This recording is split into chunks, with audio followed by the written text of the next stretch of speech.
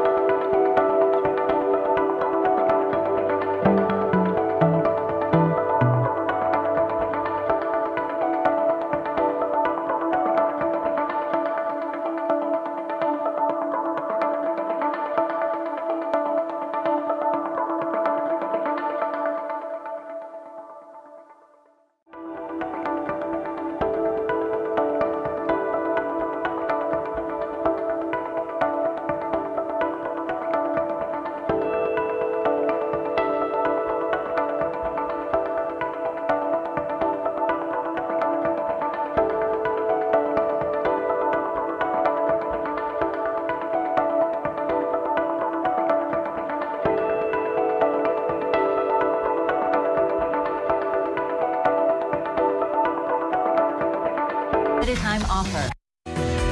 This half hour, we're seeking answers to why millions of Americans are not able to trust the water in their homes. Between 9 and 45 million people across the country were potentially living with contaminated water over the last 3 decades. And that's according to research from the Proceedings of the National Academy of Sciences.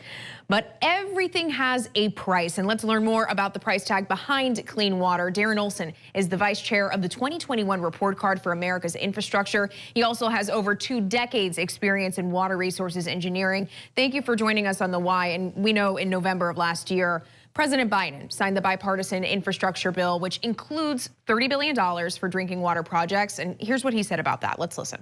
This law is going to start to replace 100% of the nation's lead pipes and service lines. So every American, every child can turn on the faucet and drink clean water. And tens of thousands of plumbers and pipe fitters are going to get work done in good paying jobs. Darren, he said start to replace. How does this bill target water quality exactly, and what is the timetable we're looking at? So thank you for having me on the show. This, like he said, this bill is a great start. We talk about this being a once in a generation type of funding for all of our infrastructure, and certainly we needed it back in 2021. Our report card gave our nation's infrastructure a C-, and the drinking water infrastructure also was a C-. There's a lot that we need to do, a long distance to go, but this bill is a great start for heading us in the right path. How long would you say this money basically can take us as far as doing the work that needs to be done? If you had a timetable of how long this will take with the money we got? Well, I mean, the amount of work that needs to be done is astronomical. When we talk about our water distribution systems, that's what takes the water from the water treatment plant and brings it close to our homes. We have 2.2 million miles of pipe out there. Wow. And it's an unbelievable amount. And, in 2020, we did a lot of work to upgrade our water infrastructure, and we replaced 12,000 of those miles. So if you do the math on a great year, if we're replacing 12,000 and we've got 2.2 million miles, we've got a really long way to go. Wow. Well, usually when we hear about really systemic infrastructure related change, lower income communities tend to be left out of the picture. So what can lower income communities do to have better access to state and national funds to fix the water systems? Well, the great thing about this bill is that it does come with really specific targets on how underserved communities are going to be treated. And it actually, and just take a quick step back, this bill, it was a $1.2 trillion infrastructure bill. A good portion of that goes to bridges and to roads. And of that, $550 billion is new funding, and of that, $55 billion is for water. So water gets like a part of the new part of this funding. But $55 billion is certainly a tremendous amount of money to help our water infrastructure. But what they're doing is they're actually requiring that you double the amount of money that is going to underserved communities. So there was really a key component of this, and of President Biden's agenda on infrastructure is to help serve those communities that have not been served for so long. Right, it was earmarked. Well, our show is based out of the Newsy Chicago Bureau, and your group, the American Society of Civil Engineers, gave Illinois a D+ for its drinking water. The report showing hundreds of thousands of service lines having lead. How should Illinois and other states in similar situations go about making water safe for all? Really, the first thing that we need to do is identify where the problems are at. And engineers are using new technology to do that. Asset management systems, where we're able to determine where our water lines are at, where are the oldest ones at that may be failing. Well, Darren Olson, thank you so much for joining us on The Why, providing some context here on that report card that came out in 2021 and really explaining what this funding will really do and how much it's going to cost. We appreciate it. Thank you so much for having me. Still to come, how do we exactly fix it? We're going to find answers from Newark, New Jersey, where city officials have resolved their bout with water contamination. The success story is next on The Why.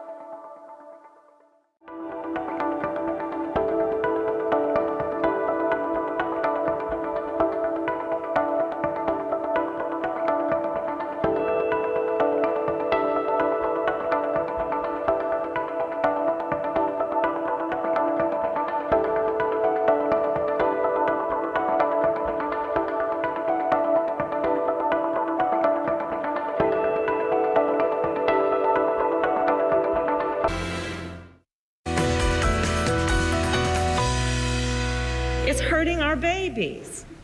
Over half of the children of our nation who are under the age of 6 are at risk on this issue. It is well documented and at this point without debate. That's Vice President Kamala Harris in Newark, New Jersey, back in February, praising city officials for their work in replacing more than 20,000 lead pipes across town. The vice president says Newark should be a model for what is possible for the rest of the nation. Welcome back to The Why. It doesn't end with Newark. Water supply issues are piling up. And one problem is something officials tried to weed out decades ago: lead pipes. Yet, data shows the homes of as many as 22 million Americans are connected to lead service lines. Illinois, Ohio, Michigan, New York, and New Jersey are the top 5 states dealing with this issue, with nearly 2.5 million lead pipes between them. Our next guest works in one of the states we just mentioned. Kareem Adim is director of the Newark, New Jersey Department of Water and Sewer Utilities. Thank you so much for joining us on The Why. Thank you very much. Off the top, Kareem, I mean, can you paint a picture for us on how bad the lead crisis was in Newark? The lead crisis at first, is huge. I mean, we know that lead has been here for a little over 30 years, that the federal government has tried some type of way of remediating lead in drinking water.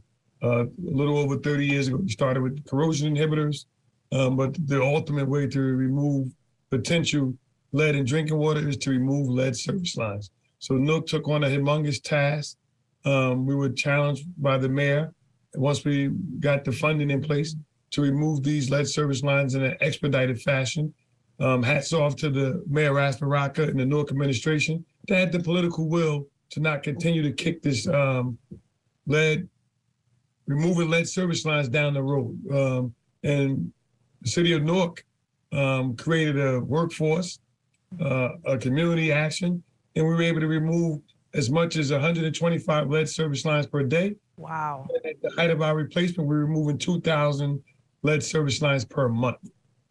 That is incredible to hear how it all came together. And I know that's no easy feat. It's easier said than done. And I want to pull thread there because you mentioned funding. And we know that infrastructure isn't cheap. This project cost $200 million. How did you raise money to pay for all this work? Well, we used a little bit. We used money that our city bonded out for $75 million for our initial program that was going to take between 10 to 15 years. We were going to do it in phases.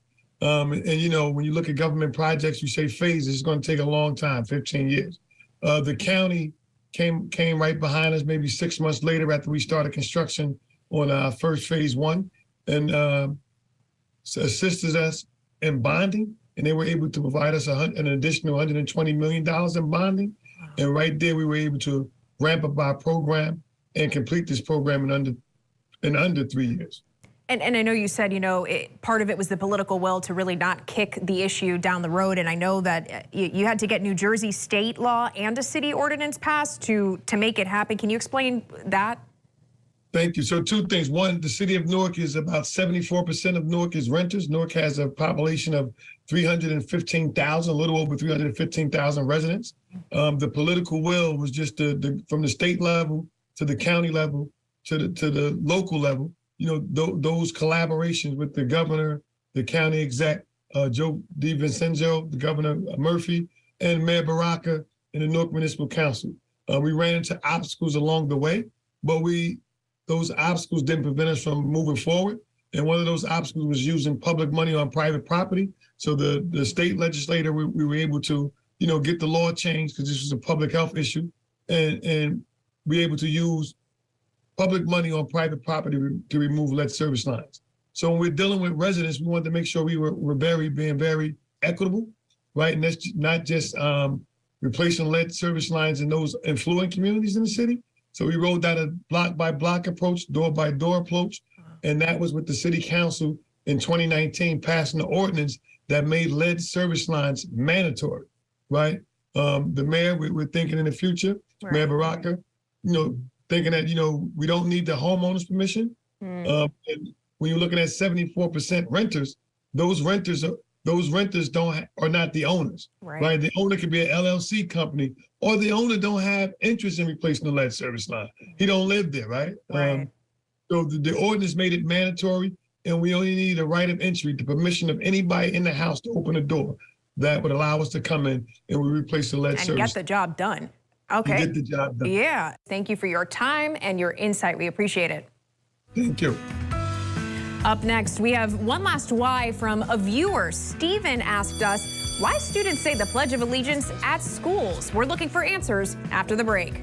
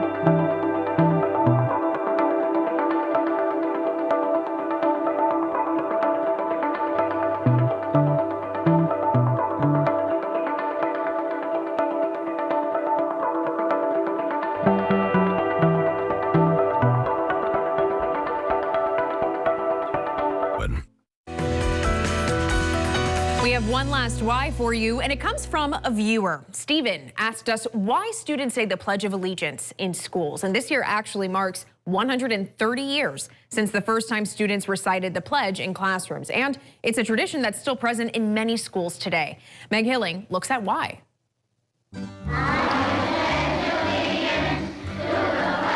Each day across America, in classrooms big and small, at city schools and rural ones, this ritual plays out. But why do students recite the Pledge of Allegiance in school? Let's go back. It's 1892 and Chicago is preparing for the World's Fair, celebrating 400 years since Christopher Columbus discovered America. To promote the fair, a children's magazine called The Youth's Companion publishes a special edition with an early version of the Pledge of Allegiance. There's some debate over who exactly wrote the words to that version. What's important is that it made print. The magazine's executives lobbied Congress to mark a date for celebration, and President Benjamin Harrison proclaimed October 21st, 1892 as a national day to commemorate Columbus's discovery. He wrote, "Let the national flag float over every schoolhouse in the country, and the exercises be such as shall impress upon our youth the patriotic duties of American citizenship. On that October day, tens of thousands of school-aged children across the country recited the Pledge of Allegiance in their classroom. The tradition stuck, in part thanks to an older generation aiming to teach patriotism following the Civil War, and one eager to instill a patriotic fervor in new waves of immigrants. Today, 47 states require students recite the pledge in school, but there are varying exceptions. A 1943 Supreme Court decision ruled the First Amendment protects children from being forced to recite the pledge or being punished for not participating. Today, students who choose to still have the chance to start their day with his 31 words.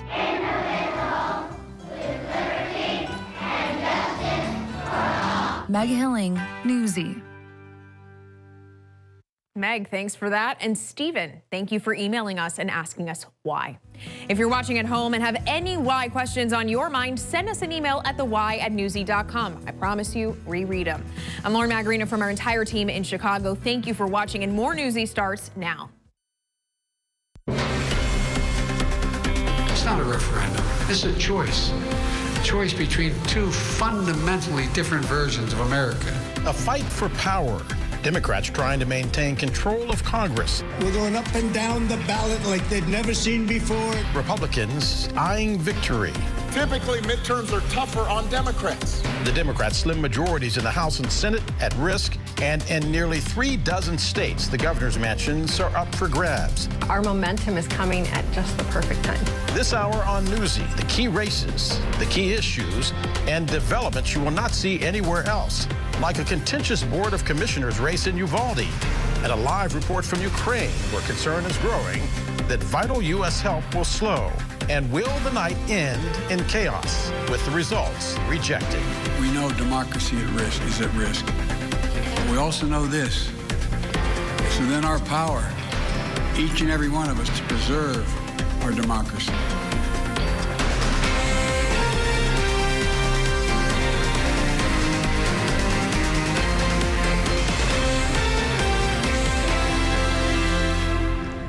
A high-stakes election, and new tonight, we're beginning to get an indication of what is motivating voters. According to a National Associated Press survey of voters just released in the past hour, inflation and the future of democracy are the top factors for voters. Most of you saying the country is on the wrong track. And here is some of what is at stake tonight. The balance of power in both the House and the Senate. 35 Senate seats are up for grabs, along with all 435 House seats. Plus, voters in 36 states will be choosing their next governor. Newsy's correspondents are spread out across the country tonight, bringing you coverage with context, focusing on the results, but also on the issues behind those results, from the economy to abortion, from education to crime, and of course, election integrity. And another thing we will be watching closely, Republicans could take control of the House tonight, and that means the political future of House Speaker Nancy Pelosi is unclear. Will she step down if Republicans take over after representing San Francisco for 35 years? Minority Leader Kevin McCarthy expected to become the House Speaker if the Republicans take control. They need only 5 seats to do so. And with that, we welcome you to Newsy's coverage of the 2022 midterm elections. I'm Del Walters in Atlanta. Tonight on Newsy, you will see real-time results as the polls begin to close over the next hour. But we're also taking the time for reporting, bringing you the facts behind the votes, letting you make up your own mind about what happens tonight. Clayton Sandell sets the table for what's on tap. Tonight across the country, the choices voters are making will resonate strongest in this building. A fight for control of Congress and a divided nation. Let's try to do the things that put us back in the middle, because that's where we work together.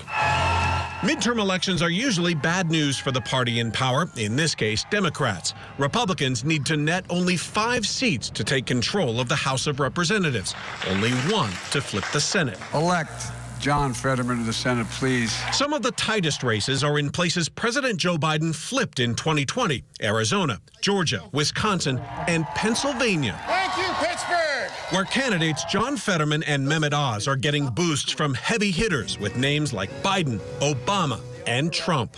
This election is your chance to make your voice heard. Republicans are hammering Democrats on the #1 issue for voters, the economy. The inflation crushing our pocketbooks. Can't fill up our tank, can't fill our grocery cart. Issues like crime, abortion, and immigration are also driving people to the polls. I have 2 daughters, so women's reproductive rights is extremely important to me. With 7 in 10 Americans telling the Washington Post democracy itself is under threat. It's hard to trust anybody anymore. In Arizona, Republican candidates who falsely believe Donald Trump won the 2020 election. Anybody who was involved in that corrupt, shady, shoddy election of 2020. Lock them up. Are vying for governor, secretary of state, and U.S. Senate. If you've got election deniers serving as your governor, as your senator, as your secretary of state, as your attorney general, then democracy as we know it may not survive in Arizona. That's not an exaggeration. That is a fact. Local officials nationwide are busy reassuring voters that elections are safe and secure. We have representatives of the Democrat and Republican Party working together. So even if you do have, a sort of rogue actor, there's so many people watching them. We even do have the live stream cameras. There's so many checks and balances in our system. And Del, in addition to the battle for Congress, 36 states are electing governors tonight. Those races, of course, will affect people wherever they live on everything from abortion, guns, and LGBTQ rights. And some of those races will have implications for the 2024 presidential election. Just 2 years away. Del. It's all over except for the fat lady singing, and now we're waiting for the tunes. Clayton Sandell for us. Clayton, thank you very much. So going into tonight, Democrats control the Senate with the slimmest of possible majorities. It is the Vice President, Kamala Harris, who cast the tiebreaker.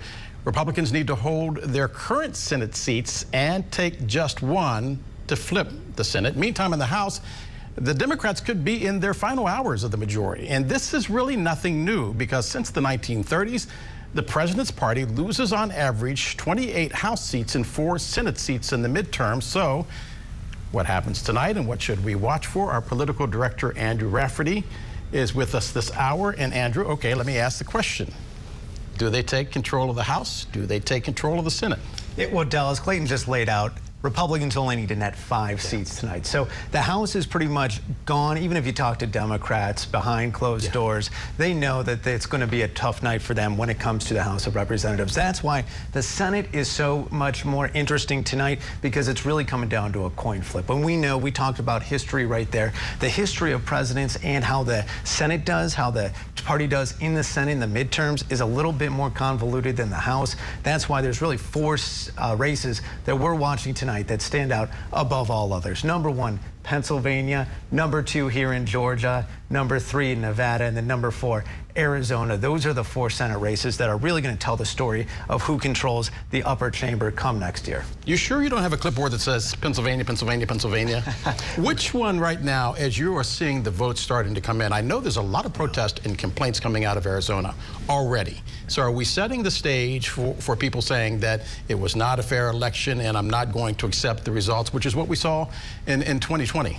Yeah, well, we've certainly seen candidates come out and say that even before anyone cast a ballot, Carrie Lake in Arizona. And so that's one of the big questions, is how people are actually dealing with potential wins and losses tonight. We do need to tell people that votes are going to come in slow. We know that. In places like Pennsylvania, they can't even process the votes until today. And so people need to, just because something's kind of taken a long time, it doesn't mean that anything nefarious is going on. And then, of course, here in Georgia, you got to get more than 50%. Otherwise, we might not control the Senate until December 6th. You should have seen Andrew running around, by the way. It looked like the Super Bowl. I mean, he was talking about this is going to happen, this is going to happen. So this is your night, this is your time. And trust me, you are going to be here for the next 6 hours. And 6 days. That's right, Del. I'm enjoying for it. I'm ready for it. I'm ready for it, ready to spend the night with you. You and me both. Andrew, thank you. So let's welcome in 6 more of our correspondents. They are in the key states to bring you the most important developments throughout the night. Nathaniel Reed is in Philadelphia. Willie James Inman is in McDonough, Georgia. That is right outside of Atlanta. Alex Miller in Orlando. Adi Guajardo is in Phoenix. And Patrick Terpstra is in Washington, D.C. Nate, I'll begin with you, since Alex has his Andrew has his clipboard here. Pennsylvania is, what's going on there? I hope your anchor chair has a seatbelt, Del, because you're going to need to be strapped in watching this race for the next couple of days. And the reason is those mail-in ballots and drop ballots are going to take a while to process. Because of state law here in Pennsylvania, only 11 hours ago were counties across the state able to start even opening those ballots, matching signatures, processing the ballots, removing the privacy envelopes. It's a very labor-intensive process, which we witnessed firsthand, and it's going to take a lot of time, even though some of those machines you can see on your screen right now can count up to 10,000 ballots per hour. They're not going to be doing that for a while. It takes a long time to process many of those mail-in ballots. So we could see a bit of a red mirage here where many of the Republican-leaning same-day voters have their votes processed almost immediately as they tend to vote in person. Many of those mail-in and dropped ballots tend to skew more Democratic. And 1.1 million of them, according to the Secretary of State here in Pennsylvania, have already been turned in ahead of today. That's ahead of today. We don't know how many were dropped off today alone. It could be up to 200,000 more. So certainly it's going to be a very long time before we actually have results, especially if it's close here in the Keystone State. Strap in the seat belts. Nathaniel Reed reporting from Pennsylvania for us. Nate, thank you very much. By the way, that is where retiring Republican Senator Pat Toomey helped set up tonight's dynamic there. We will be watching that throughout the evening. And also, we're watching Georgia, where tonight may not be the end of the election for one senator. Willie James Inman is in McDonough. That is outside of Atlanta. Willie, this could go to a runoff if neither Senate candidate hits more than 50% of the vote. What are you hearing? Yeah, that certainly could happen, and Georgia could likely determine the balance of power yet again in the final hour if neither candidate, Herschel Walker, the Republican challenger to a Democrat and incumbent Senator Raphael Warnock, if they don't reach over that 50% threshold, we could be headed for a runoff on December 6th. Look, voters tell me that the stakes are high in this race. Top of mind on voters' minds, inflation, the economy. One voter told me he voted for Walker because he wants to see a change in Washington. He's tired of the status quo. He's tired of how things are going, especially when it comes to the economy. He essentially blamed President Biden for the way things are. One Democratic voter who told me she voted for Stacey Abrams, the gubernatorial Democratic candidate in this race, and she voted for Raphael Warnock. She told me that she's concerned about abortion care and access here in the state of Georgia. So a lot at stake here and a lot of things on top of voters' minds as we head for the closing of those polls at 7 p.m. local. Yeah, if you're watching the campaign ads here, it is clear that Herschel Walker is running against Joe Biden more so than Raphael Warnock. Willie James Inman, by the way, who grew up in rural Georgia, joining us live from McDonough. Willie, thank you very much. And a little further south to the neighboring state of Florida, Alex Miller is in Orlando. Alex, Florida, home to some very fascinating matchups tonight. But there's news of issues at the polls. Tell us what you're hearing. Yeah, the people who are watching the polls very closely here, tell us that there's not been significant concerns, but there have been a few issues with electioneering. They're calling it aggressive electioneering, people getting up in voters' faces as they head into the polls to try to get them to support their particular candidate. But their bigger concerns have to do with people with disabilities who are going to drop off their ballot today, and the people not being at the ballot boxes to help them do so. And then those mail-in votes. As of Thursday evening, more than 15,000 people had issues with their ballots, whether it's issues with their signature or otherwise. They do get a chance to fix that, though, but they have to do it by 5 p.m. on Thursday. Younger voters are the ones that are most likely to have this kind of issue, and there's a big concern here. They've got a hurricane coming, the first time since 1985, and they're worried that once that hurricane really starts to roll in, we've already had rain here, that people might not do this before the deadline. Just because our audience is curious, those sirens aren't for you, correct? No, thank goodness. Alex Miller for starting our coverage off in Florida. Alex, thank you very much. By the way, Florida is a state that President Trump carried by 3 points back in 2020. So we want to go out west now. That is where Addie Guajardo, who lives and works in Phoenix, is joining us live now. And Addie, some technical issues causing problems. We were talking about it with Andrew for voters in the Maricopa County area earlier today. Del, and it's been a mixed response. Some people are very frustrated. Others say they have total confidence in the election system here in Arizona. Now, all eyes are on Arizona and stakes are high here, and that's because over the last 2 years, elections have been called into question despite multi-million-dollar audits that have shown no evidence of major voter fraud. And on this election day, those concerns heightened to a new level after election officials announced that tabulators were having technical issues. They say less than 2 hours after opening voting locations that these tabulators were having issues processing ballots. And basically what these tabulators do is they count the number of votes for each candidate. Election officials apologizing and telling voters that are frustrated that they were working to do everything to fix the problem and reminding them that they always have a backup plan in place. In this case, a secure drop box that is attached to the tabulator and will continue. They say they have a solution and they have deployed that, so they're getting all that fixed as quickly as possible. Election polls closing here at 7 p.m. It would not be an election if there were not problems in Arizona. Addie Guajardo, who knows that state probably better than anybody on television tonight, reporting from Arizona. Addie, we will be back in touch. Now, there are close to 300 Republicans who questioned or denied the outcome of the 2020 election. That includes more than 230 House candidates and nearly 20 people running for the Senate. Also close to a dozen Secretary of State candidates. Patrick Terpstra is tracking that dynamic for us. He is in Washington. What are you hearing, Patrick?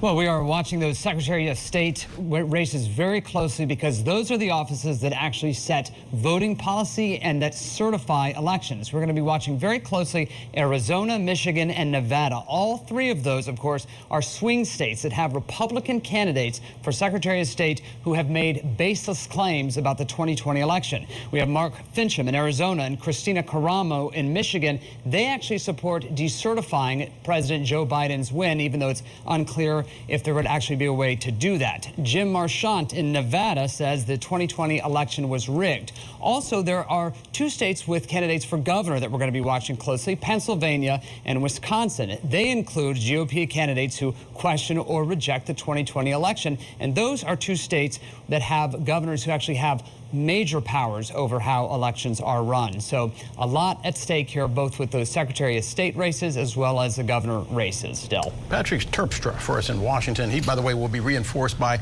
our national security correspondent, Sasha Engber. We will see both of you throughout the evening. Patrick, thank you very much. Less than an hour, the first votes will start coming in to us here at Newsy. We will bring you the tallies as we get them. And we have a lot to cover before then, including stories that you will only see here on Newsy tonight, because we are in Uvalde, Texas. That is where the parent of a child who was killed in that shooting at Robb Elementary School is now running for the Board of Commissioners. He's trying to replace a suspended police lieutenant. That officer was the interim police chief when the shooting happened. And of course, we're tracking all of the issues that are driving your votes that will determine the balance of power in Washington. Newsy's special election coverage is just getting started. Stay with us. We're acting for reasonable laws, but people tend to think we're taking their guns away. There's no way we're not. I'm a gun owner myself.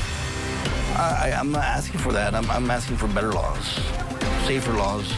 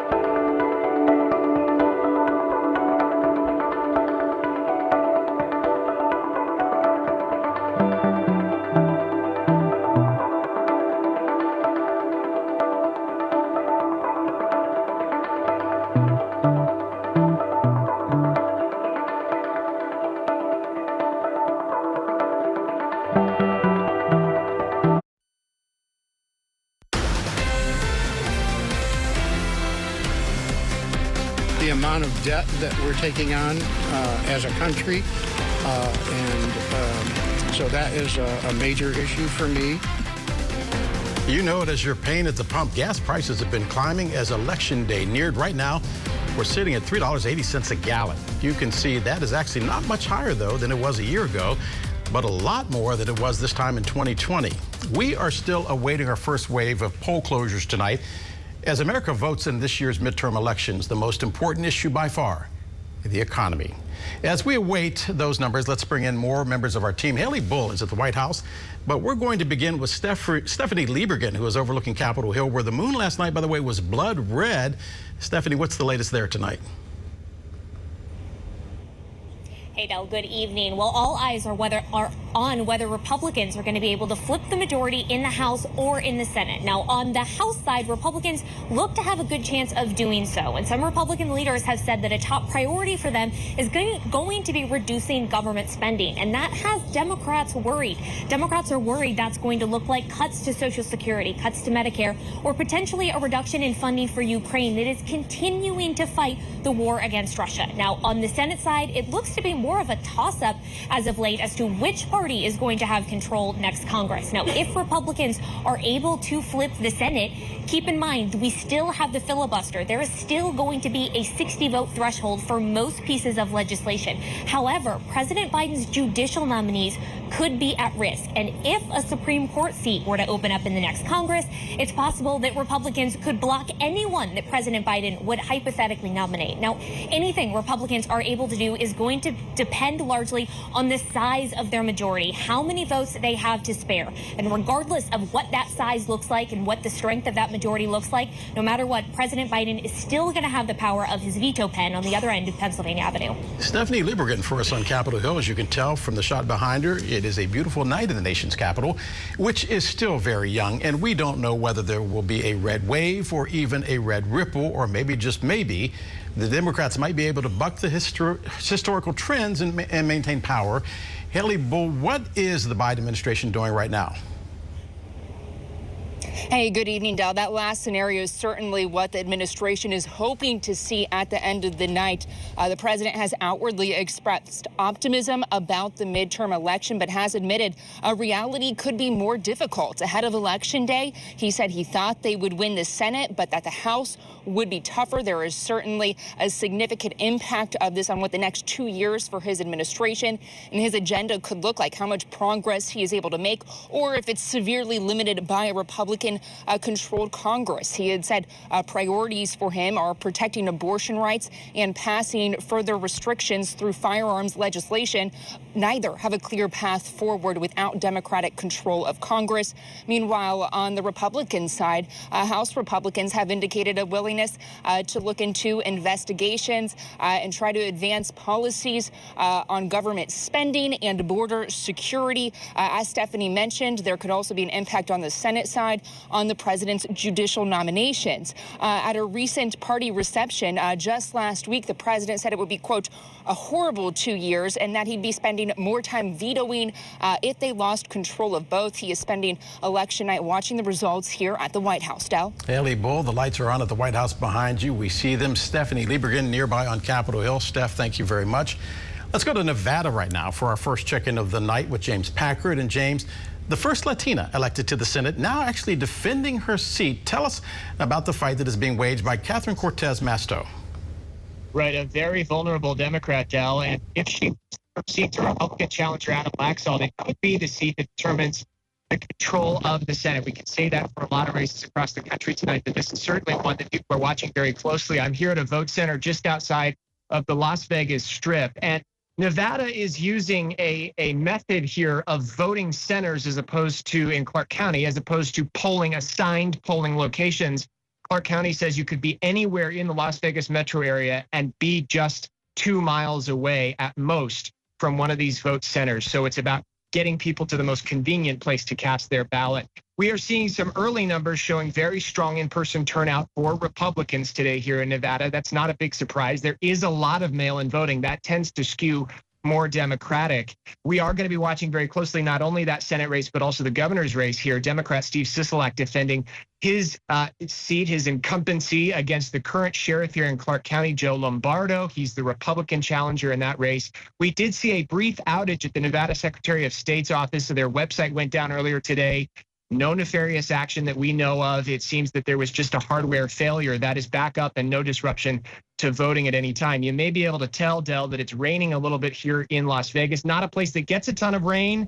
A lot of people hoping that doesn't discourage people from showing up at the polls today. I was going to point out they are getting rain in Las Vegas and also talking about some snow in other areas of Nevada. James Packard reporting live for us. James, thank you very much. The polls, by the way, are still open for another 2 hours there, and we will be checking back with James shortly. So right now we have several races. Turnout on just the economy, but also about issues of concerns about crime. Voters think that Republican policies will have more of an impact on reducing the crime rates. That view a significant change from what it was just 1 year ago. But what about the facts? What are the facts about our crime rates? Lauren Margarino joins us from Chicago next. Stay with us. Whether you walk down the streets, you take the subway, anywhere you go, you have the right to be safe in our communities. We are going to declare a crime emergency here in the state of New York.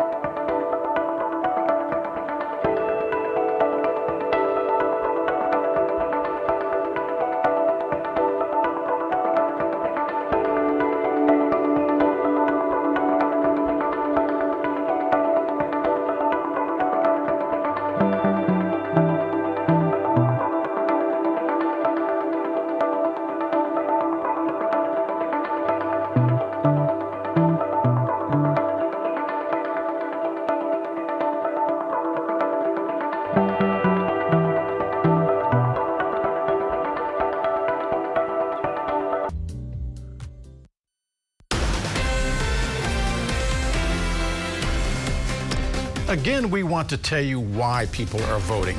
Consider these numbers. Nearly 600 people have been killed so far in Chicago. It is a staggering number, but it is actually below where we were this time last year. It is a 16% drop in the number of killings.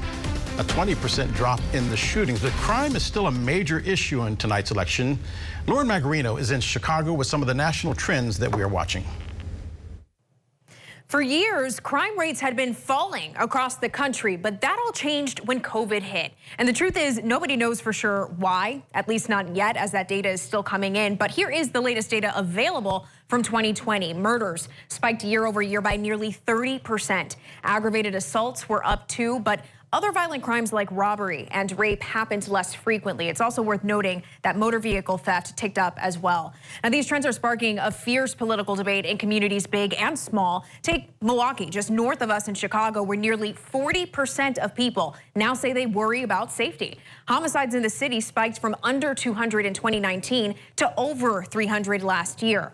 Nationally, Gallup found 40% of voters say crime is an extremely important issue. It ranked third behind the economy and abortion. Over half of Republicans said crime is extremely important to their vote, while just about a quarter of Democrats said the same. I'm Lauren Magarino with The Why. Lauren, thank you very much. And of course, we will be focusing on the effect that these crime concerns have on the vote throughout the night, especially in New York. It is a contentious race there. Polls in New York are still open for another 2.5 hours, but we want to go there right now and bring in Eileen Buckley. She is in Governor Hochul's hometown of Buffalo. I should probably say go Bills. Eileen, how is this debate over crime playing out where you are in Western New York? Well, Del, it is very much playing out against Kathy Hochul. I had asked a political professor at the University of Buffalo about the messaging and what's been happening to Kathy Hochul and kind of those missteps that she's been making. And he said that's exactly it, is the messaging from her campaign, especially on the bail reform here in New York State, that law that was reformed where it is cashless bail. And what's happened is Lee Zeldin has been able to pick up on this and run it against Kathy Hochul, and many other Republicans as well have been doing it in the state, particularly because last month we had a horrible situation where a Buffalo woman was executed in her car in front of her children by her ex-husband. Now, her ex-husband, what we've been told the day before, had allegedly assaulted her. That was caught on video as well. He went into the courts and was released on that cashless bail system. So this is being thrown back at Hochul, and it is being blamed on her for this situation. And Zeldin is using this, calling it, you know, this state that we have to turn things around for when it comes to crime. And of course, there was that deadly shooting at the supermarket. Eileen Buckley for us in Buffalo. Eileen, thank you very much. And we also should point out that Hochul signed new laws just a few months ago restricting things like the sales of automatic rifles and body armor. Eileen, thank you very much. And another top issue for the Democrats, of course, is gun reform, including for candidates like Beto O'Rourke in Texas. His calls to restrict gun ownership there and ban certain types of automatic weapons, reaching new urgency following the Uvalde school shooting back in May, because that's when an 18-year-old went in and killed 19 children and 2 teachers at Robb Elementary School. Newsy is in Uvalde for a Board of Commissioners race this evening. It is the type of story that you will see only here tonight. And Axel Tercios is there. And Axel, is anger there going to force an incumbent out of office?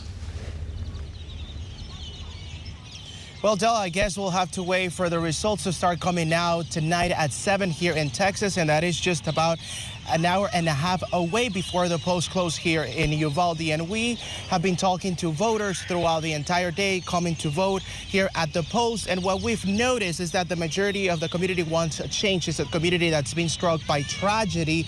Now they want to see change, especially some of them calling for gun reform measures here in the state of Texas. We were also able to speak to one of the grandmothers of the children who died at the shooting. She says she came to vote because she and her family want to see change to happen immediately. She says she's still heartbroken. I think we all need to come together as a community and realize that it's a combined, it's everything together, and we need to tackle the whole problem together as a united. It's not difficult to be divided in Uvalde, but at this point, we lost a great part of us in this massacre, and I think we should all get together and unite with the families that are grieving and the families that had to see and witness everything that happened. What are your thoughts on the gubernatorial race? The gun policies are at stake right now, and both of their visions are different. My vision is that I would hope for a better tomorrow and for these guns to be gone. Del, this midterm election is very personal for this community, and so it is for some candidates, especially for the race for the county commission. We have 3 writing candidates with no experience in politics, but they say they want to see change, especially for Javier Cáceres. He is the father of one of the students who died at the shooting. He says that he made a promise to his daughter when he was identifying her body. He said to her that he will fight for her, and of course we'll keep very close attention to the results once they start coming in after 7 p.m. after the polls close, so that we can bring you those results live here on Newsy. Del. Axel, it is personal for all of us. Axel Tertius in the town of Newsy has made a very strong commitment to continue to cover Axel live from Uvalde, Texas tonight. And by the way, we continue to await the first votes as they become tallied. We will have that for you at the top of our next hour. And the questions being asked, all of you asking, will Republicans make their first moves to take over both the House and the Senate? We're watching. And up next, what happens if Republicans do take control of Congress? One country watching all of this tonight closely is Ukraine, and we will be live in Kyiv as Newsy's special coverage continues. Stay with us. The United States support for Ukraine will be unflinching and unwavering.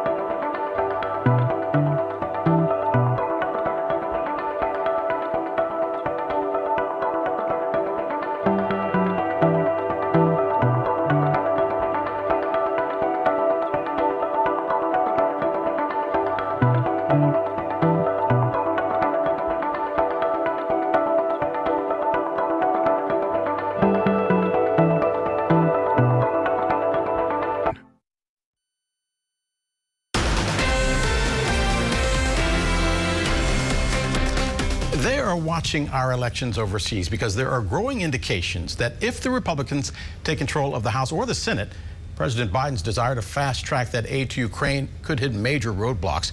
Jason Bellini is live right now in Kyiv. And Jason, are people there concerned that the funding will slow or stop with the Republicans in power?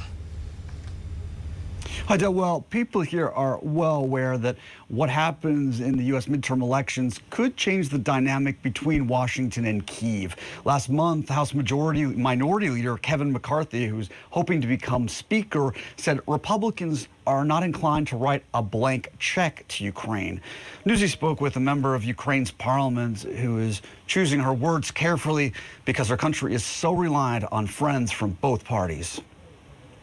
Anastasia Rodina is a member of Ukraine's parliament. Hi there. Hello. Alyssa Slotkin. And a trusted emissary dispatched by Kyiv after the start of the war to the U.S. Capitol.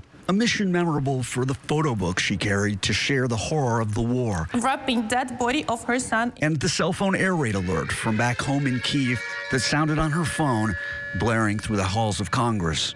Let me just tell you that my son, who is 2 years and 9 months old, he knows the sounds of air raid alarms, and he holds me by the hand and says, "Mommy, we should go into hiding." You share that personal experience with members of Congress? Of course we do, because it is our obligation to make sure that this resolves now.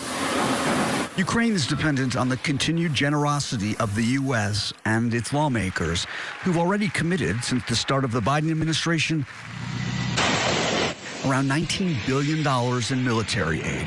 We are now in a position forcing us to ask for more financial support just to show Russia in particular how strong and how long-term support of the civilized world will be for Ukrainian cause. Rodina knows Ukraine can't afford to alienate either party. Are you or Ukrainians in general paying attention to the U.S. midterm elections? Of course, it cannot escape our attention for sure. In the U.S., there are political candidates and there are actually ads running that say the U.S. shouldn't be supporting Ukraine. But instead of helping us, Joe Biden has sent $66 billion to Ukraine. Is that something you're tracking? We've heard that. We just can't continue saying that the support for Ukraine now means decreasing costs of maintaining international order in the future. Rodina, along with a top Ukrainian official, tell me they hope that any talk of the U.S. reducing or halting its support is just campaign politics, not future policy. And the weapons and the funding will continue coming no matter which party controls Congress, though. And Jason, sometimes what the story is what we don't see. You have spent a lot of time in Kyiv. You've been there a lot this year. We see behind you right now, pitch black. Is that from the power outages we hear that Ukraine is experiencing? It absolutely is, Del. Also, as a result, cell phone service and the internet is becoming spotty here in the Capitol.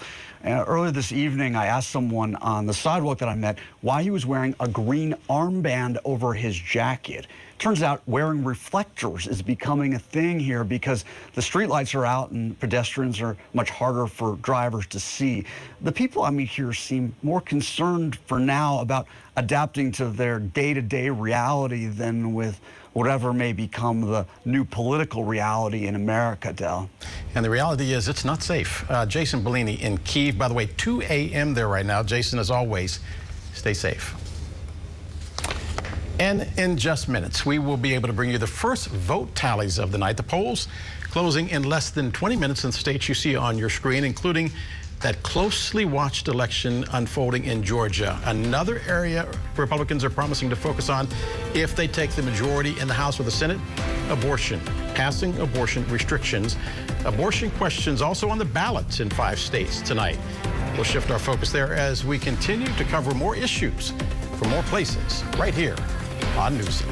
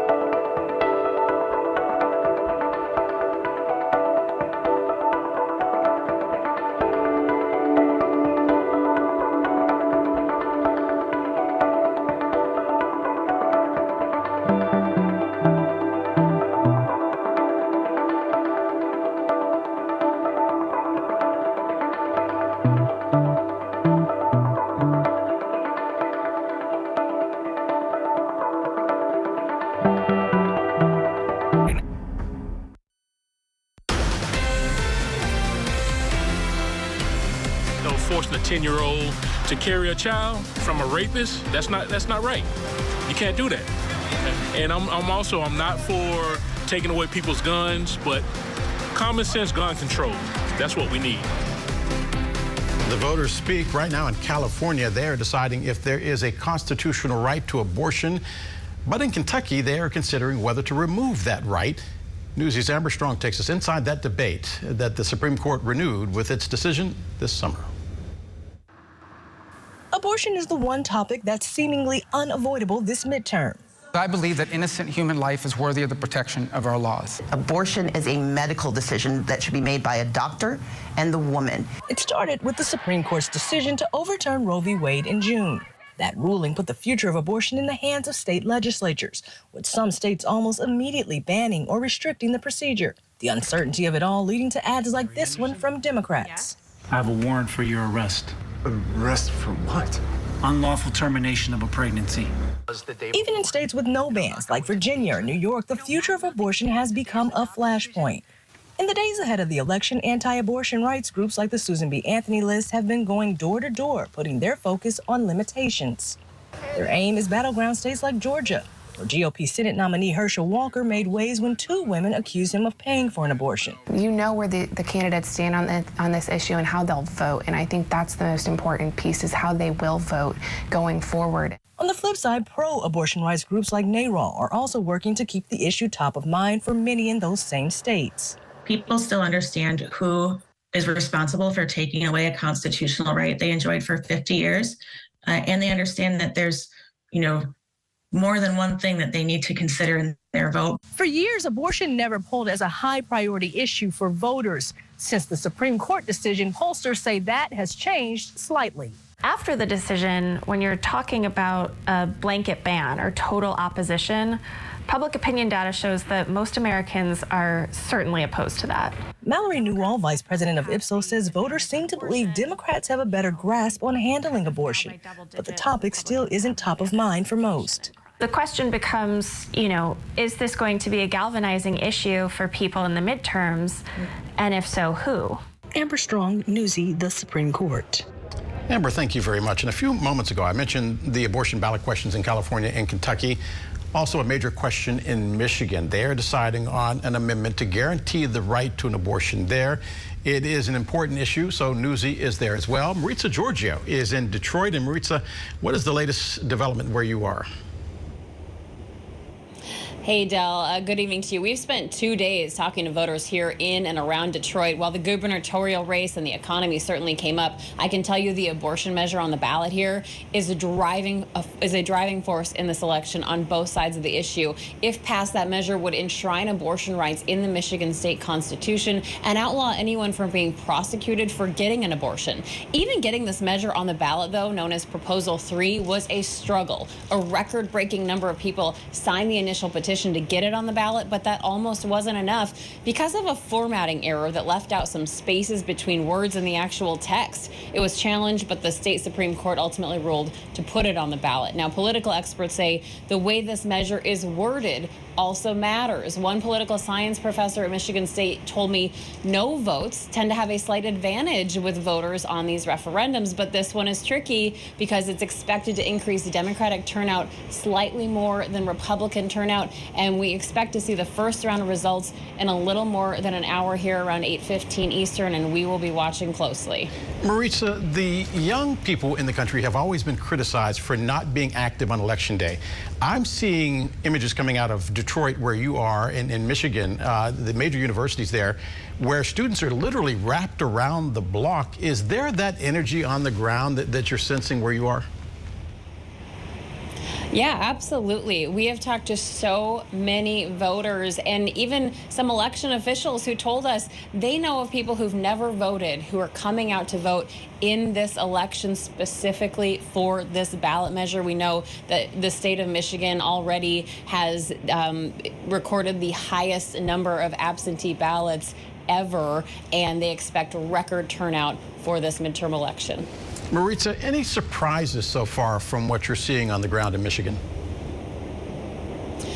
You know, I wouldn't say surprises, but it's certainly interesting when you cross certain jurisdictional lines here. You know, you go to one polling place and you think you have a pretty good sense of how voters are going to vote there and what their thoughts are and how they lean. And then you go just a few miles away and it's totally different. And so I think I'm very interested to see how this all turns out. We've heard a lot of people call Michigan purple, but it's not a broad brushstroke over the whole state. It's some very, very blue counties and some very, very red counties as well. I won't point out that you're wearing a purple coat. Maritza Giorgio for us in Michigan. Maritza, thank you very much. And by the way, we may get results more quickly in Michigan tonight than we did in 2020, since some of those absentee ballots you heard Maritza talk about have already been counted. And Maritza, of course, will keep us up to date. When we come back, we will get our first vote tallies of the evening from places like Georgia. We are just getting started. You are watching our special coverage of the 2022 midterms on Newsy.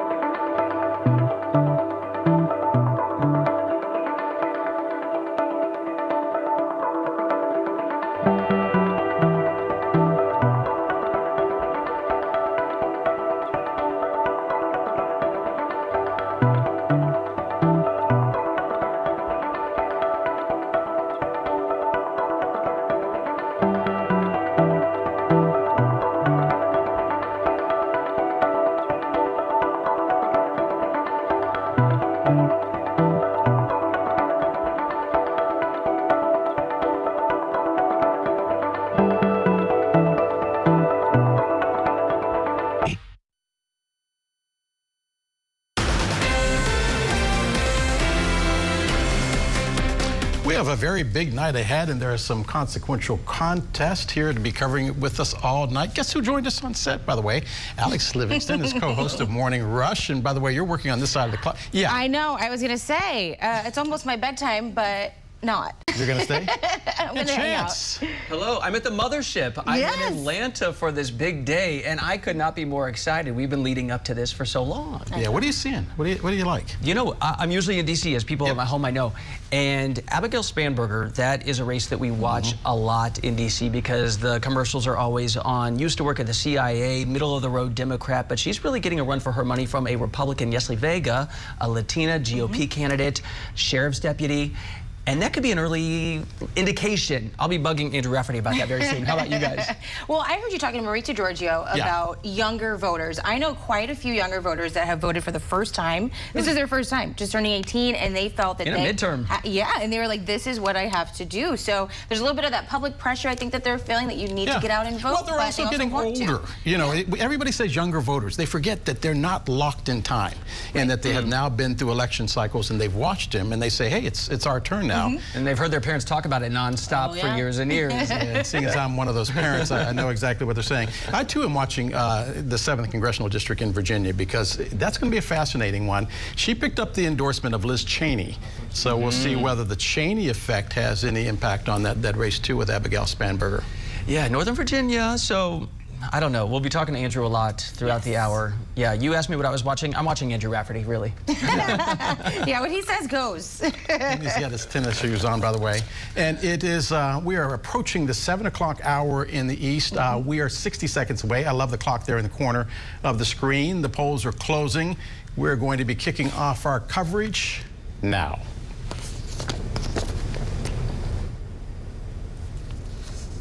Tonight, America votes in one of the most unpredictable midterm elections in recent history. I think inflation is a huge issue. What's my biggest issue as a voter, I would say? Protecting our democracy. If you don't do the right thing, you can't complain. Republicans eyeing a complete takeover of Congress.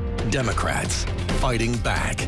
If you all show up and vote, democracy sustained. Not a joke.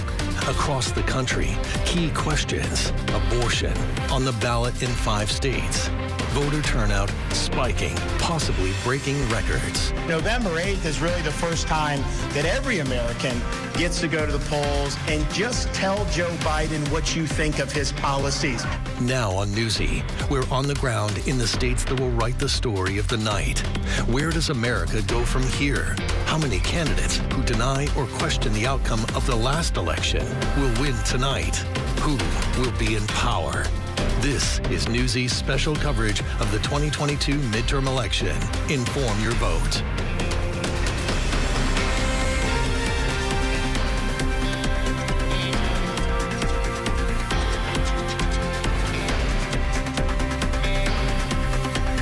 Good evening. Election night. Polls are now closed in all or part of 7 states as of 47 seconds ago. That includes where we are tonight in Georgia. We're seconds away from getting our first vote tallies in the races for governor and for senator.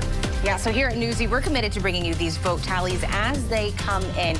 In just a minute, we're going to walk you through what all happens before a winner is declared. And we should point out, our coverage is designed to be different. We want to be different. We are covering more issues from more places, including the father of a Uvalde school shooting victim running for county commissioner there.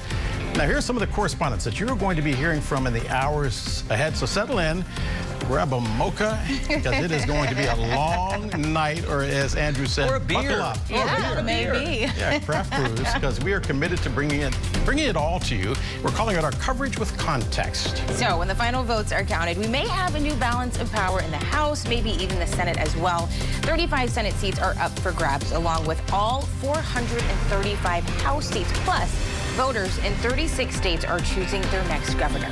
Georgia is not just top of mind tonight, it is top of mind right this moment. Democratic Senator Raphael Warnock is defending his seat 2 years after he narrowly won a runoff, helping Democrats take majority in the Senate. His opponent is Republican Herschel Walker. And again, no vote tallies to report just yet, but they could be ticking in at any second as we get them. It updates every 10 seconds here at Newsy, so we'll give them to you as soon as we get them. Meantime, Georgia governorship is up for grabs right now. Republican governor, the incumbent, Brian Kemp, is facing off a rematch of 2018, actually copy-paste. His opponent is Stacey Abrams. Again, Kemp narrowly won the last election by 1.4%. And by the way, I just heard from management, they said no beer tonight. The polls are closing. For you. Maybe. The polls are closing in South Carolina. And the Republican Senator Tim Scott there is running for a second full term against the Democratic State Representative Crystal Matthews. And the state's Republican Governor Henry McMaster running for re-election against the former Democratic Congressman Joe Cunningham. And once again, the results will be refreshing every 10 seconds. In the race in Indiana for the Senate there, the Republican incumbent Todd Young is trying to keep his seat. He is running against the Democratic challenger Todd McDermott. We do have some results there. You see 4% of votes counted so far. And then there's Kentucky. Republican Senator Rand Paul facing Democratic State Representative Charles Booker. Booker ran for the Democratic Senate nomination 2 years ago and did not win. Again, 4% of votes counted there in Kentucky. In the meantime, in Vermont, these are the people vying to fill the seat of longtime Senator Pat Leahy, who retired, Democratic Congressman Peter Welch, and Republican Army veteran Gerald Malloy. Well, meantime, for governor, you can see Republican Governor Phil Scott, who decided to run again instead of going for Senate. Facing him, Democrat Brenda Siegel. Polls across most of Florida are closed, and I say most because we're still waiting on areas in the central time zone to close right now. That's going to happen in less than an hour. Democratic Congresswoman Val Demings is trying to unseat Republican incumbent Senator Marco Rubio. And then there is the contest to be Florida's governor. Ron DeSantis is trying to fend off a challenge from former Florida governor. He was also a Republican once upon a time, then an independent, now a Democrat, Charlie Crist. 2024 speculation is swirling around DeSantis at this moment. Our political director, Andrew Rafferty, joins us now. So, Andrew, the man of the hours is what I will call you, because we will be heading over there to where you are just shortly. But give us some of your indicators to watch in the next hour or so.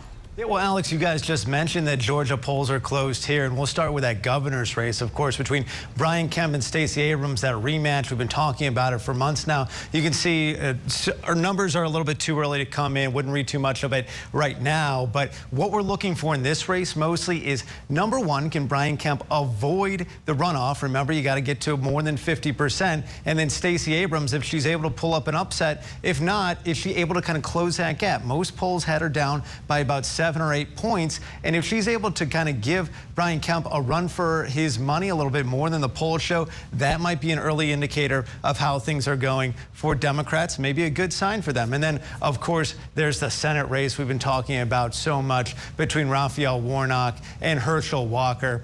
This almost is certainly going to a runoff. Neither of these candidates were able to get to that 50% mark in any polling.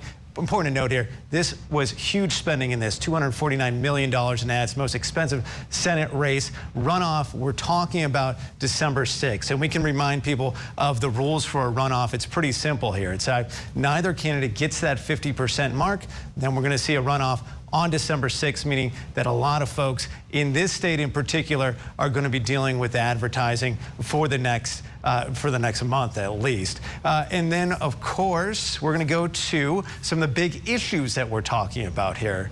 And Del, actually, I'm going to throw it back to you because we've been talking so much about how inflation's driving candidates and reproductive rights, and we're seeing some of that in the early data really drove some voting tonight, Del. Yeah, it's fascinating. We're looking at the numbers, and we can all remember our days as local reporters where the big numbers come in and everybody goes, ooh, and then usually by midnight they're, ooh. So, yeah, don't read anything into what you're seeing on the screen just yet. It is early. Let's welcome 6 of our correspondents who are positioned in the places that will write our stories all night long.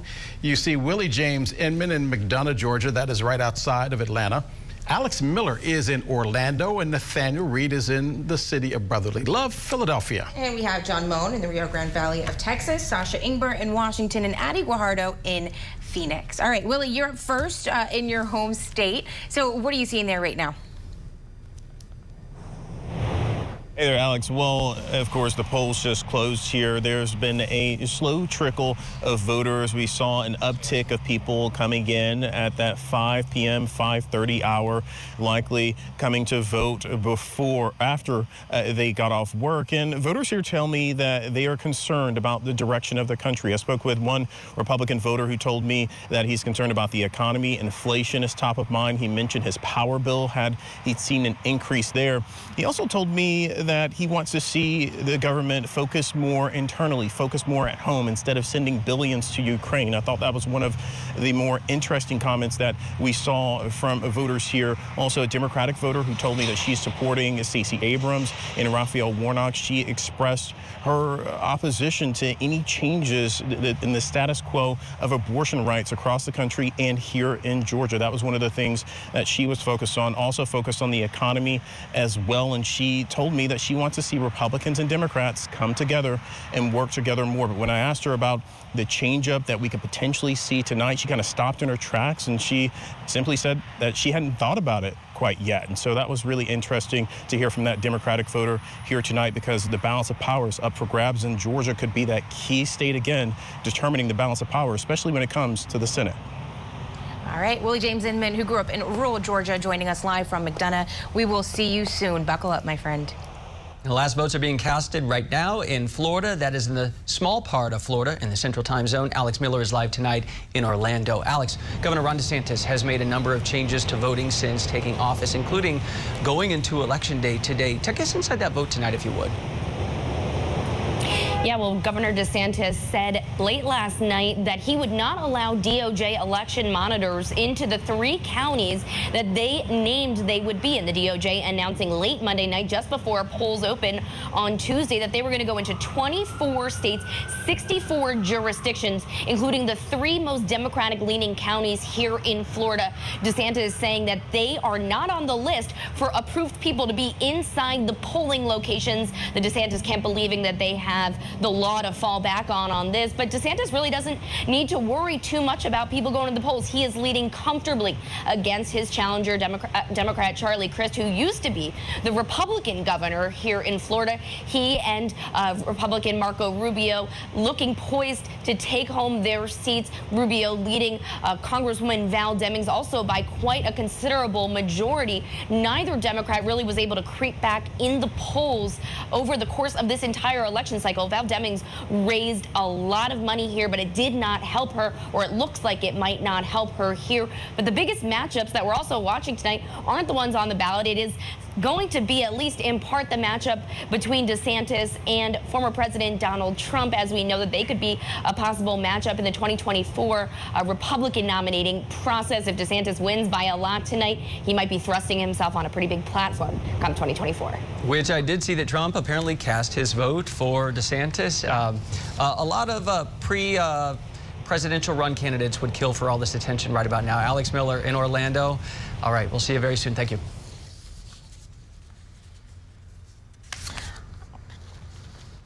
All right, just a few months after Governor DeSantis targeted them for involving politics, stripping them of special privileges. That's what Alex was just covering. But one of the most anticipated Senate matchups tonight is in Pennsylvania. We're watching quite a few races, but this one in particular.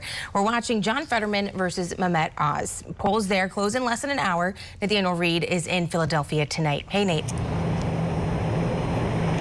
Hey, good evening, Alex. Well, polls close here in less than an hour for the vast majority of the state, but according to a court order in Luzerne County, the polls there are now going to stay open until 10 p.m. That's because some of the polling locations in Luzerne County had a shortage of those paper ballots needed on Election Day. They've solved the issue. One of the county officials says that no voters were turned away and they had no issue trying to get voters out to the polls and casting those ballots. But according to a court order, the polls in Luzerne County will remain open for an additional 2 hours, but the rest of the state is slated to close in just under an hour. Now, this is expected to be a close, tight race. We're probably going to see some of the more red-leaning votes first, given that Republicans tend to vote in person on Election Day. Many of the early votes, there are nearly 1.2 million early votes that were cast in this race by mail ballot or ballots dropped in drop boxes. Those are going to take longer to process, given that there's just a lot of steps that need to be accomplished, taking them out of the envelope, removing them, scanning them, checking the signatures in the ballot. So certainly it could be a very long night here in Pennsylvania before we know results in some of the tightest contests. And that Senate battle sparked when incumbent Republican Senator Pat Toomey decided to retire. Nate, stay close. I know we'll be chatting with you again soon. As we indicated, we want to focus on many of the issues that you are voting on, one of which is immigration. We sent John Moan to McAllen, Texas. That is not far, by the way, from where he lives and also where he works. And John, what is the situation there? Yeah, we just want to point out we've had some steady turnout at this polling place in McAllen, Texas. I'm at the Lark Community Center. Kyle, if you push into the crowd here and open up the iris, it's been a steady drumbeat of voters here throughout the day, and we're getting the after work crowd, so the line is actually snaking beyond behind me. People are obviously paying big attention to the governor's race here, but also what's capturing our attention are three important congressional races here. Republicans certainly coveting them because they've been long held by Democrats. Republicans have been carpet bombing the airwaves with attack ads to benefit those three Republican congressional candidates. We first caught up with the Republican campaigning for the open 15th district. Her name is Monica Dela Cruz. Let's have a listen. I'm definitely optimistic. It's an exciting day, an exciting time. Well, look. Cruz didn't take our direct questions. She is a Trump Republican, a successful insurance agent in these parts. She's campaigning on a platform of increased border security, attacking the Democratic positions on the economy, and certainly putting her anti-abortion credentials out there first and foremost. She has received tremendous support from the Republican National Committee, as well as a lot of dark money, again, paying for ads to plaster the airwaves. The district we're in here, the 15th, has been redrawn by the state legislature to favor Republicans, but the race still could be close here. Her opponent is Michelle Vallejo. She is a progressive and an entrepreneur whose family runs a local flea market. We caught up with her as well, and she talked to us about people splitting their tickets and making a vote and making their voices heard in the issue of abortion rights. The silent voters, people who might be voting based on having access to abortion. Here in South Texas and growing up with our families, these are very private, intimate conversations that we have just with our closest family members, with our religious leaders, and we don't need politicians involved in those decisions. And I'm very confident that our community is going to come out and make the right choice. Again, it could be a close contest. We also, again, have that gubernatorial campaign to keep an eye on. Governor Abbott is here in the Valley, certainly making his presence felt here and making perhaps a statement tonight, depending on how well Republicans do here. We're keeping an eye on his appearance here. Again, we have 2 time zones in Texas. Polls close in less than an hour here in the Central Time Zone. We also have in El Paso, that's in the Mountain Time Zone. So results will start trickling in really 8 Central with us. Guys. John, when you were pointing to those long lines, I thought you were going to sing a song. The lines are long, deep in the heart of Texas. John Moan reporting live for us from McAllen. John, thank you very much. And immigration is always a hot topic in the Southwest, but this year there have been other issues that may trump it, to coin a phrase. Addie Guajardo is in Phoenix, a place that she calls home. Addie?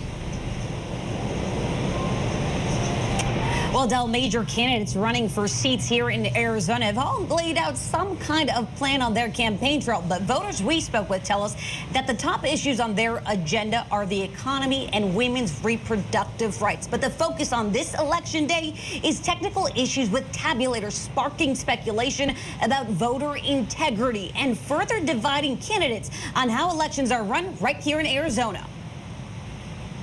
A high-stakes Senate race that could decide control of the upper chamber of Congress, and a gubernatorial election that could have a major impact on immigration and voting laws in Arizona have drawn big players like Barack Obama and Donald Trump to the Grand Canyon state. You're going to elect a truly amazing America First Republican group. In the governor's race, Republican candidate Carrie Lake, a former TV news anchor, has focused much of her campaigning around immigration. If elected, she says she will call on other states to form a compact to carry out border security separate from the federal government. What comes into Arizona, fentanyl, people coming here illegally, children being trafficked, doesn't stay in Arizona. It goes to all 50 states. She's earned sharp criticism nationwide for making unsubstantiated claims about widespread voter fraud in 2020 and calling President President Joe Biden an illegitimate president and refusing to commit to accepting the results of the election if she loses. Will you accept the results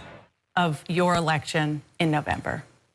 I'm going to win the election, and I will accept that result. Lake's opponent, Katie Hobbs, has branded her a threat to democracy. It's a choice between sanity or chaos. Hobbs, the current Secretary of State in Arizona, is running largely on protecting democracy and defending abortion rights. But she's come under fire for refusing to spar with Lake on a debate stage. I'm not afraid to face Kari Lake. What I am concerned about is the embarrassment that occurred during the GOP gubernatorial debate. Republican candidate for Senate Blake Masters is also running on a tough border security message. This is an invasion. We know what to do.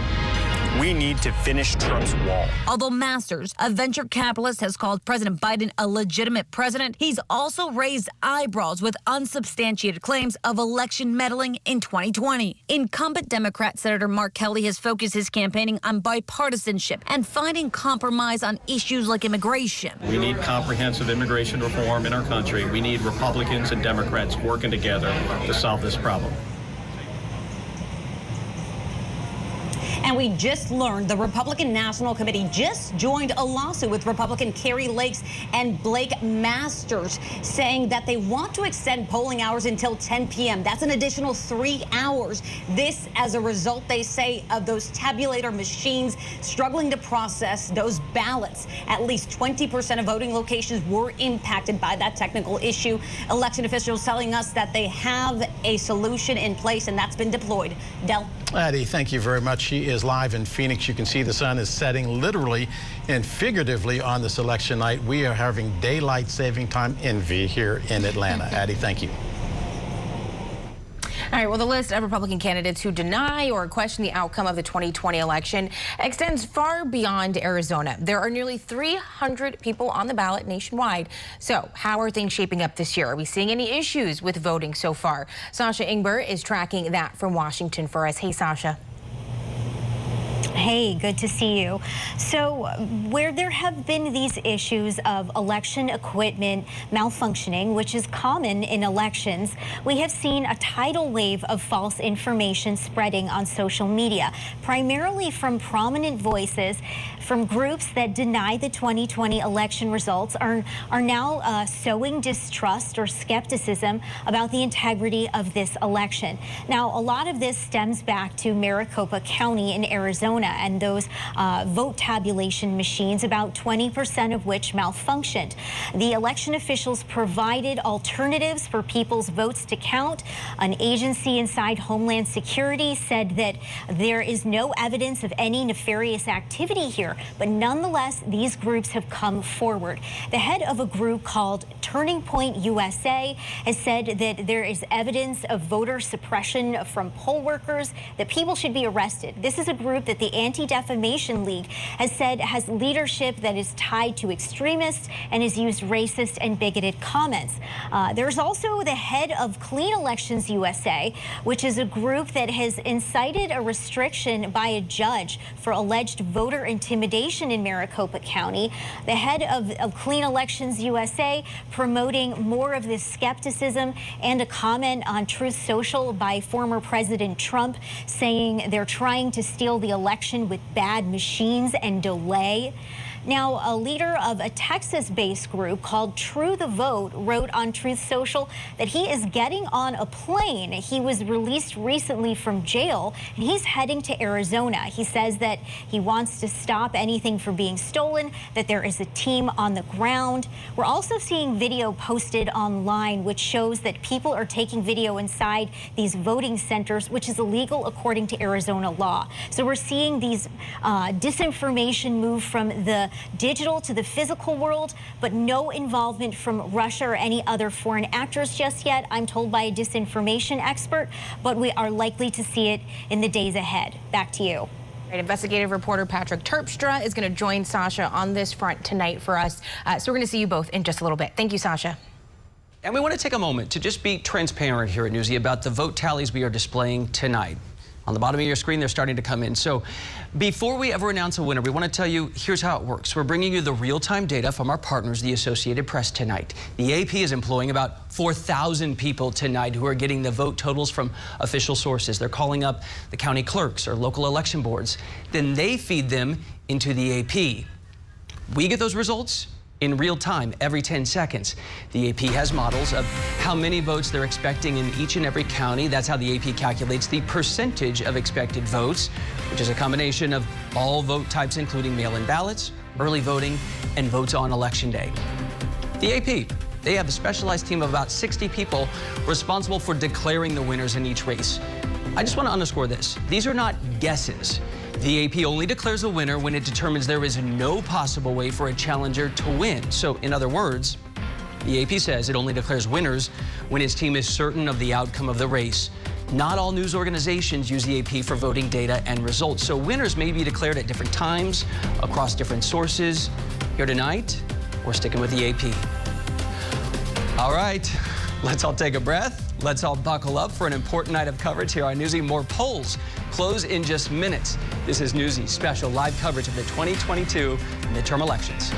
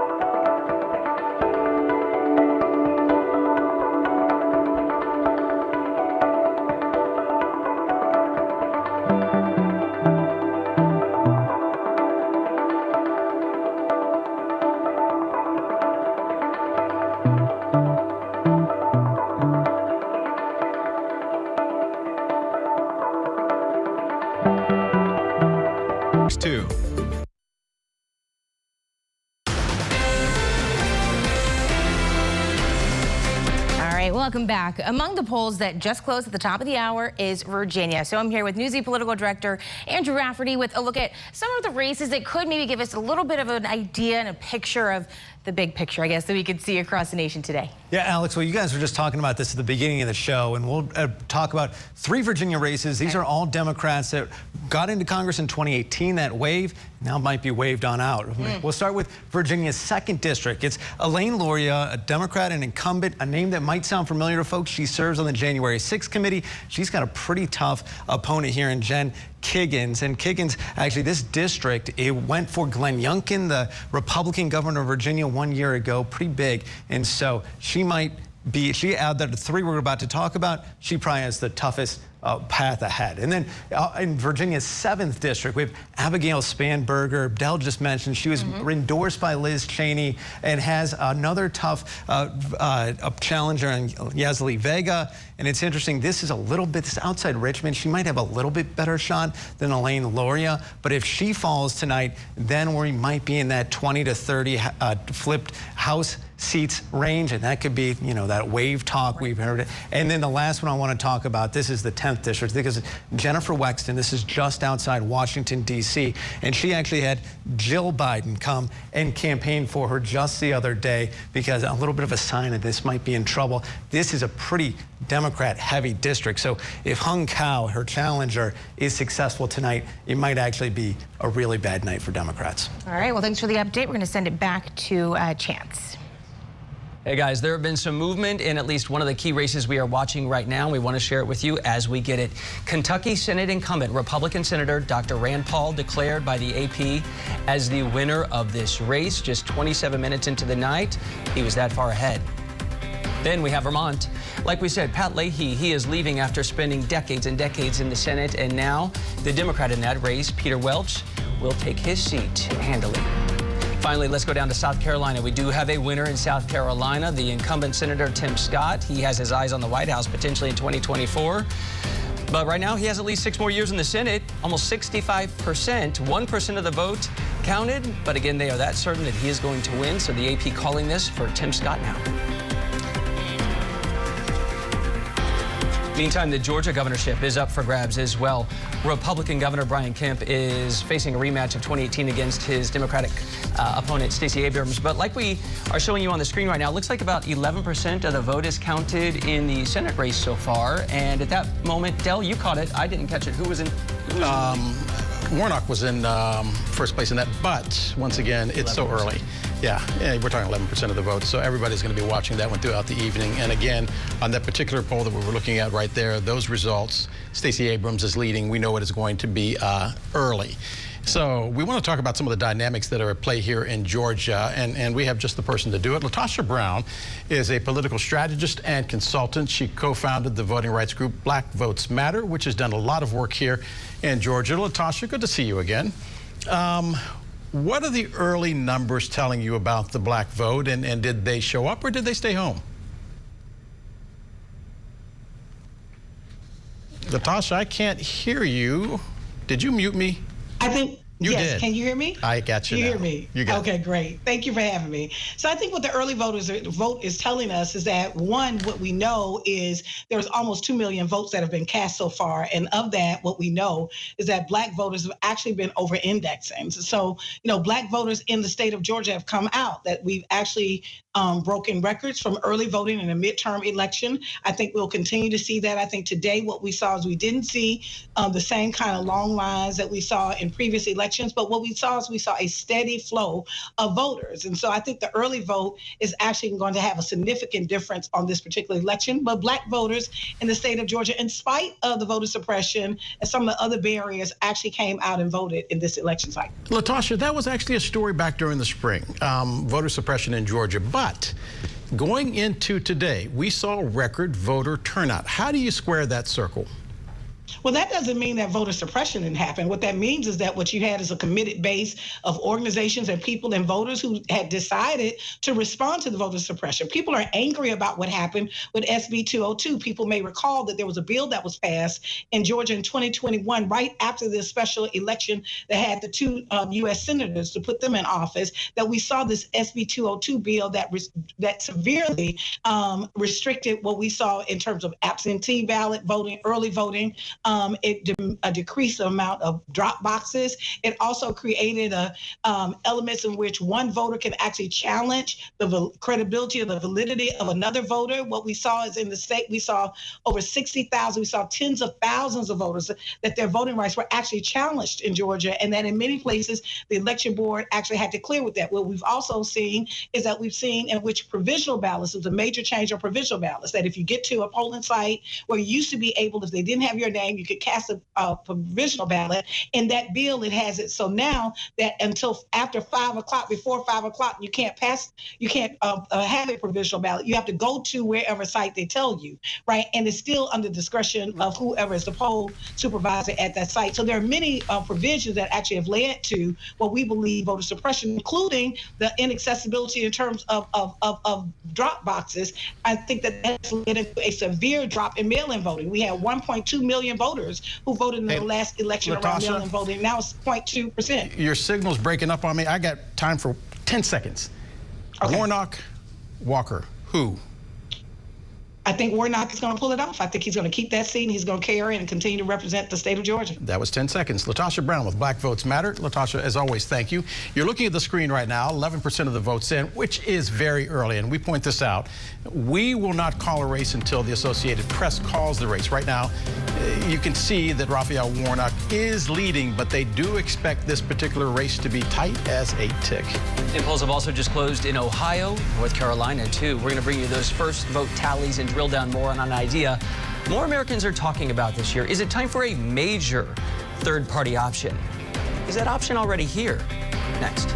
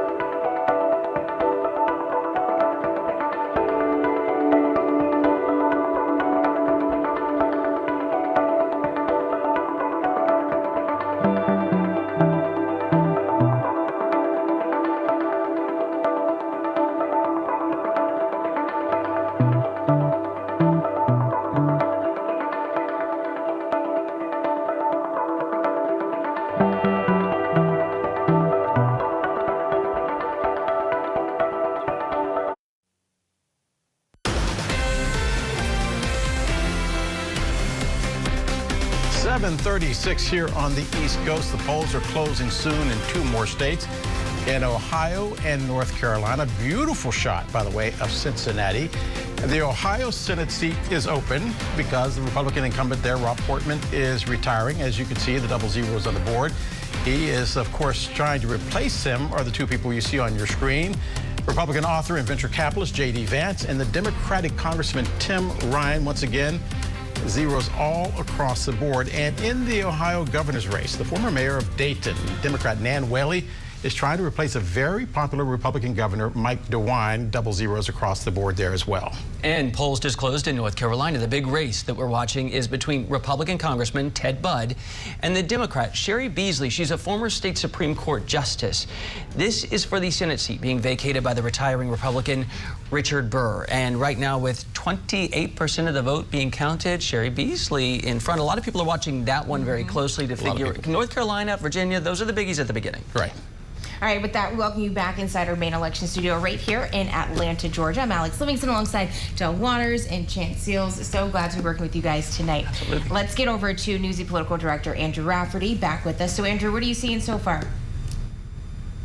Motivated voters going into today. AP Vocast data shows that half the country found that inflation was the most important issue for them when they've cast their vote, whether it be today or whether they early vote. And this is interesting because what they do, the AP, they'll not only survey those who voted today, but they'll call and email folks who voted early, so they try to get a more complete picture. Second on the list, future of democracy, 44%, violent crime at 25%, in the Supreme Court, essentially meaning Roe versus Wade, 25% as well. And so not a surprise that inflation is the #1 driving issue for voters going into this. That's why a lot of Democrats are worried, because in all the polling we've seen, when we dive into it, voters trust Republicans more than Democrats when it comes to the issue of the economy and inflation.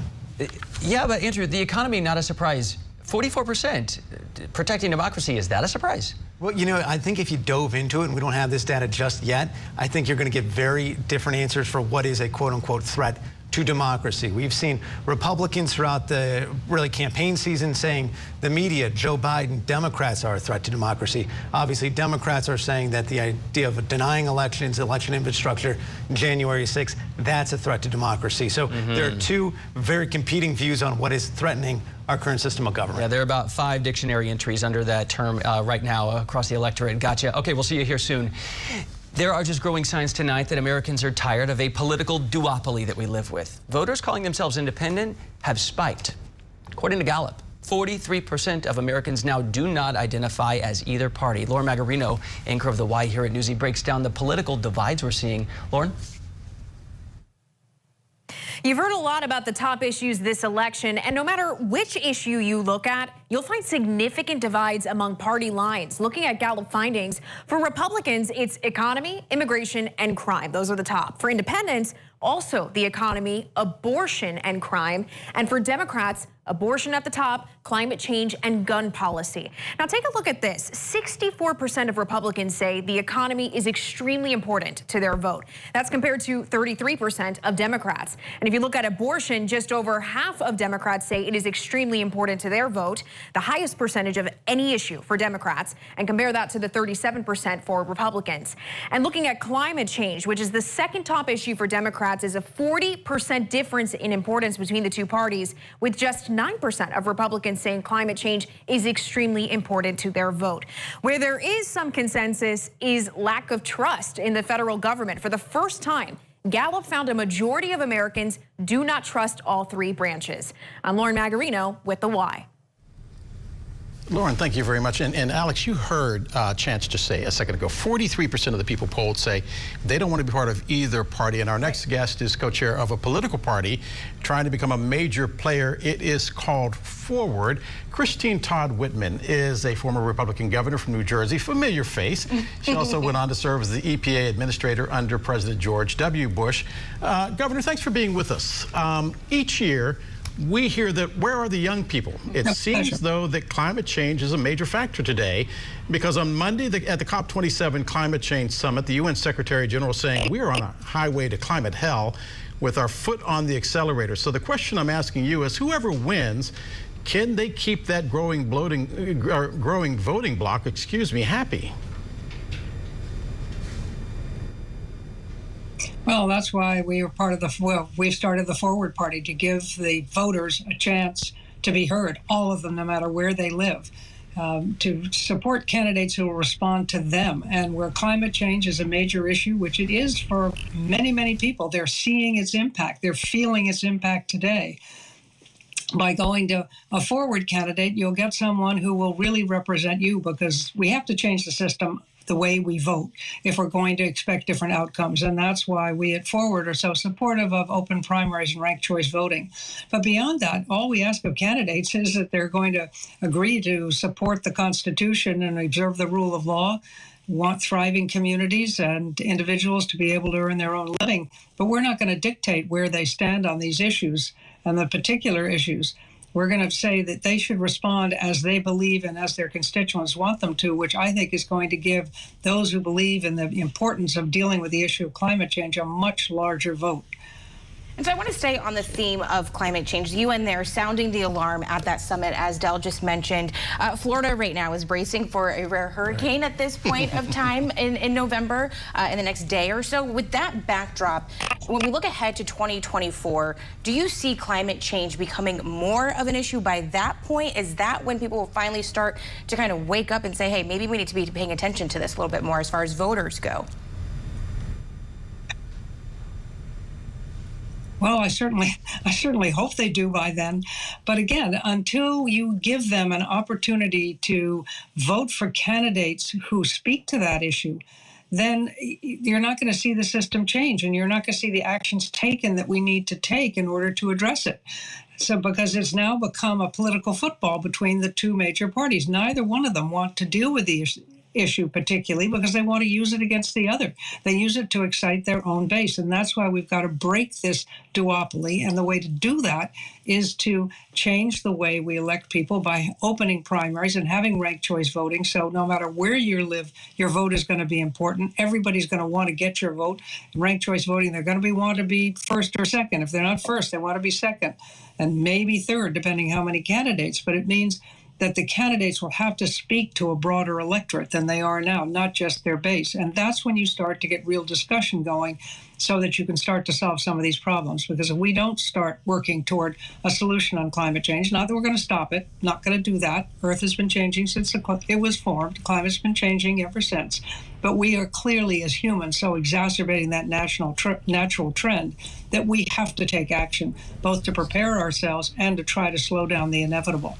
Governor Christine Todd Whitman from New Jersey. You and I are old enough to remember another third-party candidate. I think his name was Ralph Nader. So we'll see whether or not this is the third party that sticks. Governor, thanks for being with us tonight. And tonight, let's pick up on what the governor was just talking about right there. The My state pleasure. of Forward these political parties, like she was just saying, the Forward Party, they're hoping that catches on. So the parties are in something of an identity crisis at moments, it seems. The current state of the Republican Party is a big focus tonight, because nearly 300 candidates on the ballot across the country tonight deny or question the outcome of the 2020 election. In Arizona, that includes the Republican candidates for Senate, Secretary of State, and for Attorney General. Reporter Mark Phillips is at Kari Lake's campaign headquarters tonight, the Republican running for governor. Mark, I understand you have some breaking news right now? Well, you may have heard that during the day, we have had some problems here with voting in Maricopa County.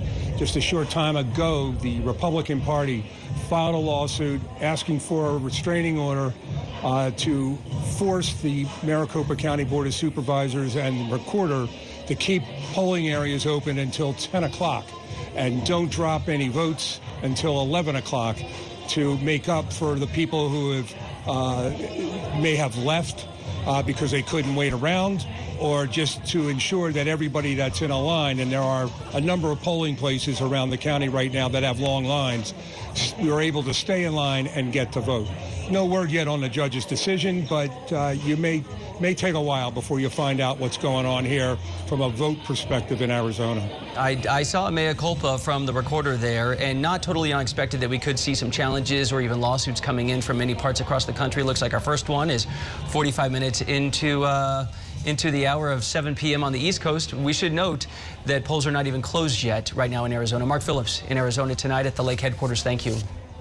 There are more states closing at the top of the hour in just a few minutes, including contentious Senate races in Alabama, Connecticut, Florida, Illinois, Maryland, New Hampshire, Oklahoma, and Pennsylvania. That's coming. The PA race between Fetterman and Oz is expected to be extremely close.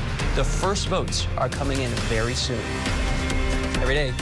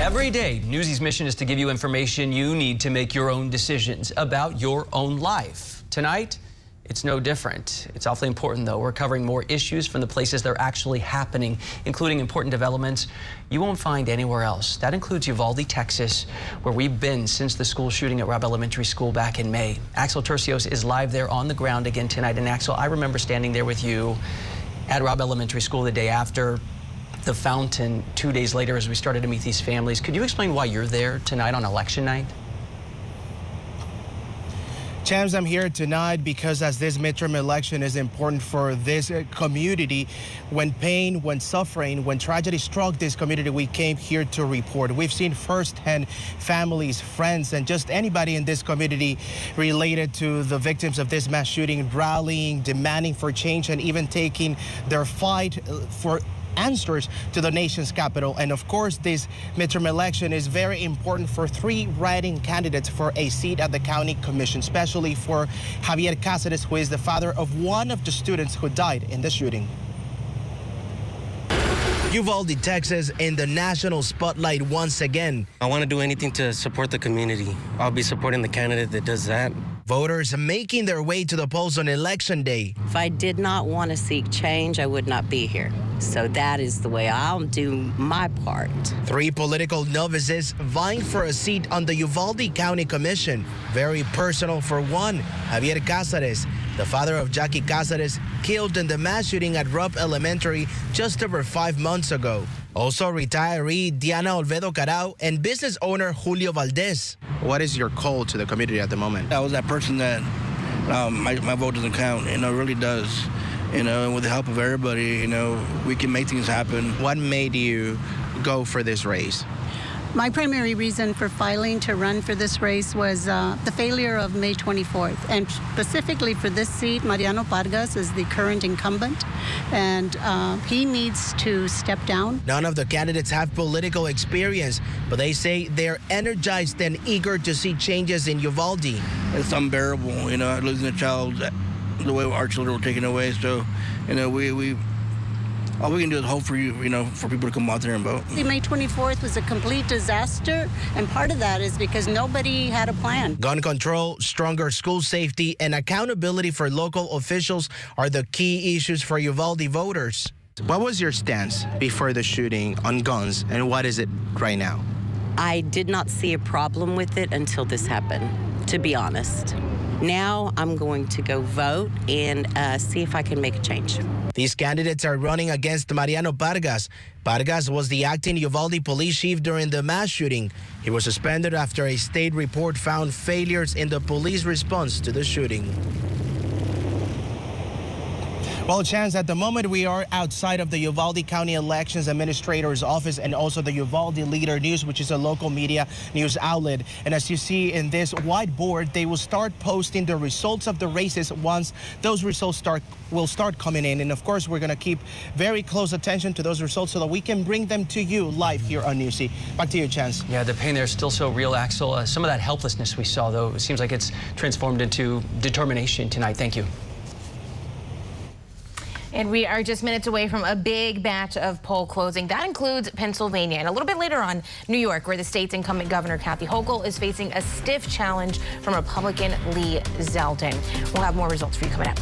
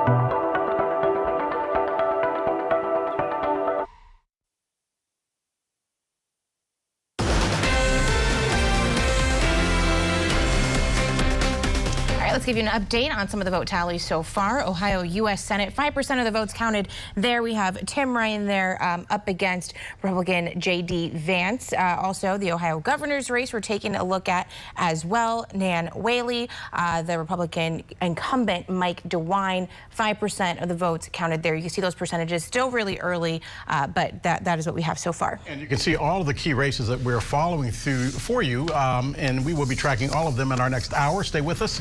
You're watching our special election coverage on Newsy. We will be right back.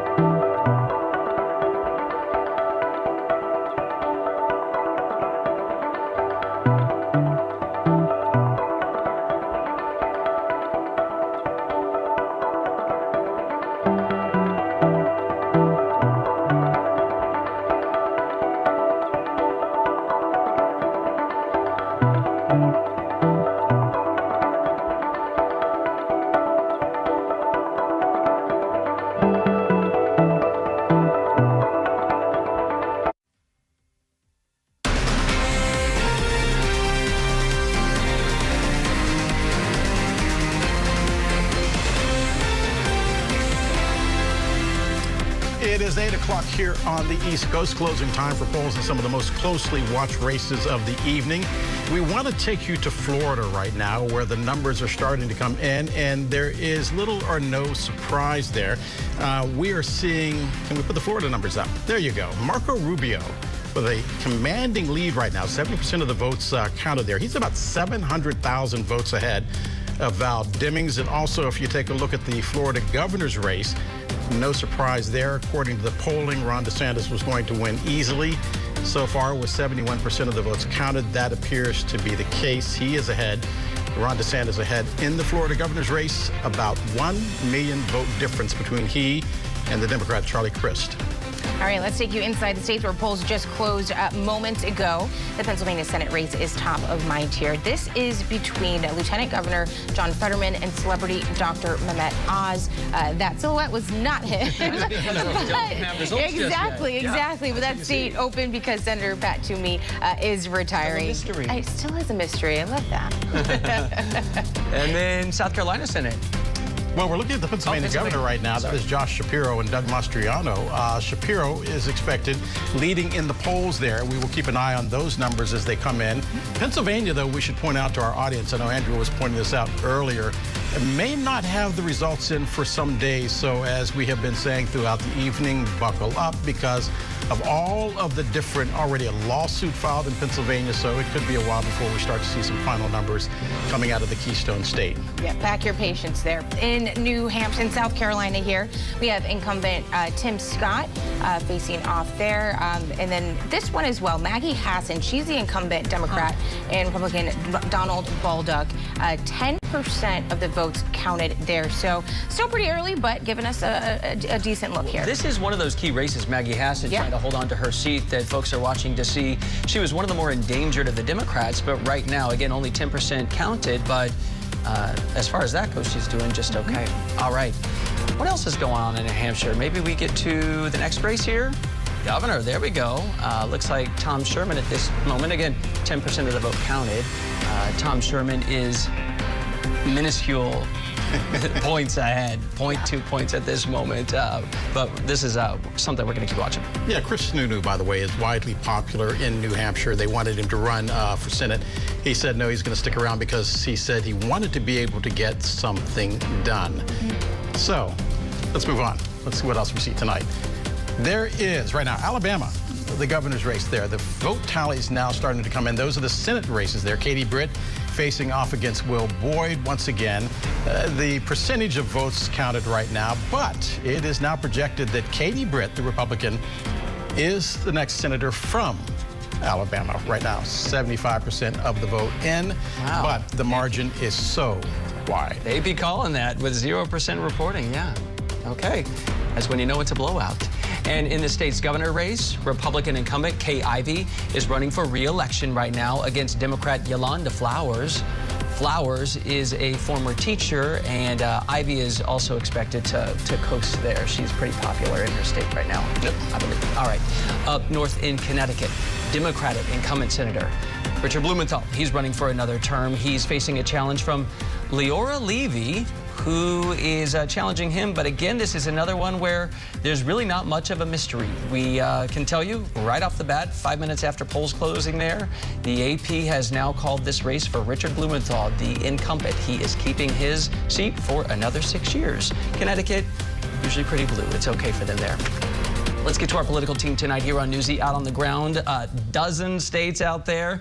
We have 4 on your screen. We have you covered in Pennsylvania, Georgia, Florida, and Arizona, where voting is in its final hour at this point. So let's start with Nathaniel Reed in Philadelphia. Already a lot happening there. What's the latest? Well, look, polls have now closed here in the Keystone State. They've reminded, the state Secretary of State has reminded voters to remain in line if they've yet to vote in all counties across this Commonwealth. There is one county, Luzerne County, where polls are remaining open for another 2 hours due to issues that they had earlier with some of the paper ballots. They didn't have enough. They needed to bring more. Ultimately, a judge ordered that state to keep its, that county, excuse me, to keep its polls open for another 2 hours. I do want to talk, though, about the governor's race here. That's one that's gotten significantly less airtime than the Senate race.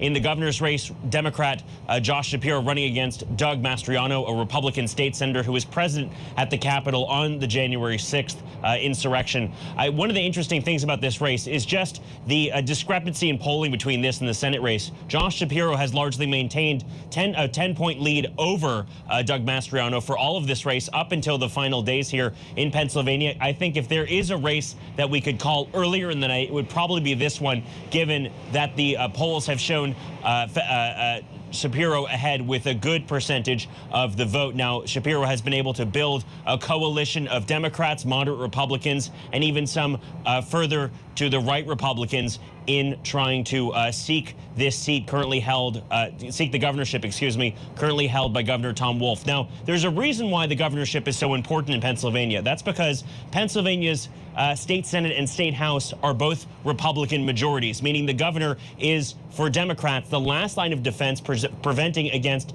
any sort of statewide abortion ban, any sort of Republican priorities. So oftentimes Democrats have a bit of a leg up there statewide trying to elect their preferred candidates because of larger voter bases like in places like Democratic Philadelphia and Democratic Pittsburgh as well. Nate Reed, live tonight in Pennsylvania, where polls just closed moments ago. We're going to check back with you as the results start rolling in here, Nate. We want to take you now to Georgia, another state that they are watching closely. Willie James Inman is live for us in McDonough. That is just outside of Atlanta. He is tracking both the Georgia Senate and the governor races. Willie, what are you hearing? Yeah, well, we continue to see those results trickle in, and of course, there's no early indication as to who will outright win this race tonight in both the gubernatorial race and the Senate race. That gubernatorial race between Brian Kemp, the Republican incumbent, and Stacey Abrams, a rematch. That's certainly something that we're watching closely. Now, if you believe the polls that have trickled in the weeks and days leading up to Election Day, Kemp could potentially have a good night. But on that Senate race, it's a little bit more tricky because those polls that we've been seeing come in, no candidate really reaching over that 50% threshold. And that's really where eyes will be on tonight, that 50% threshold that the candidates will need to win the race outright. Because if it doesn't happen, we'll be heading into a runoff December 6th, about a month after Election Day here in Georgia. So we could likely not have an indication as to how the balance of power will shake up in the Senate. And I also want to point out the early voting records that we saw here in Georgia. Some 2.5 million Georgians casting their ballots early, that early voting period ending on Friday, and candidates in a flurry across the state, traveling across the state, trying to get those people to come out who didn't vote early, trying to get them to come out and vote today in person. So we saw Democratic candidates focusing in on young voters, visiting university campuses to make a last pitch effort there. We saw Republicans going to the rural areas and the suburbs, trying to get their voters to come out and support them. So we'll just have to wait and see how things play out and if those candidates can reach above that 50% threshold to avoid a runoff here tonight. Willie James Inman for us, keeping an eye on the races in Georgia. You can see the numbers at the bottom of your screen, and we should point out again that we do not project races. We are actually watching the vote totals come in, and when we reach the point where it is impossible for the other candidate to win, then that's when AP calls the races for us. Willie, thank you very much. We'll check back with you later. All right, well, speaking of that, let's take you to the race for Florida governor. A winner has been called there, incumbent Republican Governor Ron DeSantis. No surprise here necessarily. So let's get out to Newsy's Alex Miller back with us from Orlando. Alex, Ron DeSantis gets another term as governor. Yeah, we only have 73% of the vote in, but this is as good of a night as can be expected for Ron DeSantis thus far. When you look at how much he is winning by right now, how much he has won by, even though not all the votes are tallied, it's more than was projected. He had been projected to win by some 12 points. He's up by nearly 15 points right now with 57% of the vote. He is going to thrust himself into the political spotlight even further by having such a big win over former Republican turned Democratic Governor Charlie Crist. Crist campaigning on abortion, campaigning on gun reform, things important to Democrats here in Florida and across the country. Just not enough to get it done here. And it's looking like it's going to be a very similar night for Marco Rubio. He also supposed to be winning by around 8 points. Right now, he is up by 11 points against Congresswoman Val Demings, who has been campaigning across the state. She is the former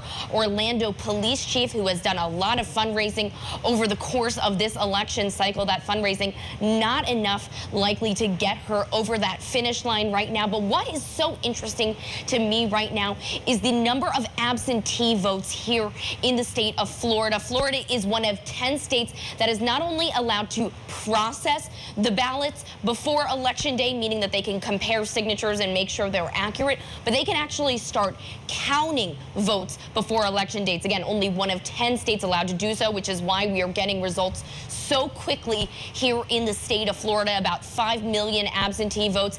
Democrats voting absentee more than Republicans. Republicans voting in person early more than Democrats. And what's interesting, Republicans getting out to vote early here overall more than Democrats. If you remember back in 2020, this was a big concern among Republicans. It appears that they learned their lesson and made sure to get out to vote early here in the state of Florida. And that is what has propelled Marco Rubio likely to a victory, and certainly Ron DeSantis to a victory tonight. He now has a big question mark over whether he will finish this next term. He didn't say in his gubernatorial debate whether he would do so or whether he's going to vie for that 2024 run. All right, Alex Miller in Orlando. We'll see you soon. Thank you, Alex. Throughout the evening, we continue to watch the events unfolding in Arizona. It is in its final hour of voting there. Keep in mind that the 3 top people on the ballot in Arizona right now all deny that Joe Biden was the legitimate president of the United States and won the last election. Addie Guajardo joins us live now from Phoenix. And Addie, some of the voters there had issues when they headed to the polls. Already they're talking about it. Del, some of those voters that confronted those issues expressed frustrations, telling us they had to seek out a new place to vote because it simply brought them peace of mind. In less than an hour, polls will close all across Arizona, and voters that I've spoken with tell me that it's going to be a nerve-wracking night. There have been long lines throughout Arizona in parts of Phoenix and in Mesa.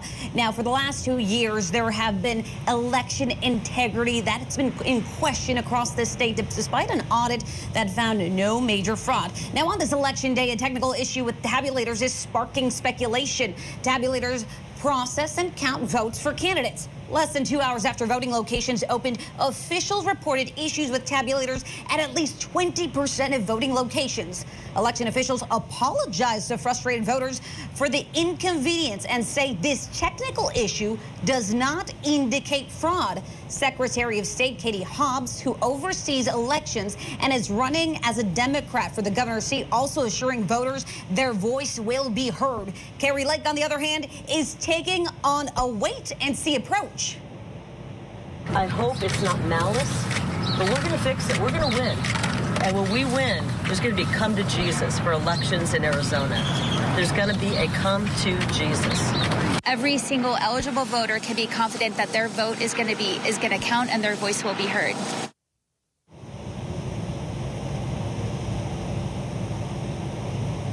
Now, officials say that a solution has been found for those tabulator issues, and that has been deployed. Now, we spoke to so many voters today, many of them telling us that they have confidence and faith in the election system here in Arizona. But those voters that we spoke with that kind of were inclined to believe some of the claims that have been unproven about voter fraud, this hiccup right here put that in question for them. Del? Addie Guajardo for us in Phoenix, Arizona. Addie, you know that area very well. We'll see whether or not tonight there is indeed that come to Jesus moment. Addie, thank you very much.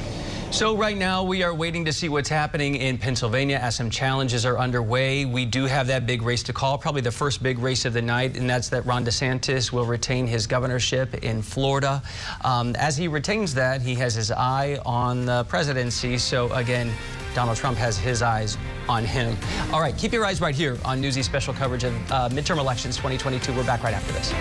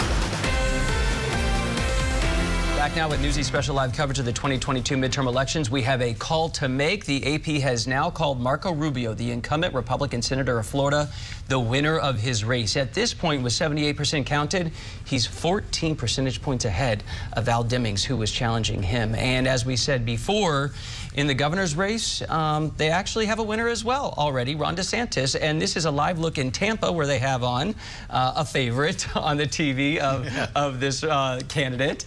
Ron DeSantis is going to be coming to the stage thanking his voters for keeping him in office. Of course, 2 years ago, he decided to keep his state open during COVID. The schools were open, businesses were open. He stuck with it, and the voters have rewarded him with another term in office. So let's check back in with our political director, Andrew Rafferty. And Andrew, no surprise in terms of the Florida election there, but what about the margins? Are we seeing something that gives Ron DeSantis that springboard that he wants? Because he's made it no secret that he is seeking the presidential nod in 2024.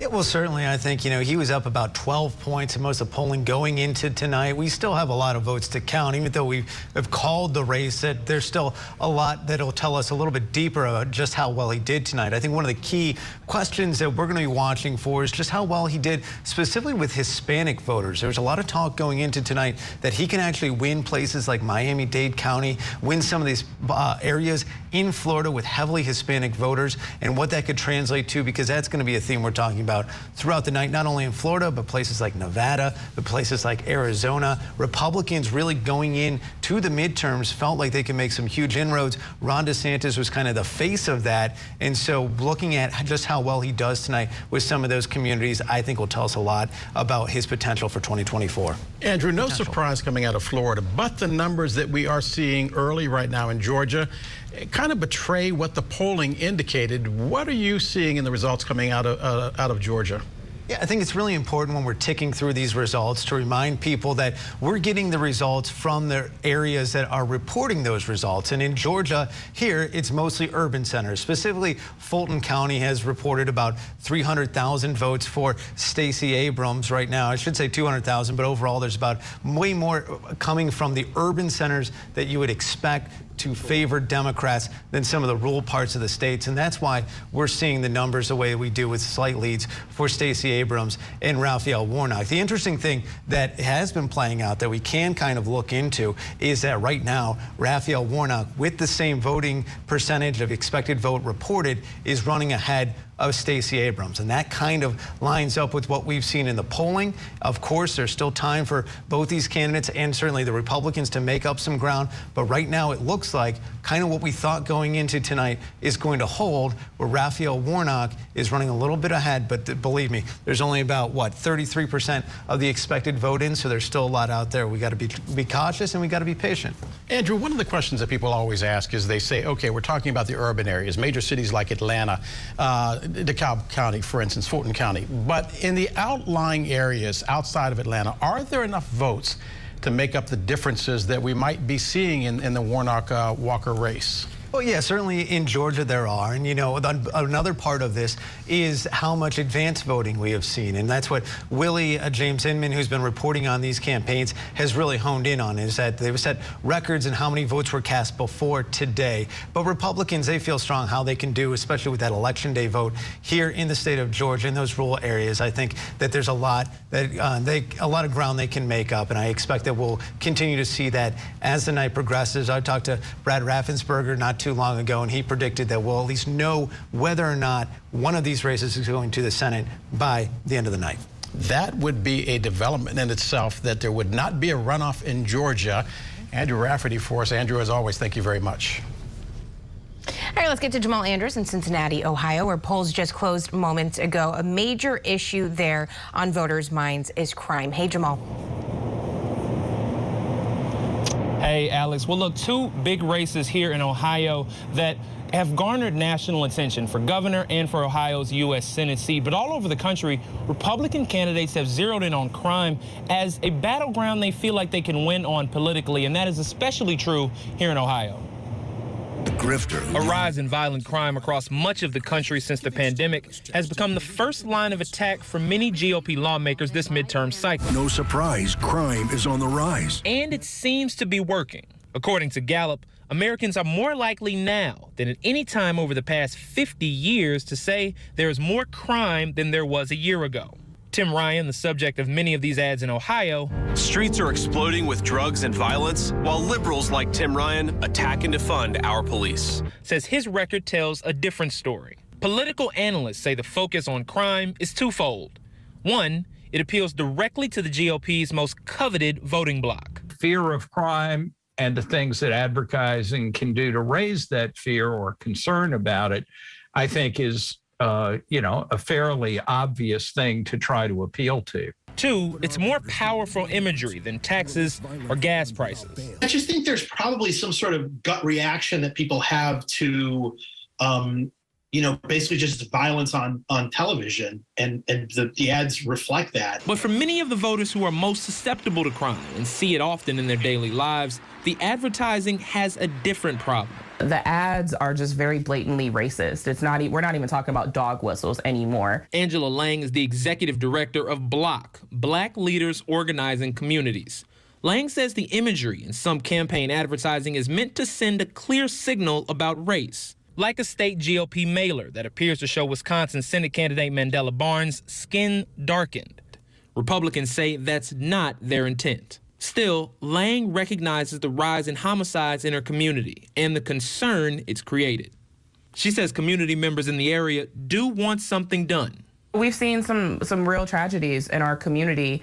I think we're not being realistic and not talking about the root of those things. And 9 times out of 10, it's not people that wake up one day and said, yeah, I'm just gonna, do this. People are often doing it from a place of survival.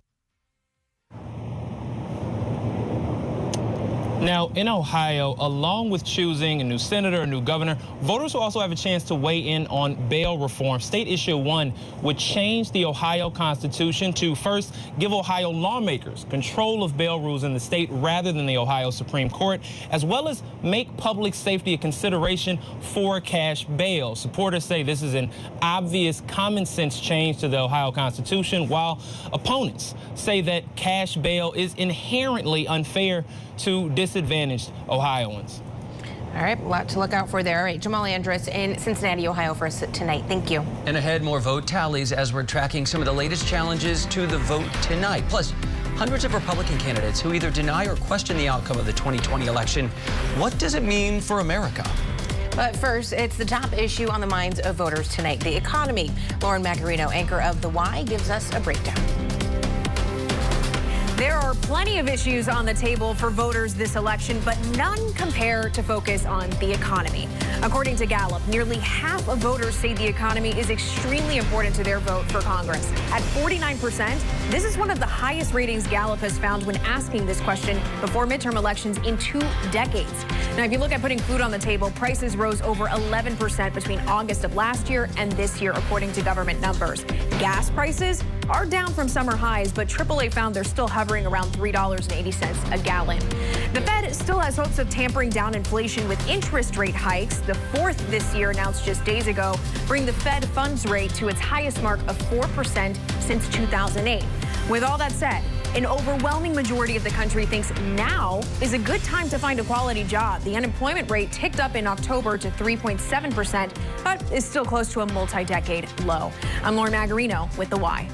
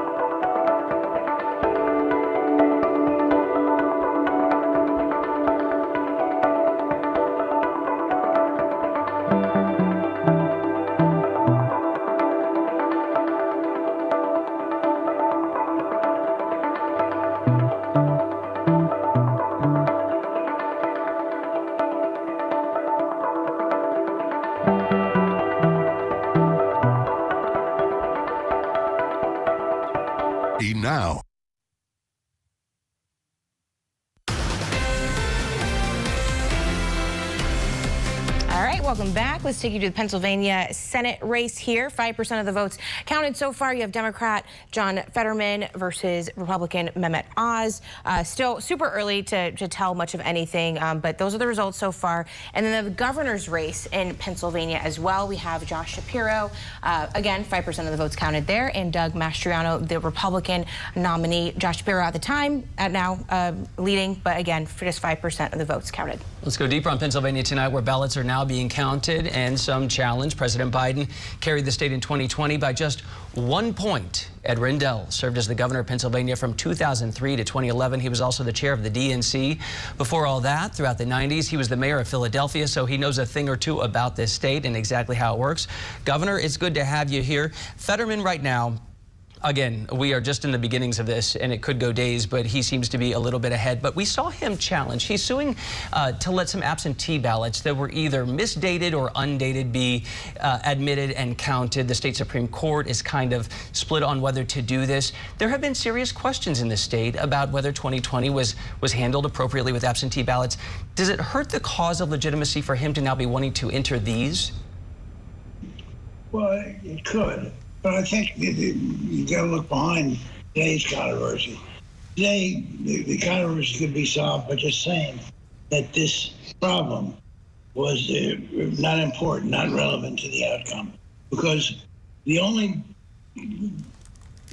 absentee ballots that were counted and were undated were received by the commissioners before the deadline. So they were received by the commissioners on time. There was no attempt to change anything. It's just it didn't have the technical signature on it.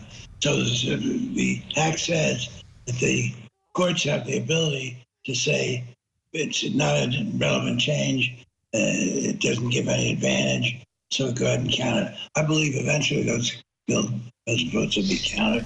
Governor, when this race progressed, crime became a major issue, and we were having a debate in the commercial break before we came to you. I remember those bad days in Philadelphia. I remember them in Washington, D.C., in New York City, and then it went away because mayors and governors like yourself tackled them. But then the gun laws became more liberal.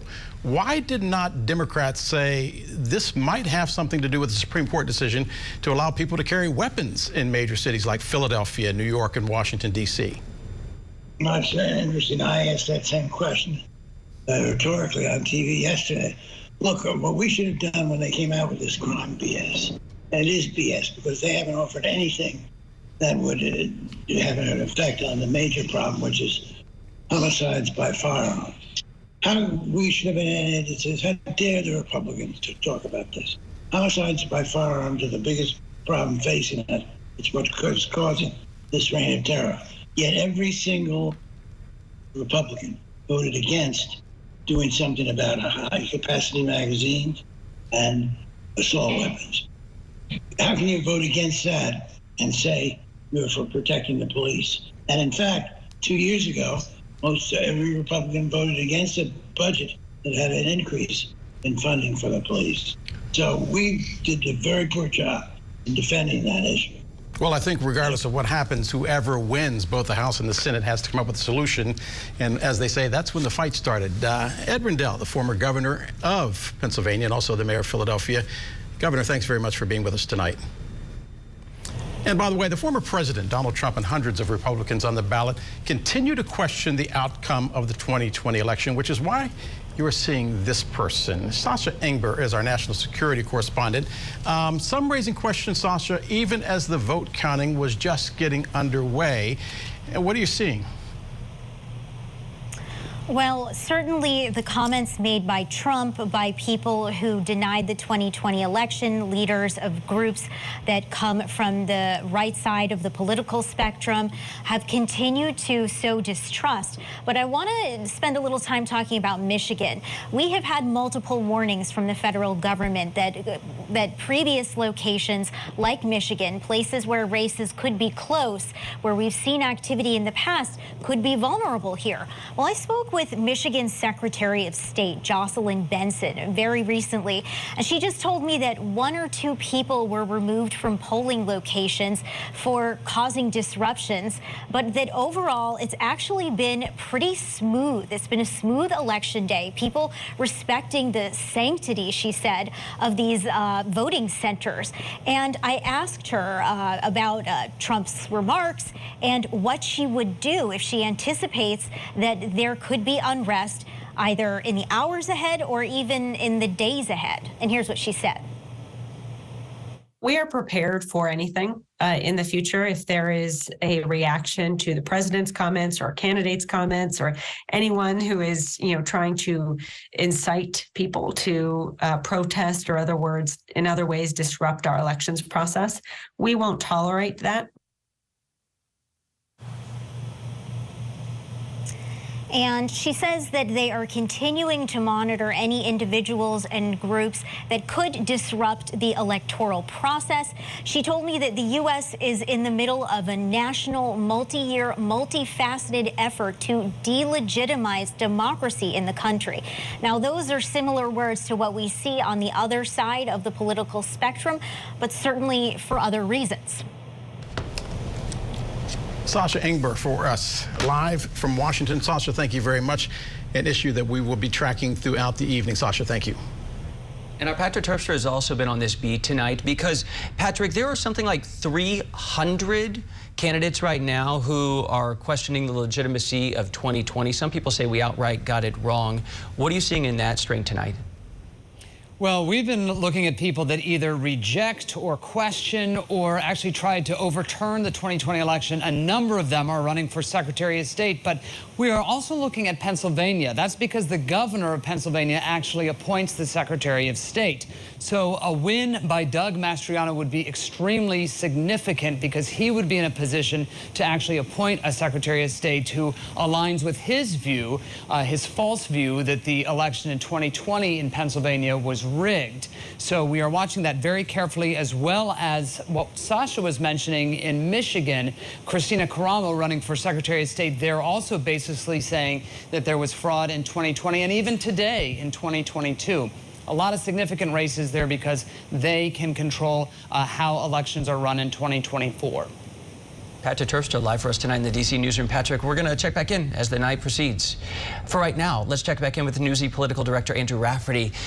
Andrew, New Hampshire, it is a small state. It could have a big impact on who controls the Senate next year. Because you and I were talking the other day. You said, I'm watching Virginia, I'm watching New Hampshire. I said, New Hampshire? What can you tell us? Yeah, well, it's interesting, Chance, we still don't have a whole lot of results yet to draw any conclusions. But the one thing to mention about New Hampshire, and it kind of dovetails off of what Patrick was just talking about, is this is an example of where Maggie Hassan, the incumbent Democrat, is facing a Republican who was supported in some ways by Democratic money. They thought Democrats, Chuck Schumer's PAC, thought that Don Bolduc would be a better, more beatable candidate. And the way that this is playing out, not just in this race, but in races across the country, is that they're not necessarily spending money saying go out and vote for Don Bolduc. But what they did in the primary when Bolduc was going up against what we would consider a more moderate candidate is they were putting out ads that said essentially that Bolduc is too conservative for New Hampshire. Look at him. He's cozied up to Donald Trump and running these images ahead of a primary. So, it goes without saying that Republican voters who were more conservative voting in that primary saw that and thought, actually, that's something I like. And so he was successful. He cozied up to Donald Trump's claims about the 2020 election being false, and then he has kind of walked that back a little bit. And so Maggie Hassan has been leading by just a couple points, and we'll see how it comes out. But the New Hampshire, you did mention, it's a small state, so we might get a good idea early on just which way it's going. And even if she does hang on, if it's a little bit closer than we expect or that polling had it, it might be a little bit more of a telling indicator. This is another interesting race. This is U.S. House District One, Chris Pappas, the incumbent, going up against Caroline Leavitt. She worked for the Trump administration, just 25 years old, would be one of potentially two young Gen Zers that would be elected this time around. She has been very full-throated in her belief that the 2020 election was wrongfully taken from Donald Trump. And so this could be a really interesting race to watch. It could be another 25-year-old potentially going to Congress. All right, yeah, and Maggie Hassan, as you were talking about her, she's done everything she can to keep that seat. I remember she was saying maybe we don't forgive everybody's student loans. Maybe we don't have the border so open right now. So let's see if that got her up to where she needed to be. Andrew Rafferty, talk in a sec. All right, let's take a quick break. Our live coverage of 2022 midterms continues after this.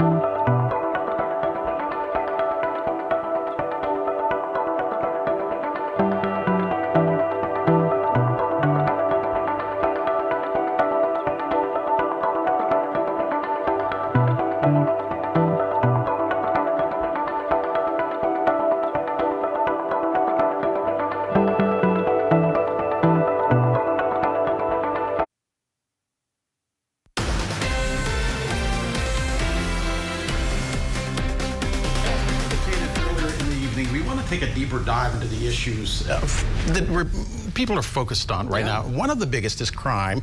56% of Americans believe that crime went up in their neighborhood in 2022. That is the highest level in a generation. That's actually since Gallup started tracking that question. Because there are hard numbers, and then there's perception, and what you feel is outside your front door, that can motivate you to get to the ballot box. This is the rate of violent crime across the U.S. over the past decade. You can see a dip around 2014 to the lowest rate of violent crime in the past generation, but now the rate is climbing again. Now, the latest data is from 2020. That is right when the pandemic began. Then the murders spiked year over year by nearly 30%. Aggravated assaults were up too, but other violent crimes like robbery and rape happen less frequently, even as crimes like motor vehicle theft ticked up.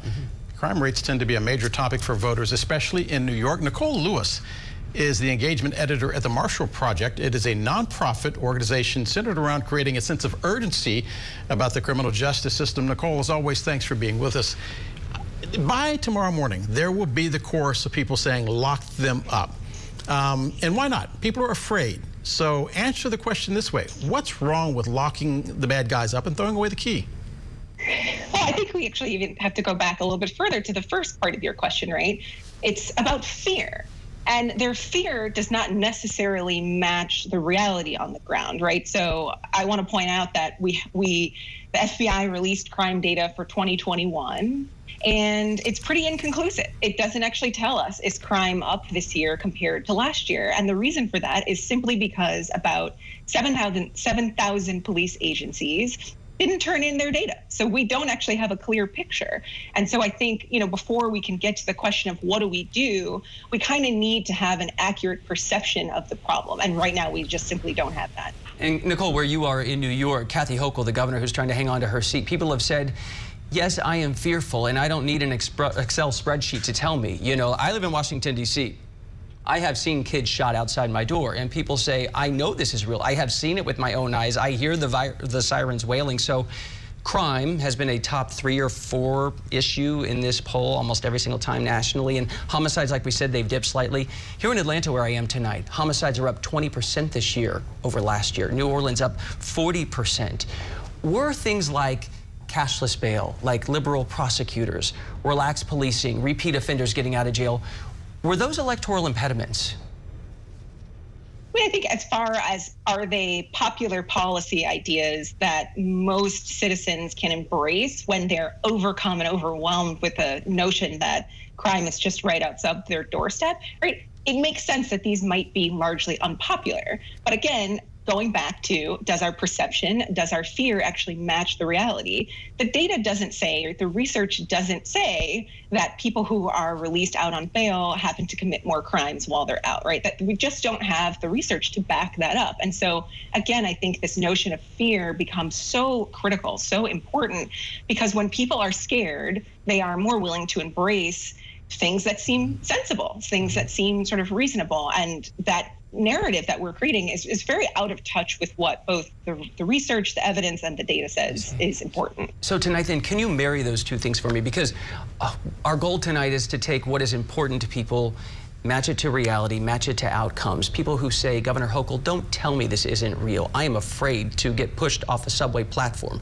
Don't tell me that. And then you might have data. Is it a mistake to tell people they're wrong? Like, how do you actually marry those two to actually get somewhere?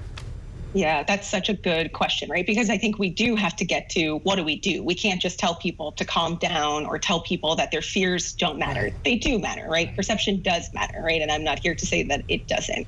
I think that this is a place where we have to go look at what the research tells us. And so on the one hand, I think it's really important to point out that for the most part, violent crime has really intensified in places where it was already very intense. So in the case like New York, it's really concentrated into a few key neighborhoods in which gun violence and those kinds of things were already bad in the past few years. And so targeting your resources, targeting your approach to the actual problem in reality is, an important key strategy.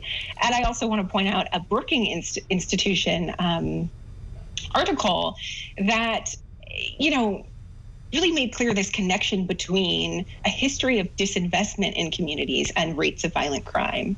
And so they were basically showing that neighborhoods that had been actively redlined, where economic opportunity was taken away strategically, are actually some of the places where violent crime is the most intractable and the hardest. So really concentrating the strategies on those places. And in that disinvestment, it only accelerates many times in those neighborhoods, and it's concentrated on just a few blocks many times. And they're saying, help us, on these blocks, we're in a bad way right now. All right, Nicole Lewis with the Marshall Project, thank you so much. Yeah, based on the conversation we had with Ed Randell, no easy answers, which is one of the reasons why we're focusing on this. You are looking at the Washington Monument in the nation's capital right now. The question being asked in that city is what happens tomorrow morning, or perhaps the day after tomorrow morning, or perhaps the day after that. You're watching Newsy's live coverage of election 2022, the midterms. We will...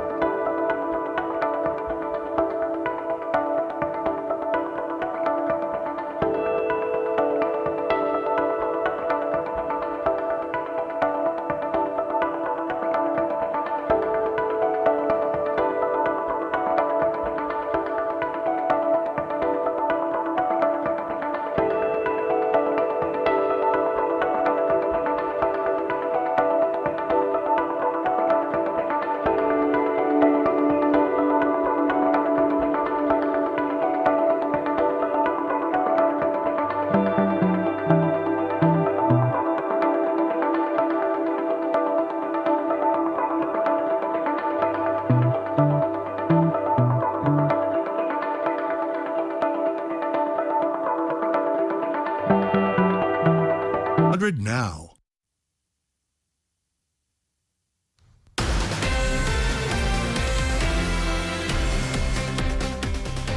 All right, welcome back. Let's turn our attention to Michigan right now, where all polls will close at the top of the hour. Several interesting races there, from Governor Gretchen Whitmer's request for re-election against a Trump-backed challenger to a ballot question on abortion. Reporter Kim Russell joins us now from Detroit. Hey, Kim. Hey, yes, I'm live at the Soundboard at Motor City Casino in Detroit, which is where Governor Gretchen Whitmer is expected to have her watch party that's kicking off just shortly, and a lot of supporters are already gathering here.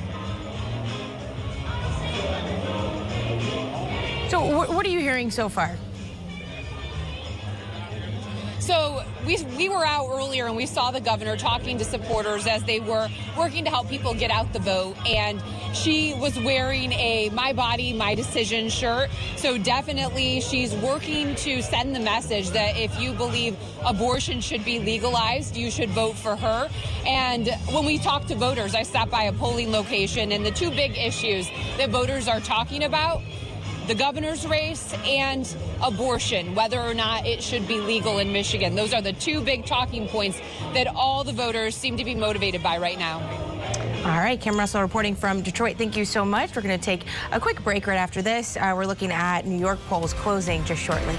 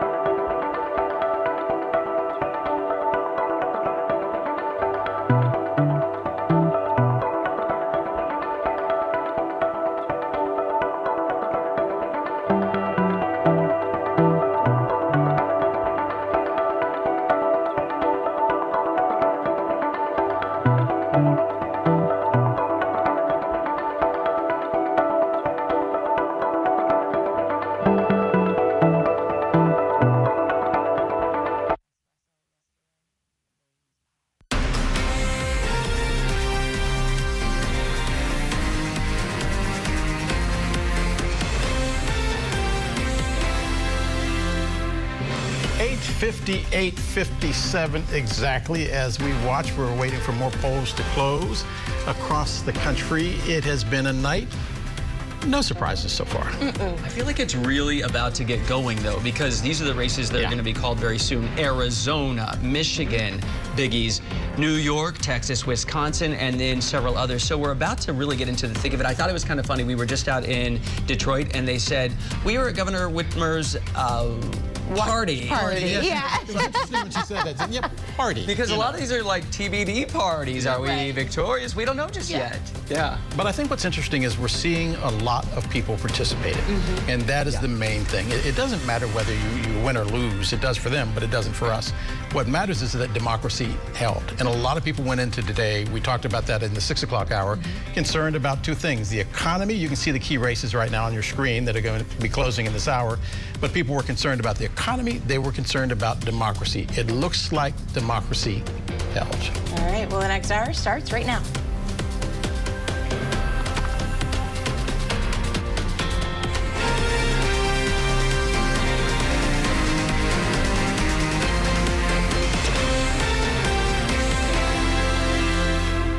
Newsy's special coverage of 2022 midterm elections. I'm Chance Seals in Atlanta, along with Alex Livingston and DeWalter. It's good to see you guys. Good to see you. And now we are getting into the thick of it right now. The balance of power is really going to start shifting because in the 9 o'clock hour, which we just hit, we have some major races that are going to be closing. And this is a look right now at where the balance of power stands. In the House, there are 435 seats. You need 218 to get over the halfway point. Majority rules, no matter who has it. And right now, as of this moment, we're calling along with AP 49 Republican seats, 24 Democratic seats. Just a reminder that many experts are predicting between 15 and 30 seats are going to be picked up by Republicans. And then we have the balance of power in the Senate. Yeah, so 100 total seats. You see Democrats 38, Republicans 37. But yeah, I mean, this is something that we have all been keeping an eye on for the last several weeks. It's been building up to this, what we're going to see in the House, and then of course what we're going to see in the Senate as well. We want to take a look right now at the Pennsylvania Senate race. That is one that everybody is watching. And the margins there, even though it's 9% of the votes counted, the margins there beg the question whether or not this is going to be as close as the polls coming out of Election Day were indicating. Right now, as you can see right now, John Fetterman with a very sizable lead over Mehmet Oz. But then again, we're only talking about 10% of the votes cast in the Keystone State. And people might have noticed that number just changed every 10 seconds. Our numbers are changing as AP feeds them into us. So let's get right here, Pennsylvania governorship. Okay, so the guy on the right, the Republican nominee, Doug Mastriano, he was popular with the base in the Republican Party, but the Republican Party itself decided not even to put money into him because they saw him as a lost cause. They did not want to kind of invest in something they saw as a losing race. At this point, 10% of the races are counted, but we have Josh Shapiro in the lead. And then Wisconsin, this just closed moments ago, and for the governorship right now, Tony Evers is the incumbent. 0% of the votes have been counted, but he's being challenged by Tim Michels on the Republican side right now. We don't have any numbers for that.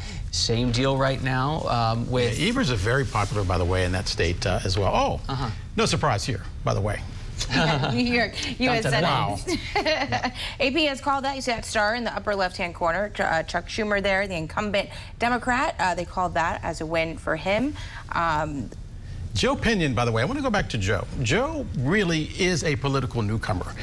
He just emerged as a voice in the Republican Party. He's a businessman in New York, so he only took on the Senate Majority Leader. And this race everyone's watching here. Yeah.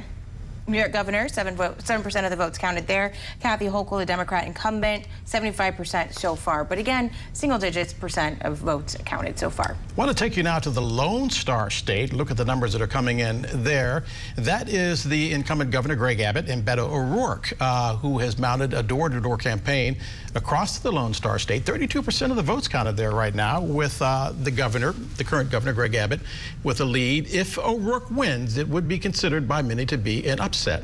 And tonight, Newsy correspondents are spread out across America, including in 5 states. We're going to bring you right here. We have Addie Guajardo in Phoenix, Nathaniel Reed live in Philadelphia, Maritza Giorgio in Detroit, Alex Miller in Orlando, and John Moan in McAllen, Texas. So Arizona, let's go straight there. Addie Guajardo, you're live on the ground. The Senate incumbent, Mark Kelly, he's the incumbent. He was trying to fend off a challenge to his seat because this was a shorter term for him because it was a special seat. How's that race looking right now, Addie? Well, Chance, we're in for a nail-biter. The Maricopa County Elections Department, the largest county here in the state of Arizona, just announced that polls are closed, but there are still people waiting in long lines, waiting to vote. And that's because if you are standing in line by 7 o'clock, you can still vote. And, you know, what we're hearing right now is that people are excited. They're nervous. They're going to be watching this race closely. Now, processing ballots here could take days, so we might not have a winner by the end of tonight. And technical issues with tabulators may add to the counting time that election volunteers and officials already have on their hands. Election officials warning voters, if there is not a winner announced by the end of the night, this does not indicate any voter fraud. They say this is completely normal because some mail-in ballots won't be counted until tomorrow. Now, this year, more than 4.1 million people across Arizona registered to vote. Republicans outnumber Democrats. But in the category known as other registered voters, well, these voters could tighten the race and determine the winners. Many voters we spoke with tell us that they have faith in this election system and will be anxiously awaiting those results. Listen to what they have to say. To come here and to feel like you need to protect the voters, that's new. It hasn't been this way, at least in my lifetime that I can remember. And so I'm very concerned about democracy, basically. I'm a little nervous about the governor's race particularly, but I'm really nervous just because the races are kind of close. You know, it might not end up how I might envision it, I guess. Now, some top issues that voters rattled off that we spoke with today say are the economy and women's reproductive rights. And a new law just kicked in the state of Arizona in September. And if these races are tight or too close to call, that could kick and trigger off a recount. So that could just delay the amount of time here in Arizona before we know who the winners will be. So we're going to be closely watching this, making sure we bring you all of the latest updates. Addie Guajardo live tonight in Phoenix. Polls just closed minutes ago. Sounds like some people are skittish, but they're being reassured. It's all systems go, even if it takes a moment. Thanks. As results come in, we'll check back in. Chance, we want to take you down to Florida right now. These are images coming out of Florida because that is the governor there, the governor-elect, Ron DeSantis, and the current governor winning by a sizable margin there. There was really no secret that he was going to win. I think the only secret right now is how long he decides to be governor of Florida before he decides to run for the president of the United States. Let's listen in. They're on the vine. Florida held the line.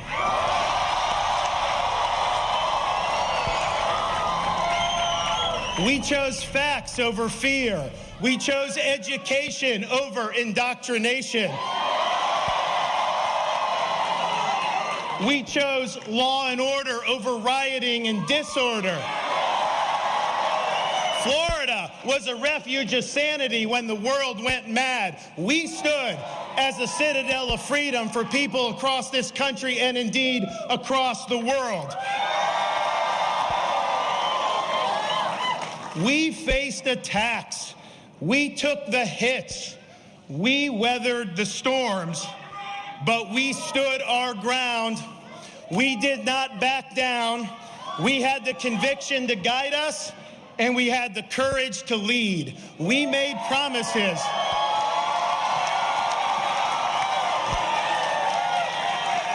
We made promises to the people of Florida, and we have delivered on those promises. And so today, after 4 years, the people have delivered their verdict. Freedom is here to stay.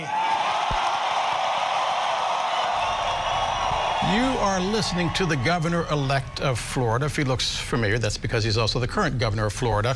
I want to go to Alex Miller, who is with us right now in Orlando. Alex, I know you've been listening and watching this race very closely.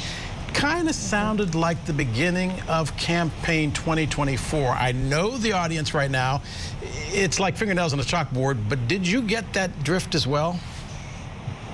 I know I hate to be the bearer of bad news that really the only thing that happens after the midterm elections is the new conversation about the presidential election, and it's probably going to start right here in Florida, and that's because Governor Ron DeSantis has no doubt been mulling a run for the presidency. Just a couple of weeks ago in his only gubernatorial debate, that was the main question he didn't answer, whether he would finish out this full term, and I'm sure that despite the fact that Governor DeSantis does not do a ton of media interviews, that this is going to be the question that he is asked whenever he opens up his conversation to the press, because there is an election in 2 years, and he is winning right now. Even though all the votes have not technically been counted here in Florida, he has won handily. He was expected to win by some 12 points. It was not going to be a close race, but he is up nearly 18 points right now over former Republican governor turned Democrat Charlie Crist. So DeSantis obviously winning handily here and talking about all of his accomplishments as he has gone through this election cycle. He's not been afraid to talk about culture issues when a lot of Republicans have talked about inflation and really only stuck to the economy. He has really honed in on issues relating to culture here in Florida, particularly relating to trans issues, even as late as Friday, pushing a measure that would ban doctors from prescribing medication or performing surgeries. And so now the big question is whether he will take on Trump, whether Trump is going to run, and whether these frenemies are really going to become allies or combatants in the next iteration of this. Alex, while you were talking, I did some ciphering. I basically see that DeSantis won right now. If everything was said and done, we're talking about a 1.3 million vote difference. So, and Charlie Crist could probably say tomorrow morning he missed it by that much. Alex Miller for us in Orlando. Also keeping an eye on what happens with Miami-Dade, whether or not Miami-Dade, a Democratic stronghold in Florida, turns blue. Alex, thank you very much. All right, let's head to Pennsylvania now, where Nathaniel Reed is live for us. At the last check, we just saw a single-digit percentage of votes being counted so far. But Nate, what are you looking at? Well, let's talk about some of the issues of this race. There are so many of those national issues like abortion, the economy, inflation, etc. But here in Pennsylvania, there was a special set of issues that were specific to this state this cycle. For one, Mehmet Oz faced allegations from Democrats throughout this race that he was a carpetbagger, that he came from out of state. He spent much of his adult life in New Jersey, just across the river from us here in Pennsylvania, and moved to this state for the election. That's been an allegation he's been trying to fend off this entire election. John Fetterman, though, has had his own controversies. He's had to struggle with questions about his health since he suffered a stroke just 3 days ahead of the primary Democratic election back in May. And so his entire time on the campaign trail for this general election has largely been one characterized by recovery. He spent much of that time away from cameras, away from the large events that he was known for doing, trying to recover from the stroke. He made his return to the television airwaves with an interview with a major news outlet. He also appeared in a Pennsylvania Senate debate that had some moderate voters wondering whether he was able to be up to the challenge of serving as this state's senator.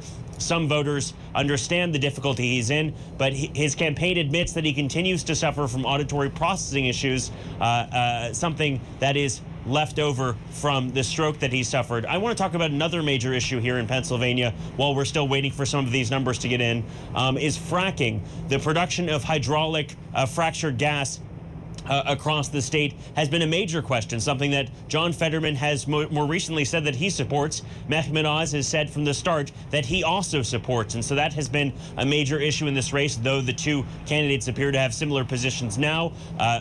Fetterman has also been chasing off the allegation that he changed his position on fracking. He previously, in about 2018 or so, had held the position that he was against hydraulic fracturing in Pennsylvania, something he says he is now in favor of. All right, Nate Reed live in Pennsylvania for us. We'll be checking back in with you. Thank you, Nate. Let's go live to Michigan now. Maritza Giorgio is live on the ground in Detroit tonight. Maritza, the governor's race, of course, people are watching. People aren't as much on tenterhooks for that as they are some of these issues like abortion there, right?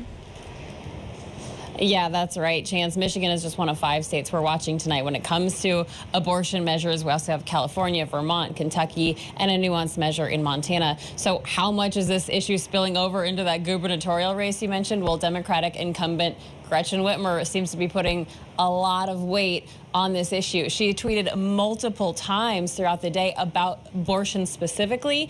At her campaign events today, she was wearing a My Body, My Decision shirt, and her opponent is spending a lot of time criticizing her on the her handling of COVID-19 and also the economy. Now, we've been talking to a lot of voters, Michiganders here in and around Detroit for the last couple of days, and I asked all of them, first question, what is the #1 issue bringing you out to the polls?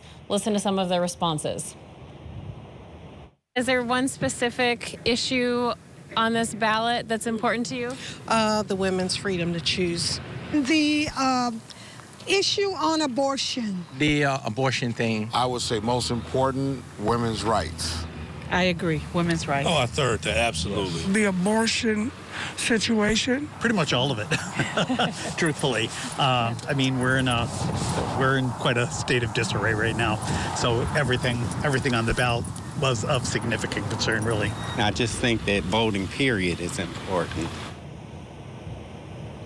And while we are starting to get our first look at numbers, it could be a really long night or even longer into tomorrow. The Michigan Secretary of State sent out a tweet this morning saying that a record-breaking 2 million voters requested absentee ballots, and it's going to take some time to get through those. The state elections office actually said they expect to have results hopefully within 24 hours of polls closing. That was just a few minutes ago, so it could be a while, especially on some of those tight races. And for what it's worth right now, looks like Whitmer is up by a few points over Tudor Dixon, the Trump favorite, but again, they're still counting.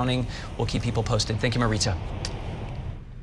We're going to take you back to Florida right now. That is where the confetti is falling. As you can see, it is a staple of elections, especially when you think that you're getting ready to make the campaign commercials for campaign 2024. I'm sure you will see these images in a campaign ad coming to a state near you. Ron DeSantis picking up the early victory in the Sunshine State. Marco Rubio also being reelected as the senator from that state as well over Val Demings.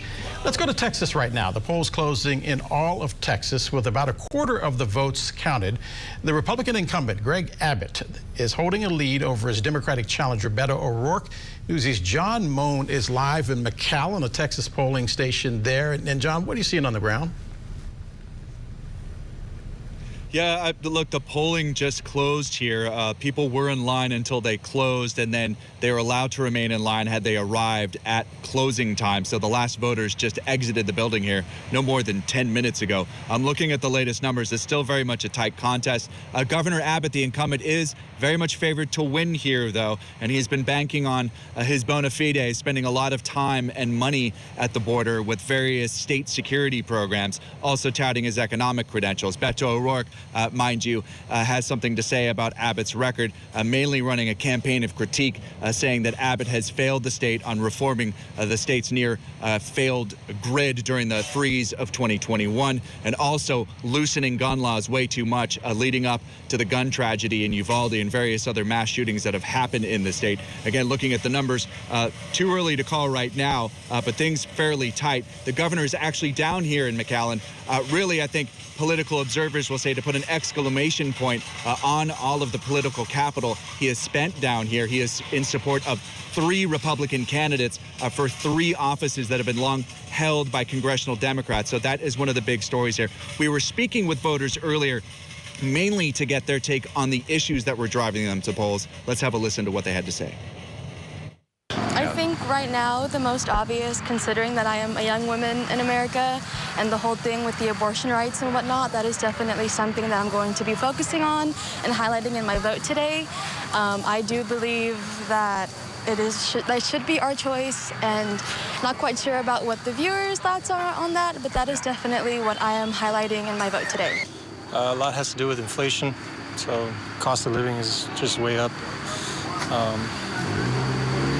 My everyday budget is just kind of pushed to that maximum. We're really trying to squeeze every penny. So that's probably one of the biggest issues to me. Probably the right to life for children. So abortion is a big real issue for me. Our right to choose is being taken away. I feel like I believe we are the state that has the, what would it say, the most restricting rights right now when it comes to our choice. And at the end of the day, I do feel like it's our choice, it's our body, it's our choice. And that's being taken away because our rights are being restricted. Now, just as an observation, I spoke with about 3 dozen voters. 20 of them, of that 3 dozen, were women. Many self-identified as conservative, but said they were drawn to the polls on issues of personal choice and bodily autonomy on the issue of abortion. So there could be some evidence that people may be splitting their tickets down here in the Rio Grande Valley. But again, until we see all those results, we really won't know. What we have right now is a minority of those tallies taking place in the 34th Congressional District, the 15th Congressional District where I am right now, which is an open seat, and the 28th Congressional District.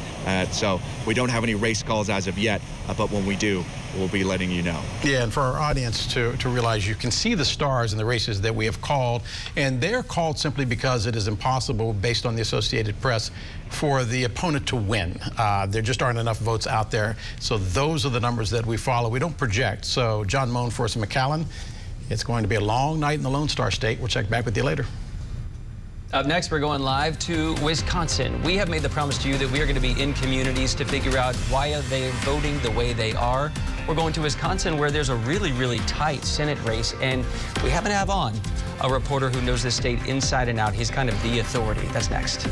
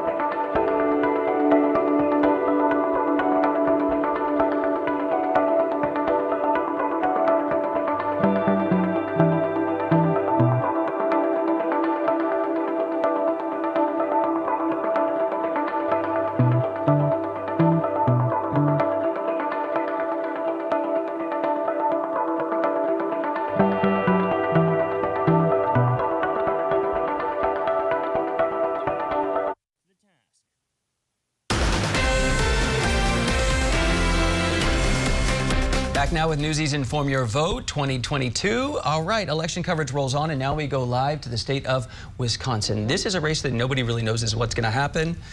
But if anybody knows, it's Charles Benson. I love when he's on our partner station, WTMJ in Milwaukee. He is the longtime political authority there. Charles, I'm glad you're on because, again, a lot of us are looking at Mandela Barnes. We're looking at Ron Johnson, not knowing what the outcome's going to be. What are the key issues in this race?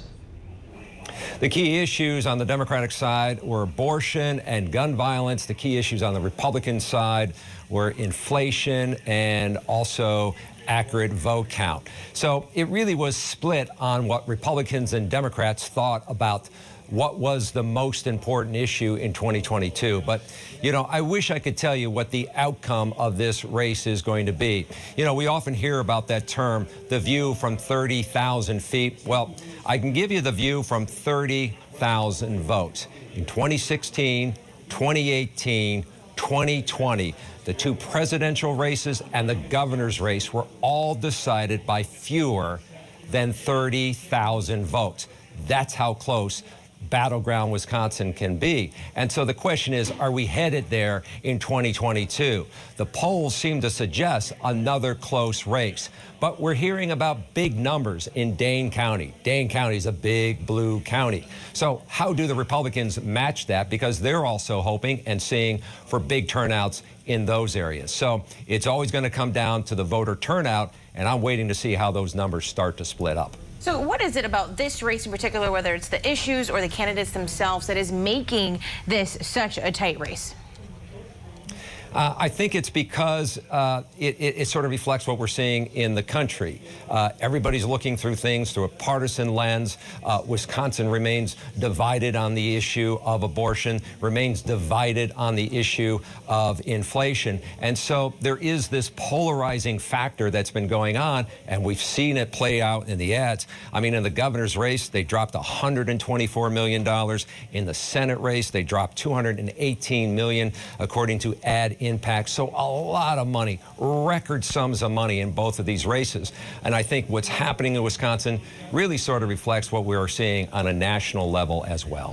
The 30,000 vote view. I like that. That's going to stick with me. Charles Benson, live tonight from Milwaukee. As always, thanks, Charles. There are 36 governor's races on the ballots tonight. We want to go back to our political director, Andrew Rafferty. A couple of races we're watching. Let's begin in New York. The incumbent, Kathy Hochul, there right now. How's she doing?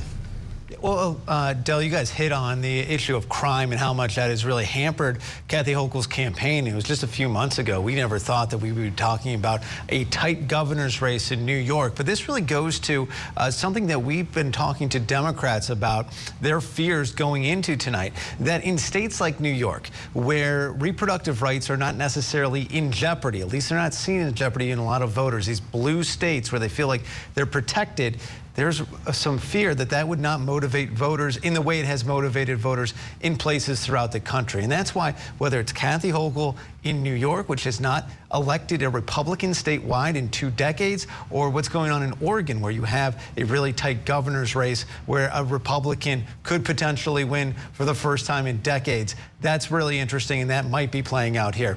A couple other governor's races we'll catch you up on. You see a name that's familiar probably to a lot of folks, Sarah Huckabee Sanders, former press secretary, daughter of Mike Huckabee. She is now the first female governor of Arkansas, winning easily there, a very Republican state. And her eyes on 2024. She's been out in Iowa. She helped her dad win the Iowa caucuses back in the 2008 campaign, and I think she's certainly a rising star in the Republican Party. And then an early and perhaps lone bright star so far for Democrats, Wes Moore, the Democrat taking the governorship of Maryland. You remember there was a Republican governor, Larry Hogan, and so they were heavily favored, the Democrats were, to take this seat. But I bet we're going to hear Joe Biden, who was in Maryland on Monday, a lot of others from the White House talking about how Democrats are able to flip at least one governor's race from Republican to Democrat. And Andrew, if we can have the director put that screenshot back up again of Wes Moore, it's important to point out that Wes Moore becoming the governor of Maryland, we're talking about a state where the capital was located in Annapolis, and it is a slave port. So the fact that Maryland has just elected an African-American governor for the first time in its history is seismic, to say the very least, and will be a story that we'll probably talk about for quite some time. Well, absolutely. And another thing worth watching, this country has never elected a black female to governorship. Obviously, there's one on the ballot tonight right here in Georgia. If she's successful, another potentially history-making moment. Mr. Rafferty, thank you very much. All right, let's take a quick break. We're going to talk about Michigan's governor race after this. Be right back.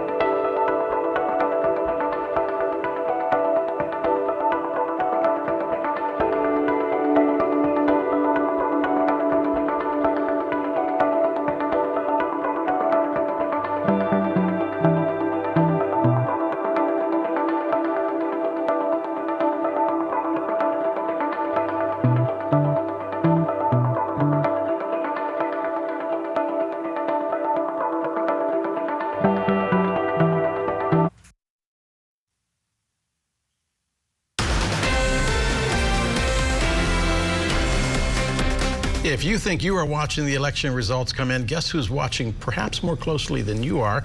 President Biden watching the results come in at the White House with the possibility that the Republicans could take control of the House and or Senate. Our national correspondent Haley Bull is live there this evening. And Haley, what has been the president's final message today on Election Day, and are they still optimistic? Hey, good evening, Del. Well, the president's messaging has been one to vote and underscoring his belief that the country is at an inflection point. Tonight, it's quiet at the White House, but a White House official tells us the president is watching returns with advisors. Leading into today, he expressed optimism. A new video on social media continued familiar messaging we have seen from him, comparing actions from his administration with what he believes the impacts of a Republican-controlled Congress would be, really taking a tone of hope in that video. The White House says the president spent the afternoon talking to Democratic Party leaders on the phone, including the DNC chair and House Speaker Nancy Pelosi. He stopped into a virtual DNC phone bank and also did an interview with a radio show where he repeated what has become a familiar line on the campaign trail, saying, quote, "This is not your father's Republican Party." Now, publicly, the president has expressed expressed optimism about the election leading into today, but admitted reality could be more challenging, more difficult. He said specifically ahead, he said that they expressed feeling good about the Senate, but admitted that it could be tougher for the House. Of course, control of Congress will significantly impact his agenda for the next 2 years. He previously said if they lost both the House and Senate, that it would be, quote, horrible 2 years, and that he'd spend more time vetoing. Now, the White House has really avoided getting into any hypothetical situations about what working across the aisle could look like, but one question leading up to today has been what impact the president has had on some of these campaigns. He's been on the campaign trail the past week in places like Chicago, Pennsylvania, and Maryland, bolstering Democrats. But I want to play out what he said on Monday evening heading into Election Day today, really where his read was of how today may go. Listen. How do you feel about tomorrow, sir? Well, I'm optimistic, and I'm always optimistic. The Democrats win the House? I think it's going to be tough, but I think we can. I think we'll win the Senate, and I think the House is tougher. What do you think awaits you if it is a Republican-controlled Congress? What do I think what? Awaits you. What's your new reality going to be like in Washington? More difficult. And what that reality looks like, the president has outlined priorities protecting abortion rights and passing legislation dealing with firearms regulations, neither that have a clear path forward without a Democratic-controlled Congress. Meanwhile, on the Republican side, specifically House Republicans have expressed interest in pursuing investigations and policies on border security and government spending. Of course, the president still has that veto power. So a lot on the line here for the president's agenda, no matter which way control of Congress falls. There is a very, very large impact for his priorities here. Again, a White House official tells us he is watching the returns with advisors tonight. He is expected to talk about the election tomorrow, though the White House had said leading up to today for people to have patience, acknowledging what we have heard so many times throughout the day, that we may not know the results tomorrow. Del? And Haley, if anything can be said, it's what we said in the beginning at our 6 o'clock hour. It is going to be a long night in the nation's capital where you are, because it doesn't look like any of these numbers are going to be finalized for quite some time. So what did Nate say from Philadelphia? Buckle up. Haley Bullforce at the White House, thank you very much. All right, let's head to Las Vegas now. We have reporter Sean Delancey. Now, Sean, can you give us an update on the key races that you're keeping an eye on in Nevada? Yeah, Alex, well, first of all, thanks for joining us on an unusually cold, rainy, and blustery day here in the Las Vegas desert. There are some very, very critical races coming here in Nevada, specifically the Senate race between incumbent Democratic Senator Catherine Cortez Masto, the first Hispanic senator from Nevada, and her Republican challenger, former Attorney General here, Adam Laxalt. There is a significant risk that Cortez Masto could be losing this seat. If any candidate here says that they are confident about how this race is going to turn out, they definitely shouldn't be, because this is Nevada, a state that loves to flip-flop and have surprises when it comes to who comes out ahead. Now, while Las Vegas, Southern Nevada is a Democratic stronghold, the rest of the state largely Republican, and Laxalt has absolutely been hammering Cortez Masto on issues like the economy. Inflation here, gas prices have been the second highest in the nation consistently over the last few months. That has been something that he has hit her on very hard. The instability of the economy, fears of a recession, what he calls an open border to the southern side of the United States, all messaging that is resonating here in Nevada. On the same time, Cortez Masto has been trying to hang her hat on legislation that has been passed, including the bipartisan infrastructure law and most recently the Inflation Reduction Act, which is designed to bring those prices down. At least that's what she has been touting here. Cortez Masto has also been hammering Laxalt on the abortion issue after the overturning of Roe versus Wade. Here, abortion is constitutionally protected in the state of Nevada, but on the federal level, if a Lindsey Graham-style bill is passed, that would override our protections, and that is something, if Republicans gain the Senate, that could be a significant issue for voters here, something that a lot of people have been paying attention to. Polls still close here in about 25 minutes, so not anything has come in just yet. We're going to be keeping an eye here as those votes roll in from Clark County Election Headquarters. And that difference in messaging that you were just talking about, we've seen that play out across the country as well. Sean, thank you so much. Gosh, you gotta wonder about the weather too. Cold and drizzly in Vegas, and in DC it's like 60 and sunny, because that can have an effect. Absolutely. On the turnout, yeah. Tonight, fierce debates are also raging in what used to be some low-profile, overlooked local political races. Arguments over how to teach things like history or COVID policies, bathroom rules. They're now igniting school board races in at least 24 states in the U.S. North Carolina is among them, and our Tammy Eswick is live on the ground tonight in Raleigh. Tammy, what's happening there? Well, Chance, on the ballot in Wake County, there's at least 9 seats available on the school board right now. At least 29 candidates vying for those positions, 4 incumbents, and it's been an intense race. Brenda Stevens is a veteran of the school board wars. More than 2 decades ago, she ran and won on the issues of school violence and teacher burnout. The top 2 priorities in 1998 when I ran, the threat of violence in our schools, that's now, and the retention of quality teachers. So the issues are the same, it's how we're dealing with them is different. The former president of the North Carolina School Boards Association says what she's facing has become more intense and a lot scarier. We didn't have the Proud Boys in 1998. We had the Klan. At least we knew what to expect. We have the Proud Boys and the Moms of Liberty showing up at our school board meetings. They showed up at ours. They threaten you. As a result, I will tell you, I went out and I took a class, conceal and carry, and I said, yeah, I'm going to protect myself, because they said, we know where you live. Well, I said, fine, come on, get on my property and you'll meet your maker. School board campaigns are now on the front line of the political battle. Districts crisscrossing the United States are fighting over COVID mask mandates, changes in gender policy, and teacher pay. I would say probably, the first most important thing is supporting teachers and our schools and really making sure that we're behind them 110%. And there's a battle over history itself, beginning with slavery, a curriculum sometimes considered too divisive. Tony Simmons grew up in Atlanta. He says glossing over history fails our kids.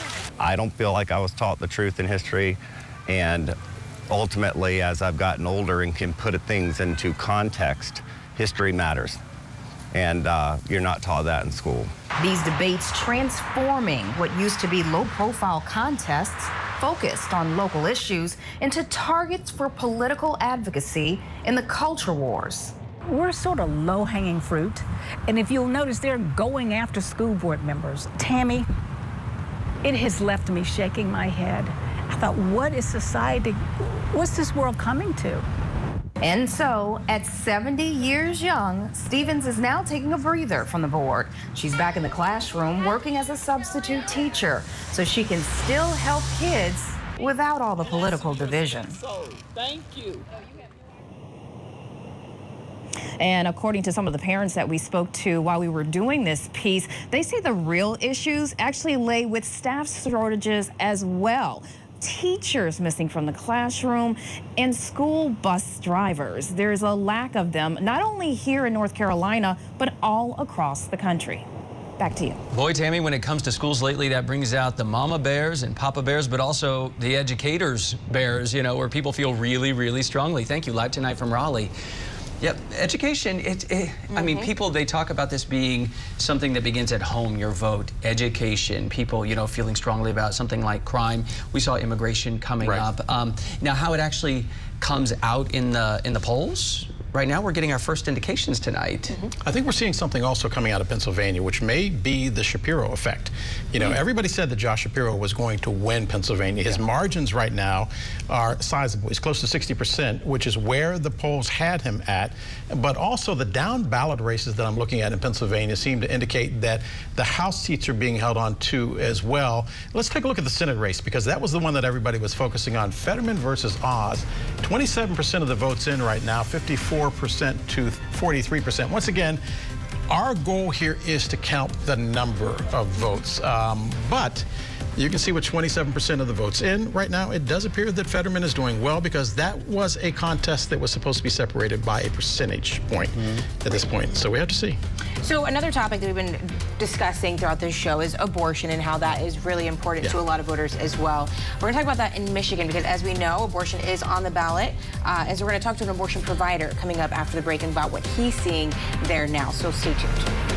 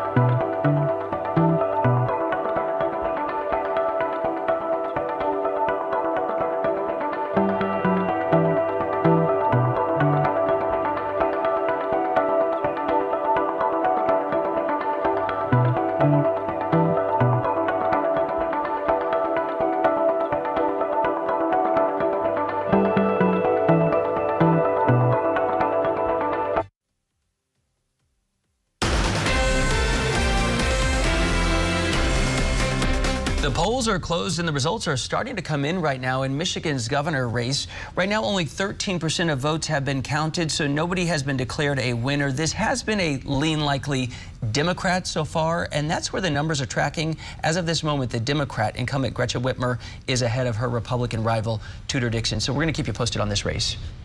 All right, so let's go to Michigan, where Democratic Governor Gretchen Whitmer is trying to fend off her Republican challenger, Tudor Dixon, as Chance was just talking about. Now, Whitmer has been fighting to protect abortion rights in her state, making that a huge point. Tudor Dixon, on the other hand, very strict views on that. No exceptions for rape or incest for her. So let's bring in Dr. Amari Young. He is an OBGYN. He's a specialist with the Hurley Medical Center in Michigan, also a member of the Committee to Protect Healthcare. And Dr. Young, thanks for being with us. Reporters, journalists, a lot of people have a tendency to cover these things as if they're a horse race. You're dealing with reality on the ground in Michigan. Regardless of what happens tomorrow morning, what is your reality going to be like with regards to the Supreme Court decision on Roe v. Wade? When the decision was made in June with the Dobbs versus Jackson that overturned the protections of Roe v. Wade, it created a lot of uncertainty within the women's healthcare field as obstetricians and gynecologists. Ultimately, Roe v. Wade ensured that women had safe access to legal, quality reproductive health care, which includes abortion care. And when those protections were stripped away, it left a large gap in care for women across the country. And so what have you been hearing from the women that you've been seeing? Have any of them, I mean, we've heard stories about people traveling across state lines to get these abortions, sometimes life-saving abortions. What have you been hearing from them? And especially because we do know that, that abortion is on the ballot right now in Michigan. That is correct. Currently, Michigan is a protected state, and we are surrounded by states that have banned abortion or limited access to abortion. So I've seen it in my own practice. We've had women and families travel across state lines to receive access to reproductive health care and abortion care. And again, it creates a greater disparity amongst access to care, because only a few limited number of individuals can have access to be able to leave work, to leave family, to travel across state lines to get access to abortion care and reproductive care. And doctor, what do you expect the outcome of this to be in the end?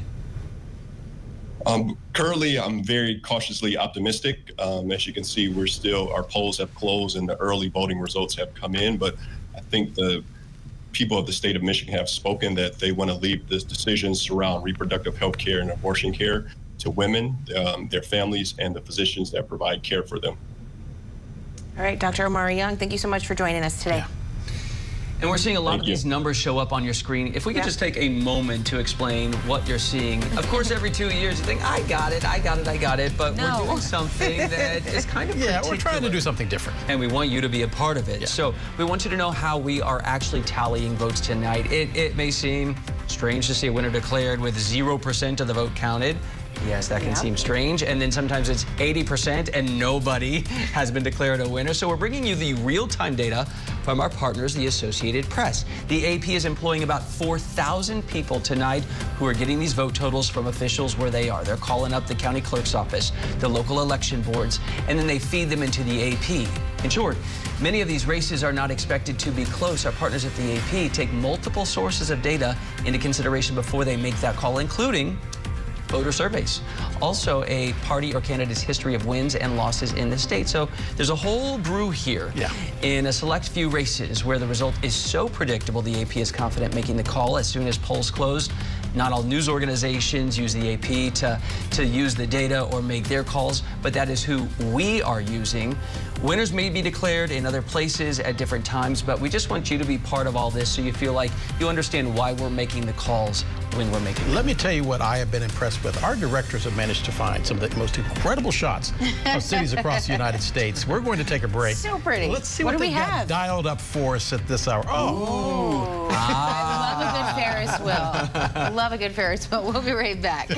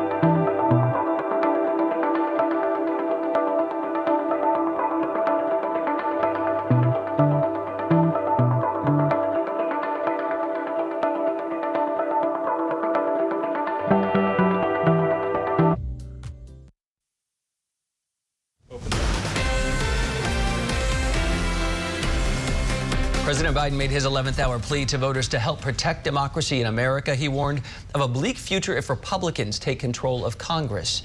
Let's talk about that now with Richard Pildes. He's a professor of constitutional law at the NYU School of Law. Professor, not everyone in this country agrees on what the election laws should be, but as they are on the books right now, are they being followed today as far as you can tell? Yeah, so far, I think we have to be pretty happy with the way the election has been going. Going into the election, there were a lot of worries about what might happen at the polling places. There were worries about poll workers potentially, poll watchers, possible intimidation outside the polls. And there have been a few isolated incidents like that, but we have not seen, as far as I'm aware, any kind of significant problems along those lines. We had some technical problems in Maricopa County, Arizona, but none of these problems at any significant level so far. I actually wanted to ask you about Maricopa. So when we see a judge make a judgment call about whether to extend voting hours, I think there was a request there by Republicans, something like 3 hours, it was denied. And there's no doubt going to be questioning of that in the future. Is that the right call? Well, the situation in Maricopa County was that some of the machines were failing to count about 20% of the ballots that were submitted. This was a technical glitch.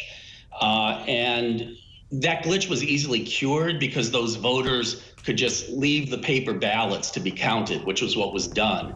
So usually when judges extend polling hours, it's because some sort of problem has arisen that takes away the time for actually voting. And judges in some parts of the country have extended polling hours tonight.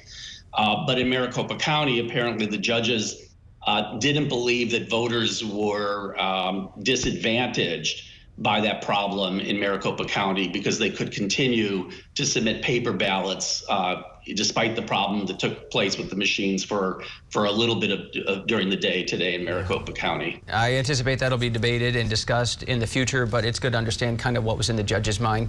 Professor Richard Pildes, thank you very much. We're back right after this with our special coverage of 2022 midterms.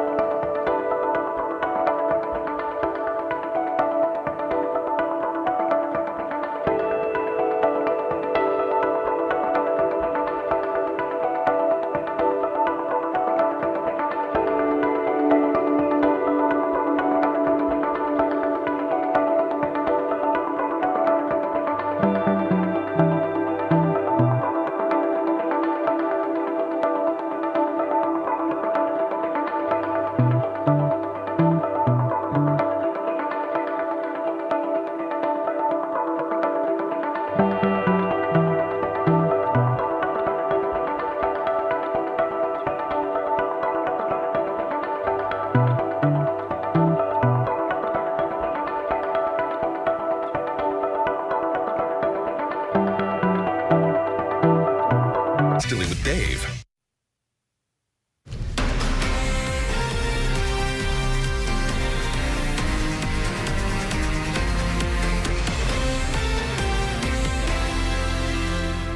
Ten o'clock in the East. Thanks for joining us here on our special coverage here on Newsy. I'm Chan Seals, Del Walter, Alex Livingston, and we still have some races that are closing right now. I think Nevada, which is one that could tip the balance of power in the Senate. Mark Kelly. Yes, exactly. So let's get right now out to the balance of power in Washington, because again, the House, we kind of know where that's maybe headed. The Senate, nobody knows where this thing is going. As of right now, 10:01 in the East, 39 Democratic seats, 40 Republican seats. Very tight. Sound familiar? Just a little bit. Okay. Just a little bit. All right, so the balance of the House. All right, 47 Democrats, Republicans 82.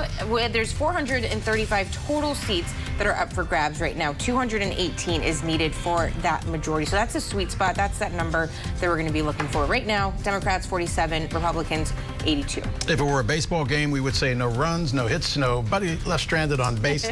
But we're looking right now at the Georgia Senate. 66% of the votes counted. As you can see right now, it has been expected. It is as tight as a tick. Herschel Walker right now with a 0.1% lead over Raphael Warnock. But once again, we indicated the bottom line number there is 50. 50% is what one of those two men has to get to in order to avoid a runoff on December 3rd. And right now, they ain't there. So it's going to be a long month in Georgia. Absolutely. 66% of the votes counted so far. Georgia Governor, incumbent Republican Brian Kemp and Stacey Abrams, that rematch, the Democrat there.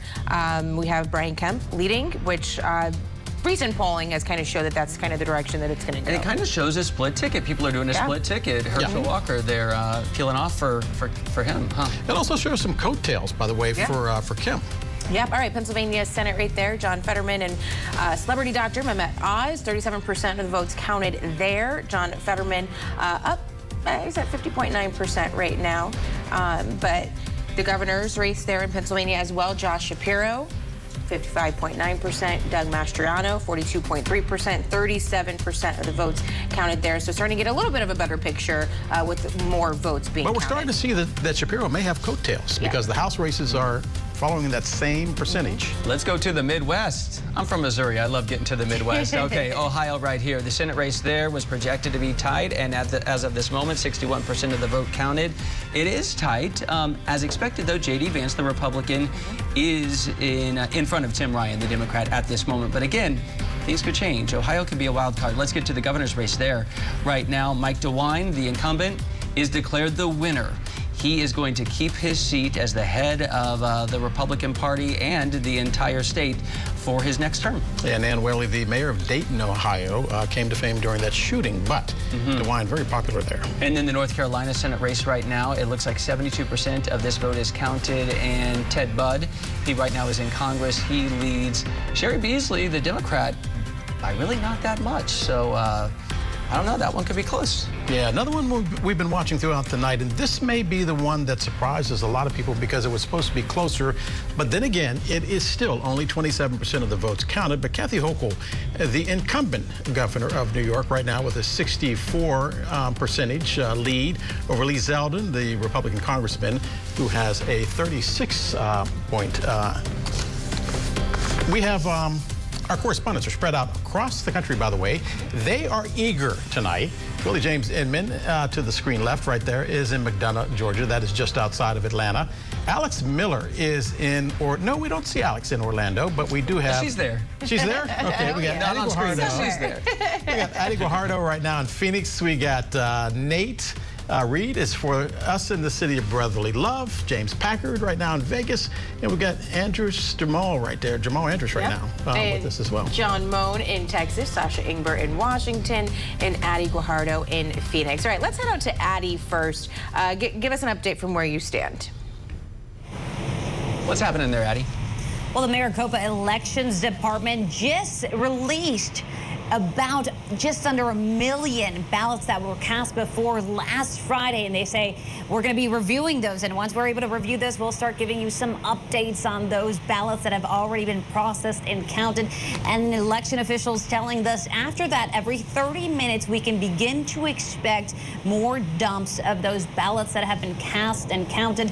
They say by tomorrow morning, that's when they'll begin to count the ballots that were dropped off in a little ballot box if people were voting at a tabulator that had any technical issues. Earlier today, about 20% of voting location had tabulator issues, and that means basically that tabulator wasn't fully processing that ballot, so people had to use the extra box attached to that tabulator. Guys? Adi Guajardo live tonight in Phoenix. Some questions remain, and so do some ballots to count. Thank you. So let's go to Georgia. Like we indicated, this one is going to go down to the wire, perhaps to December. Willie James Inman is live right now in McDonough, Georgia, tracking the Georgia Senate and governor races. Willie, what are you seeing? Hey there, Del. Well, we had a little bit of a scenery change. I slipped under the radar, and I'm closer to you. Now I'm in Atlanta. This is where all of the candidates tonight, all of the major candidates, are having their campaign rallies. And really what we're seeing is an interesting race play out. We're seeing that sliver of a percentage divide between Herschel Walker, the Republican challenger, to incumbent Senator Democrat Raphael Warnock. And we are seeing Kemp a little bit further ahead than compared to Stacey Abrams, a rematch of that race just 4 years ago. And perhaps a little bit of explanation here about that split ticket vote that you guys were just discussing. There are literally some voters who have spoken to me who told me about this. They say that they believe the Georgia economy has done well. They have a record budget surplus here. Kemp has brought jobs to the state. That's what they tell me. So they think things are going well. So they want to keep the status quo. They want to keep Kemp in power. But when they look at a candidate like Herschel Walker, some independent-minded voters told me essentially that they can't stomach voting for Herschel Walker. They think all of the controversies surrounding him are just enough to make them look the other way and to split their ticket and vote for Raphael Warnock, in this case, the incumbent senator there. So we could potentially see that runoff that would happen next month, December 6th. As you mentioned, if none of those candidates get that 50%, they reach that threshold over it. So it could be a long night for us here in Georgia as we wait for those results to play out. Willie, management said that it's going to be a long month for you in Atlanta. They said just hold that perch because that's where you're going to be for the month. But we're talking about 7,000 votes might be separating these two candidates right now. As you can see, with 67% of the votes counted, Herschel Walker's lead just ticked up a point, but is this going to be one of those either blue waves or red ripples or blue ripples that we've heard so much about, where it's going to go back and forth until we all get tired? I mean, it could potentially happen. We've seen those early voting totals, the early voting record turnout, I should note, over 2.5 million ballots. Those were likely the majority of votes that were counted first because they already had those vote totals, so they could put out those vote totals a little bit quicker. We are, of course, getting the trickle in of those election day in-person votes. A lot of Republican candidates tried to convince their supporters to vote in person. We did see that from that last-ditch effort from Kemp, but both campaigns, Democratic campaigns as well, Stacey Abrams and Warnock, trying to convince those younger voters to go out and vote in their last-minute push to get them to come to the polls. I think it'll be interesting how it all plays out. That small sliver of voters that literally perhaps voted for Kemp and then didn't want to vote for Walker could be the deciding factor into whether or not we'll go into a runoff and whether or not we'll have to wait and see what the balance of power in the U.S. Senate looks like for weeks to come.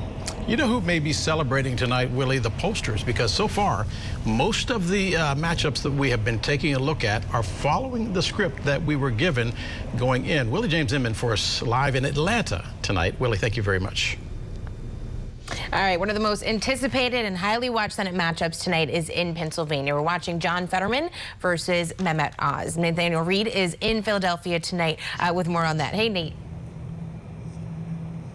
Hey, good evening, Alex. And this race is just about as close as it's going to get. We're still waiting for many of those results to come back, but we can now report in the 10 p.m. hour that all polling locations in Pennsylvania have closed. You might remember that in Luzerne County, some polling locations were extended for another 2 hours after several of the polling sites ran out of paper ballots today on Election Day.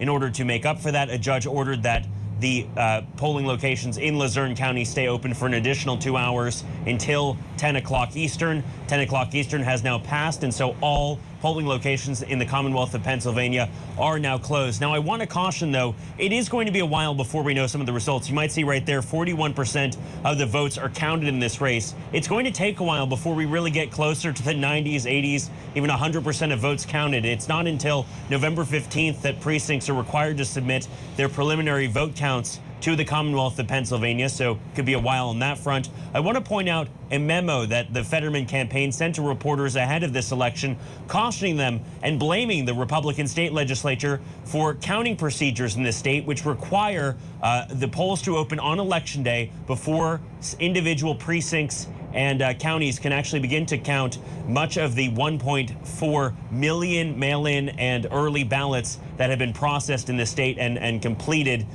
before Election Day. And so because they were unable to open those until this morning, there was a potential delay. The Fetterman camp saying in this memo that they expect one of the most dramatic shifts in the country from initial Republican support in early results to stronger Democratic gains as more votes are processed. That's exactly what we're waiting for right now. All right, Nate Reed in Pennsylvania for us. Thanks, Nate. Let's get in here and make a call right now. Colorado, we are ready to make a call. Let's jump in here and make a call right now. Actually, we're not ready to make a call just yet. This is Arizona's governor race. It is way too close to make a call there right now. And you know what? It could be a few days, so we're just going to settle in on that. I do want to let you know in Colorado, Michael Bennet, he is now called the winner of his race. He's considered a somewhat middle-of-the-road Democrat in that state. Jared Polis, another middle-of-the-road Democrat in that state. He won the governorship, so the AP calling both of those right now for the Democrats. I believe that that puts one more in our balance of power dynamic in the blue column. So again, Michael Bennet there. And he's very popular. Let's head out to Nevada now, where the polls are closed. James Packard is live on the ground with us in Las Vegas. James, Nevada is home to two big races. We have the Senate, we have the governorship. What's the latest there? Hey, Chance, yeah, it is going to be really, really tight here in Nevada. Not only could this potentially be a race that determines the balance of power in the Senate, but it could be a very, very long time before we know, in election terms anyway, a long time before we know what the result here is. We have seen a huge surge in voting here in person tonight.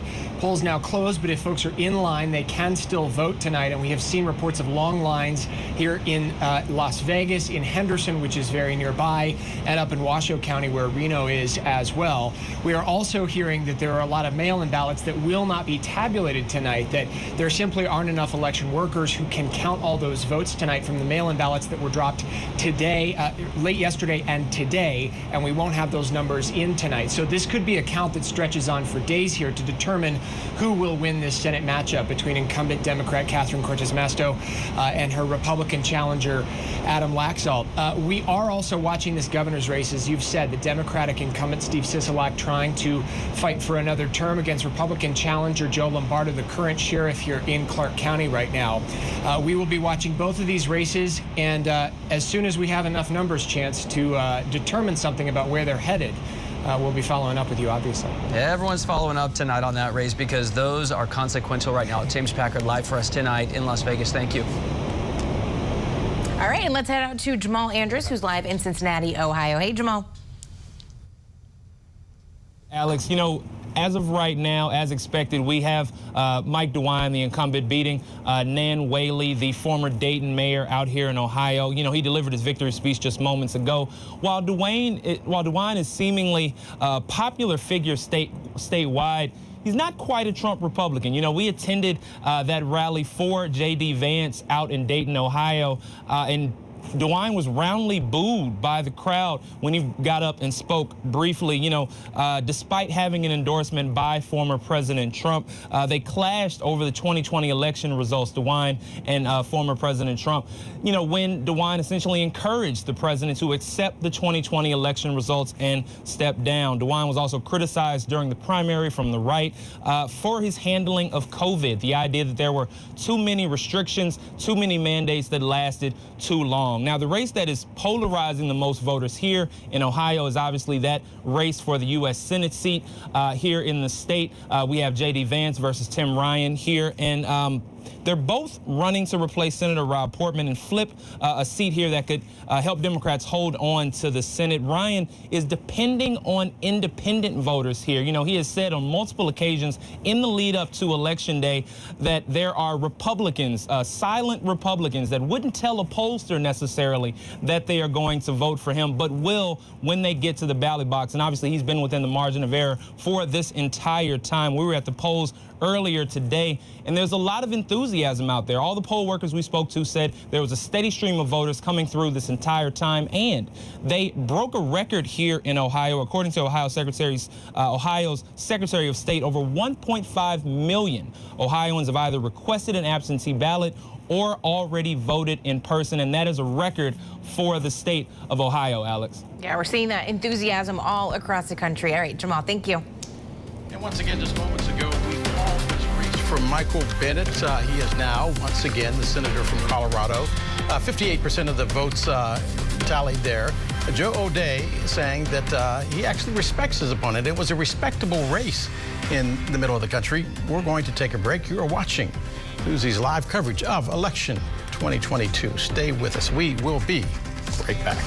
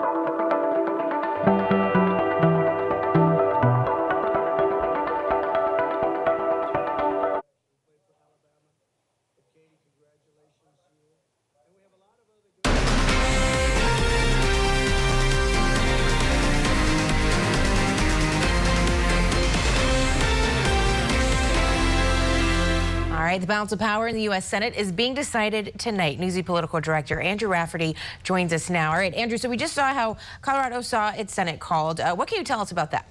Yeah, well, hey there, Alex, and this one stood out to me because the past couple days I've been talking to Republicans who have been very bullish on the results tonight, a couple of them, and even mentioned the possibility of picking up this Senate seat in Colorado against an incumbent who's pretty popular in the state. The fact that we were able to call this race so early in the night for Michael Bennet, it looks like, even though 56% of the votes still counted, it looks like he's going to cruise pretty easily, and that it might be a blow to Republicans who are thinking about 53, even 54 Senate seats. On the other side of things, some good news for Republicans in Oklahoma, because there was a governor's race where Kevin Stitt, the incumbent, was actually thought to be in some trouble. His opponent, Joy Hoffmeister, she was a Republican until recently, said Governor Stitt had essentially run her out of the party. And so the fact that he was able to hold on, he had some scandals, he had a couple of blowbacks due to the state's restrictive abortion laws. There were some thought that that could turn out Democrats, but it looks like he's able to survive, and Republicans hold on to a governorship. One more worth keeping our eyes on. Polls just closed here in Utah. This is such an interesting race because we have an independent, Evan McMullin. It's a name that might sound familiar to some folks because he ran for president. He's going up against Mike Lee, and there have been a number of Republicans who have really been on the defensive for January 6th. For Mike Lee, the fact that he was able to, he essentially tried to give a false slate of electors to Vice President Mike Pence. Evan McMullin has made that part of his campaign, where a lot of other Democrats running across the country have not. He says he would be a true independent, Alex. He would not caucus with either party.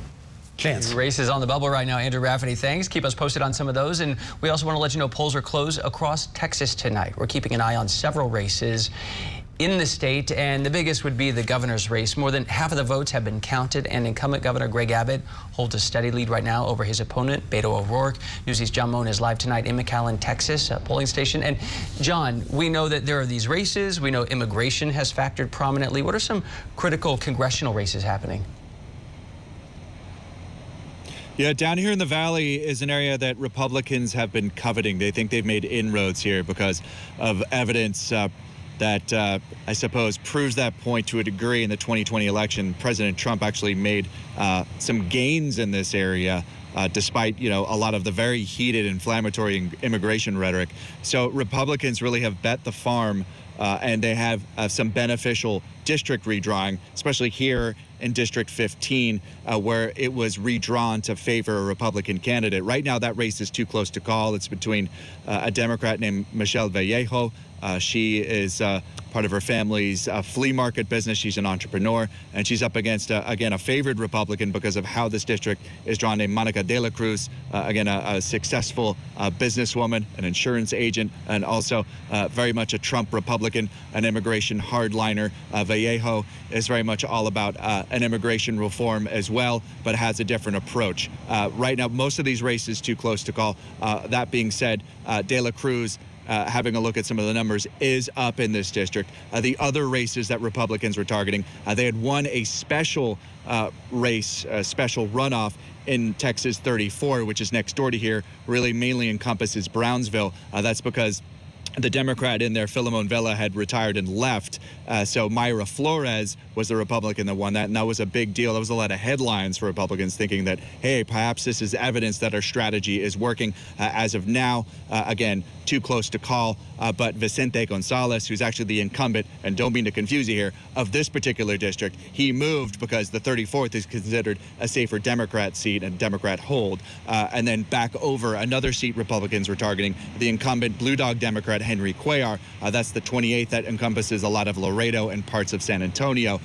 He is maintaining a steady lead over his challenger, Cassie Garcia. She's a former Ted Cruz aide. Guys? Wow, yeah, several border precincts and districts flipped last time, and was something of an earthquake. Flores now just trying to hang on to her seat. John Moan, McAllen, Texas tonight. Thank you. Let's take you now to Nevada, because if Ohio is fool's gold for Democrats, Nevada may be the same thing for Republicans.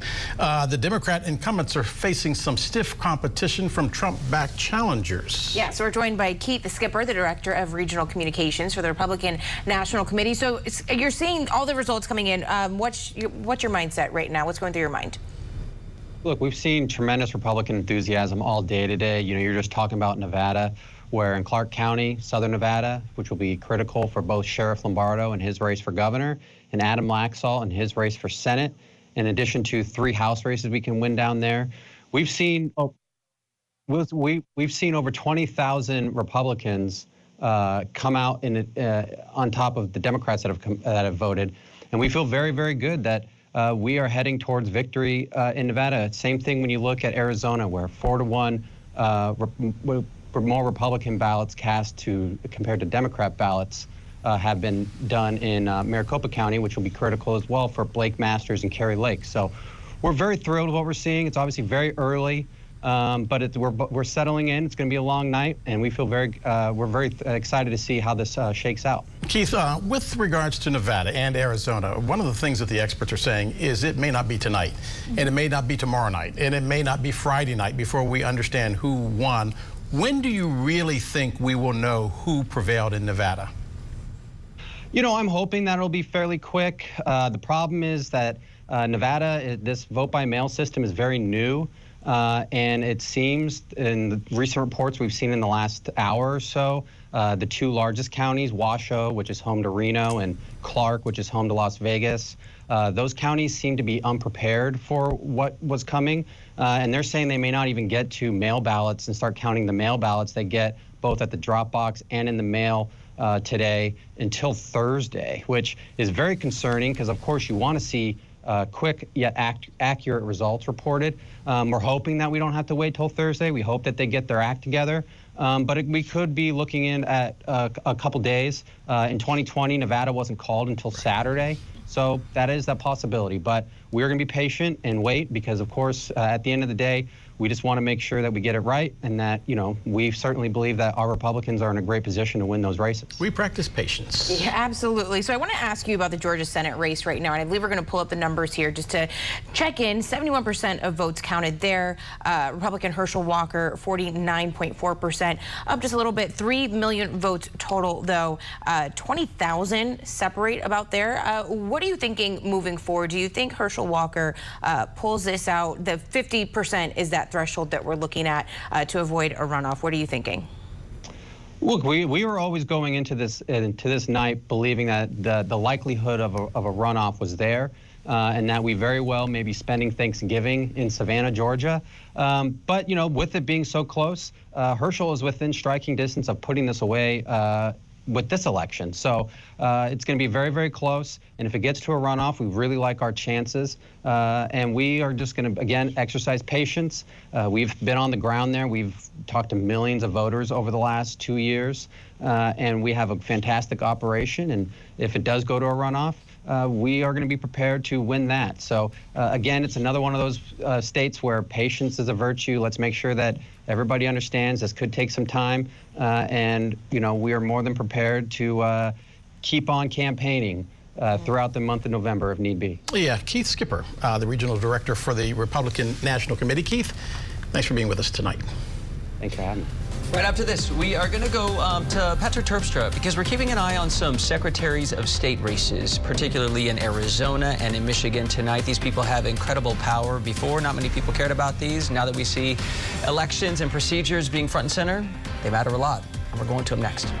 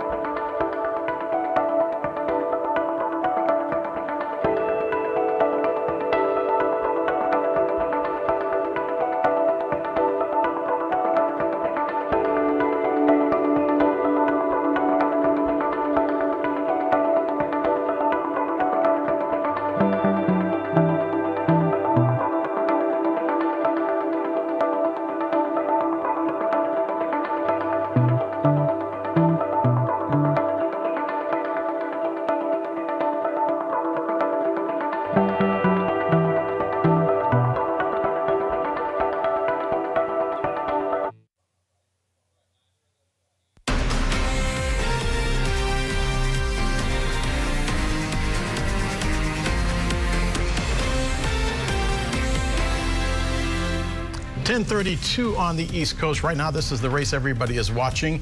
The Georgia Senate race is as predicted. Herschel Walker right now with a slim lead over Reverend Raphael Warnock. But the bottom line is not the number that you're seeing on the screen, but the number you're not seeing, which is 50%. But Walker is getting close. 50% is what he has to get in order to avoid a runoff, which in the Georgia Senate would take place on December 3rd. 71% of the votes counted. Once again, tight as a tick. Tight as a tick, but Wyden, he was just on stage to bad to the bone, but he kept it kind of short because he knows maybe we won't have a call tonight. Let's get to the Pennsylvania Senate race, which is another one that is awfully tight, but these numbers are a bit of a split. 53% counted so far in Pennsylvania in the Senate race right now. John Fetterman, the Democrat, is in the lead at this moment over Mehmet Oz, which has about 47%. And once again, the polls seem to be the winner of this evening.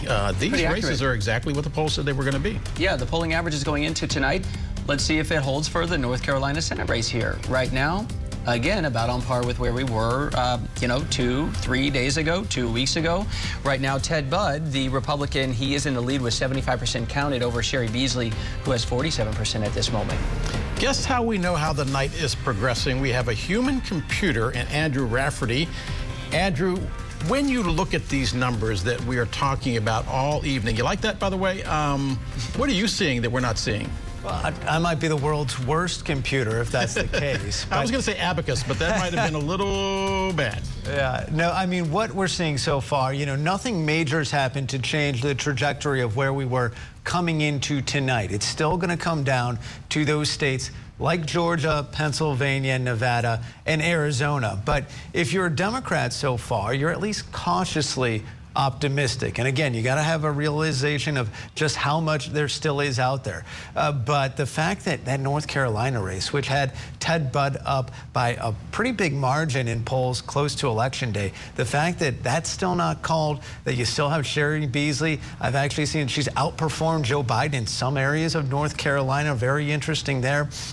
And that's a race that really didn't get a whole lot of attention for Democrats or for Republicans. The fact that this was kind of Donald Trump endorsed Ted Budd early on in the primary process really cleared the field, and that was about as much as you heard about it after the primaries. But the fact that this is still a tight race, again, still 25% of the expected vote count outstanding, but you have to be a little bit optimistic if you're a Democrat. But here in Georgia, we see this is razor tight. I saw someone came out at the Herschel Walker event and told people to switch from alcohol to caffeine because it was going to go that late, and I think they might need enough caffeine to make sure that they can get to December 6th, because as we've talked about throughout the night, it's going to be interesting to see. It doesn't seem like the third-party candidate, it might just be able to siphon off enough to bring it back down to prevent both of them from getting 50%. We've all covered Washington for a long time. I don't think I've ever heard a campaign worker say, switch off of alcohol on election night. I think it's too late to tell you the truth at this point. So, Andrew, you talked about Beasley. She might be overperforming Biden in some of these areas. We just had an RNC official on here who was saying, you know, we feel really good about this. I'm not the expert here. You're the expert on this, but it doesn't seem like we're seeing a wave at this very moment. Races like Abigail Spanberger, how are those turning out? Because you said earlier that those could give us a little bit of a preview. Yeah, again, look, we don't want to draw any conclusions right now, but the fact that those races haven't been called, there's actually another race going on in Rhode Island right now where Republicans were eyeing a Republican hadn't won the 2nd district of Rhode Island for 30 years. And right now, Seth Magaziner, the Democrat, is running pretty strong there. And so, look, we don't know why it is. There's a reason that the Associated Press, which you guys have rightly pointed to as the kind of guidepost for us in calling these races, there's a reason why they have not called these races yet, and it's because there's still outstanding votes that could sway it from one way or the other. So we can't draw any conclusions right now, but again, if you are looking for some cautious optimism in races like that, Abigail Spanberger, you might have some, you see if 99% of the votes are counted, that means that it's not because they're still waiting for votes to be counted. It means because it's just that tight. Wow. Yeah, that is the suburbs of Washington, D.C. I want to talk about Ohio. Tim Ryan begged the Democratic National Committee to send money to a senatorial campaign. He did a grassroots campaign. Everybody said it was a masterful campaign. Is Ohio still fool's gold, and was the senatorial committee right not to send that money, or is Ryan going to have a lot to complain about come tomorrow morning? Well, you know, it was interesting, Del. Towards the end of the campaign, he was saying, I don't want their money. Just, you know, I'm running my own campaign. And so we got to keep in mind here, Donald Trump won this state by 8 points. It has not seen a Democrat win the state of Ohio in a presidential year for quite some time. And so you can understand the trepidation from national Democrats. But I think what we found from Nate Reed's reporting on the ground in Ohio is that he was running a campaign that really resonated with voters, even if they didn't ultimately they could identify as Republicans or like Donald Trump. There was a level of respect for the campaign that Tim Ryan has run. I mean, in the end here, he had an ad where he was shooting guns, and he said not too bad for a Democrat after inspecting his work. And so it's interesting. I think if Tim Ryan does overperform, there might be some tips in here for other Democrats running in the Midwest in the next couple of years. Do more commercials with Chardonnay with your wife and things like that. I think that was pretty popular out there. Okay, now I don't want to slip into college seminar mode too much here where we're too ooey gooey, but it seems like, I don't know, it doesn't seem like it's as ugly at this moment as we saw a few years ago, that things are kind of playing out in an orderly fashion. Is that the sense you're getting?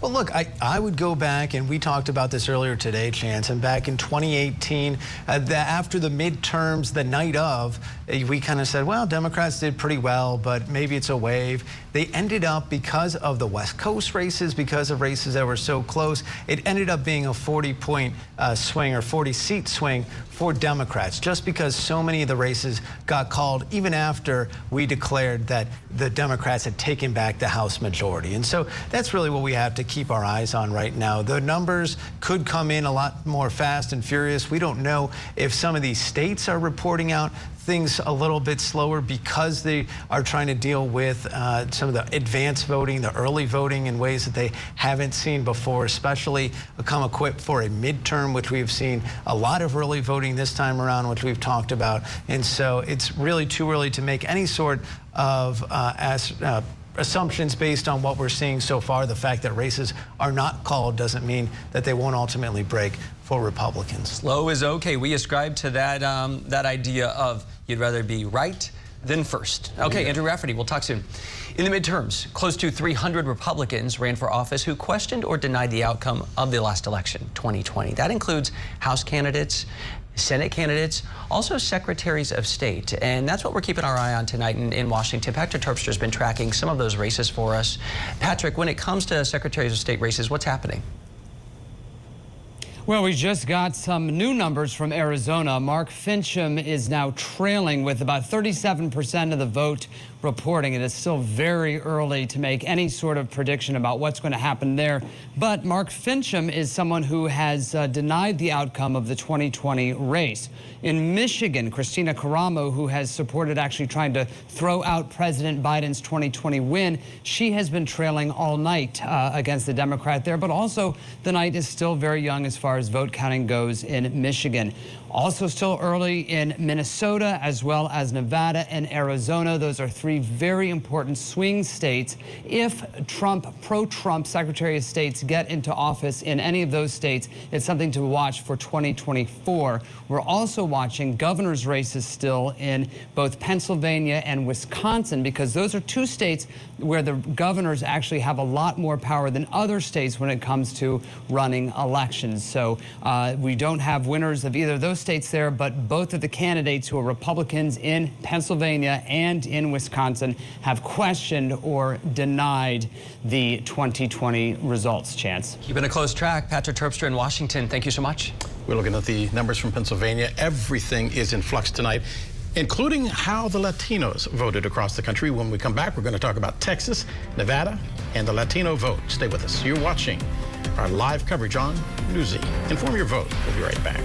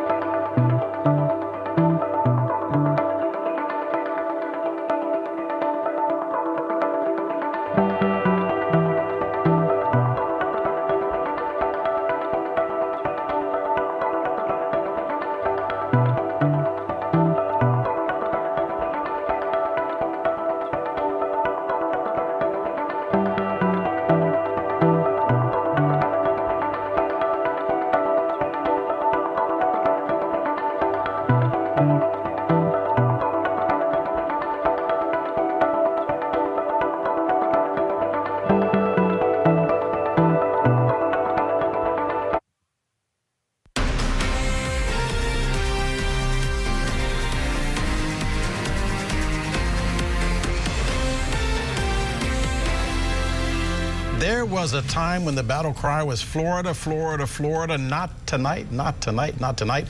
One of the first races that we called was the governor's race there. Ron DeSantis reelected.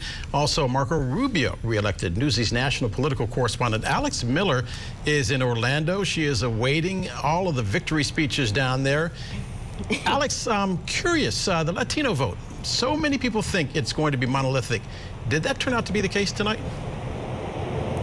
Well, look, I think Florida is not a representation of the national narrative when it comes to the Latino vote. I've spent some time here over the last couple of weeks talking to voters, and they don't want to be lumped into this one big category. Here in Florida, more than 24 countries are represented when you talk about the Latino vote here, and you can see that reflected when you look at the way that the candidates did tonight. Ron DeSantis lost the Latino vote in 2018 when he won the governorship the first time around by 10 points. That was a big margin.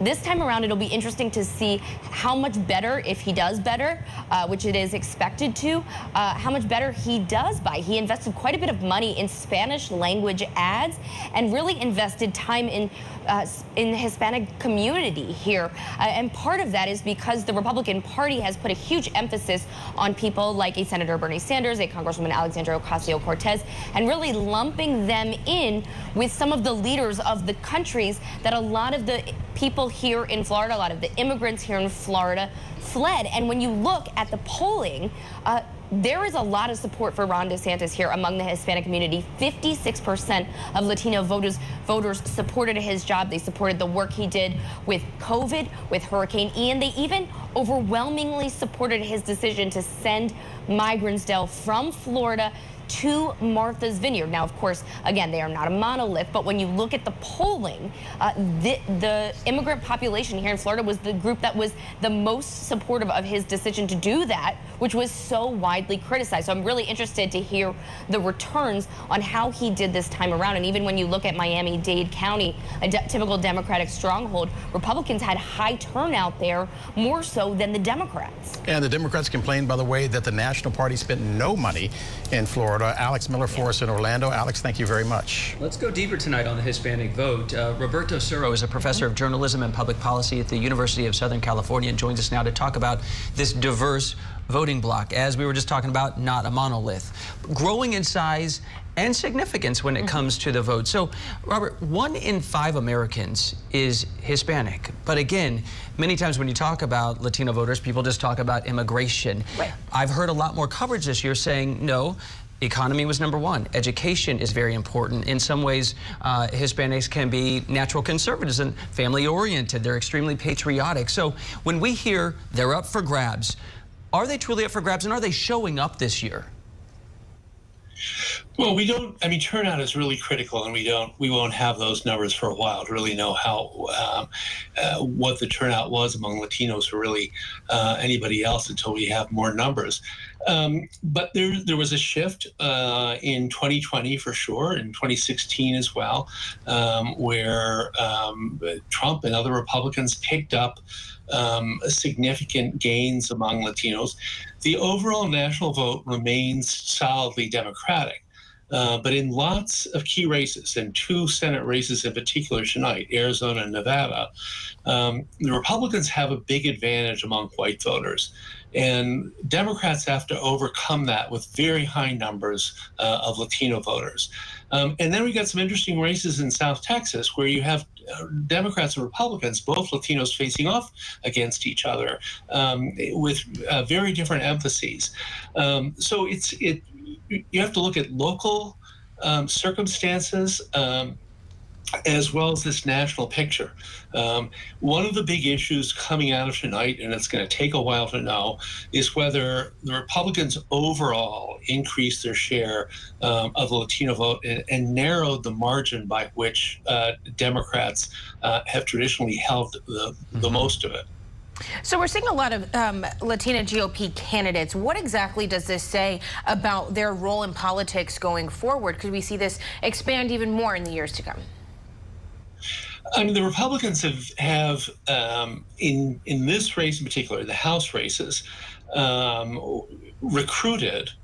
actively recruited Latino candidates, interesting primarily women. and some very interesting candidates, first-timers in South Texas districts and a few other districts around the country. And this is a result of a very deliberate effort to try and build on the results of 2020, when there was, a significant shift that was pretty much evident around the country.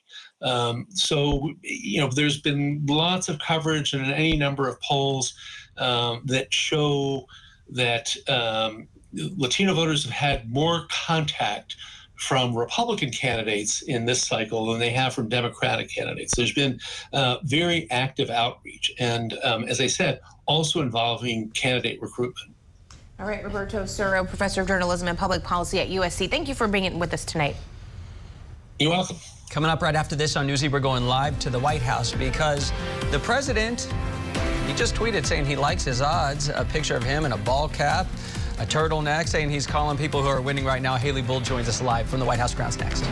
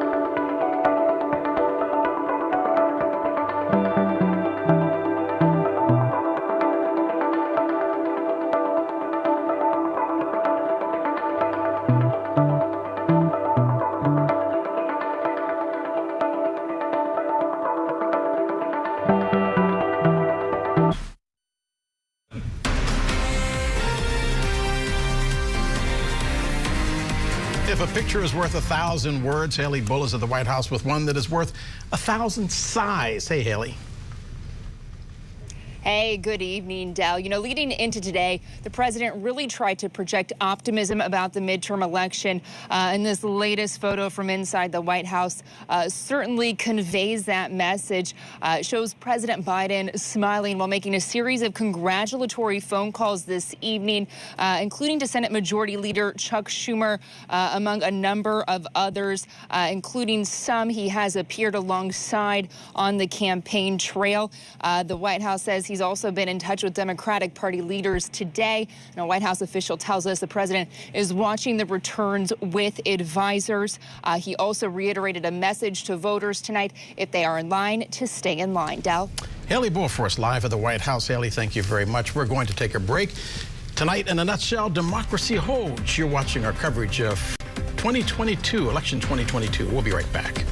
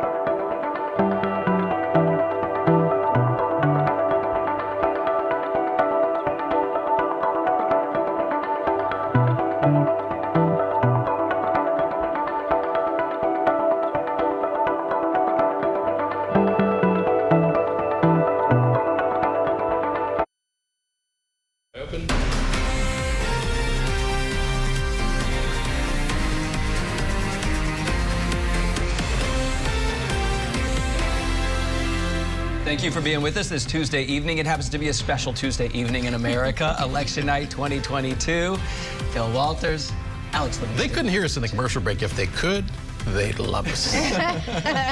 We promise you would love us. Right now, I have to say, you know, at home, I have 3-year-olds. Predictability is very, very important. So far tonight, this has been pretty predictable if you look at past elections with where we are at this point. No huge blowouts at this point. Right. And we saw the picture of the president, too, with the baseball cap on. calling out the shout-out, saying congratulations. So he's feeling pretty good, too. I like the mock neck that he had on, the turtle. I actually did, too. I thought, I'm going to Amazon Kind of cash, kind of not. I get it. I get the vibe. In the meantime, we have some business to take care of. Absolutely. All right, let's chat about the balance of power in the Senate right now. All right, so 100 total seats. Right now, this is how it's looking. Democrats, 40. Republicans, 41. Now let's move to the balance of power in the House. Now, for this situation, all 435 seats were up for grabs. 218 needed for that majority. Democrats right now, 71. Republicans, 113. This is the one that seems to be following closely to the script, the Georgia Senate race. Right now, let's take a look at the latest numbers there. As you can tell, it's been tight as a tick all evening long. As I'm doing my ciphering, which is old school for math on my abacus, it's about 12,000 votes separating the two, which the bottom line is we are headed to a runoff on that particular race. It just Can you changed. do that math that quick? No. Georgia governor's race, though, right now, also going as predicted. Brian Kemp appears now headed to victory. 75% of the votes are counted there. Comfortable lead over Stacey Abrams. The bottom line being we may be seeing ticket splitting in Georgia. We are. Let's see. Pennsylvania Senate right now. This one was projected to be close, and it's actually tightening. Every time we get new returns, which is every 10 seconds here from the AP, it seems to be tightening. At this moment, the Democrat, John Fetterman, still in line with where polls had him, 49.5%. Mehmet Oz, 48.1. And then the governor's race in that state right now, let's look at the Keystone State. Josh Shapiro is a pretty big lead, 11-point lead at this moment right now with 65% of the votes counted, but Doug Mastriano coming in with 43% at this moment. To the Tar Heel State right now, because this is another one of those races where it is much closer than people thought it was going to be, and it's going to depend on where the last-minute vote counts are coming. Sherry Beasley, of course, being very popular in the Charlotte area, Ted Budd being the congressman from that area, but right now everybody is predicting that this is one of those ones we could be talking about tomorrow morning as well. Also, the Ohio Senate race. This was going to be a interesting one, but it appears that J.D. Vance, the venture capitalist and the author of Hillbilly Elegy, is pulling away from Congressman Tim Ryan. Much more comfortable lead in Ohio in the Senate race there than anybody predicted at this point in time. All right, now let's take a look at New Hampshire now. The New Hampshire Senate race there, 43% of the votes counted. Incumbent Maggie Hassan there at 54, almost 55% of the vote right there against Republican Donald Bolduc. Now let's head to Arizona, the Senate. Incumbent Democrat Senator Mark Kelly is up right now 58%. That's 48% of the votes counted there against his opponent, Republican Blake Masters. And Arizona governor there, 47% of the votes counted. Now, this is one that we've been keeping a close eye on for a pretty long time at this point. Democrat Katie Hobbs there, 57%. Carrie Lake, which has been one of those candidates that has been running on the 2020 election, in particular being rigged, the results of that being fraudulent. She's been like 1 point ahead in most polls, so let's see. This could keep changing. Yeah, fascinating because Hobbs really never debated Carrie Lake. She declined that. Yeah.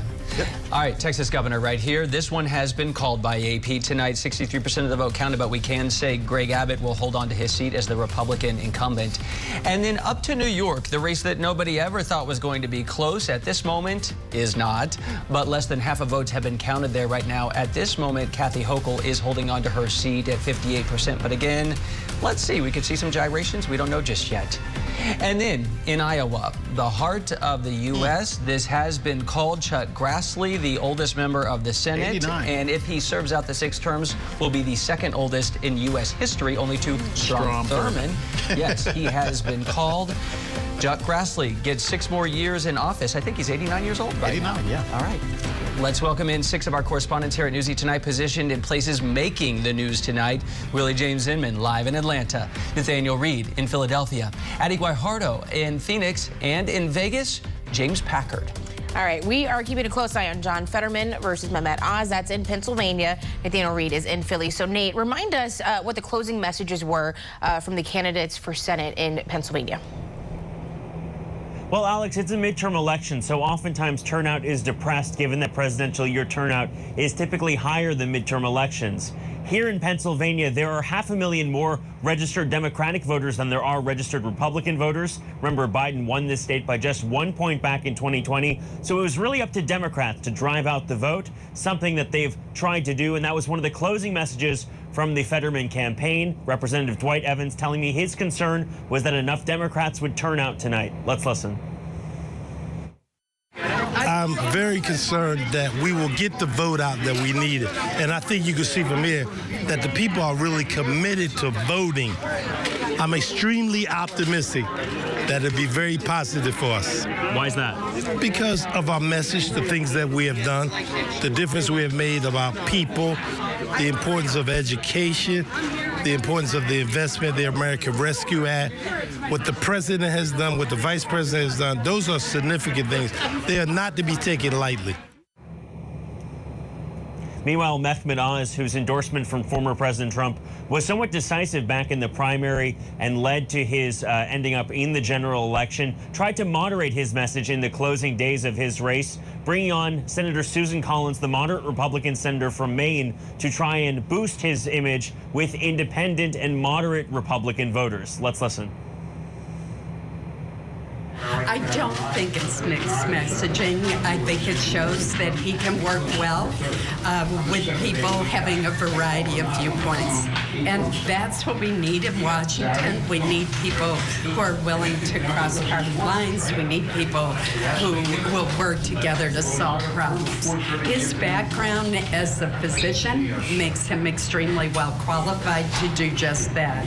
As I said, he doesn't care what the party affiliation is of a patient. He diagnoses what is wrong, and then he works with a team to correct it. And look at some of the latest numbers in this race. We're still seeing Lieutenant Governor John Fetterman slightly ahead of Mehmet Oz. There were some predictions from the Fetterman campaign to reporters earlier this week that we could see the reverse as votes continue to roll in very slowly. You might remember some of those early votes are going to take a little bit longer to tabulate. Remember, it was almost 4 days before we had results back in the presidential election in this state back in 2020. And so certainly this is not the red wave that Republicans might have been looking for. Mehmet Oz still behind John Fetterman as of speaking right now, and 67% of that vote counted so far. It could take a much longer time to get to that last 30-40% or so. That could take, in fact, a couple days. All right, Nate Reed in Philadelphia. Thanks, Nate. So let's take a look at the numbers coming out of Georgia again, specifically the Senate race right now. The numbers refreshing every 10 seconds. Willie James Inman is live for us in Atlanta. You are tracking the Georgia Senate and the governor's races. No surprises so far tonight. We thought it was going to be tight. It is tight. Yeah, that's right, Joe. It's really tight between Herschel Walker, the Republican, and incumbent Senator Raphael Warnock. And if we believe those polls, they really just spell out a little bit of the truth, at least so far, according to those vote totals. And you called it. There's literally perhaps some ticket splitting going on, because we are seeing Brian Kemp, the Republican governor, versus Stacey Abrams, literally outperforming Herschel Walker. And that's something that I've seen in my conversations with voters who tell me that they support Kemp because of the conditions of the economy here in the state of Georgia, but they can't support Herschel Walker. And Walker literally was preparing his supporters for a long night. Listen. If you can hang in there a little bit longer, just hang in there a little bit longer, because something good, it takes a while for it to get better. And it's gonna get better. So I wanted to thank you guys for hanging in. And if some of you have to go home, you can wake up tomorrow morning and see that the new senator for the great state of Georgia is Herschel Walker. So the Walker campaign admitting that it's going to be a long night as those results across the state of Georgia continue to trickle in. And remember, you have to get over that 50% threshold to win the race outright. If you don't get over that threshold, there's a runoff that's going to happen on December 6th.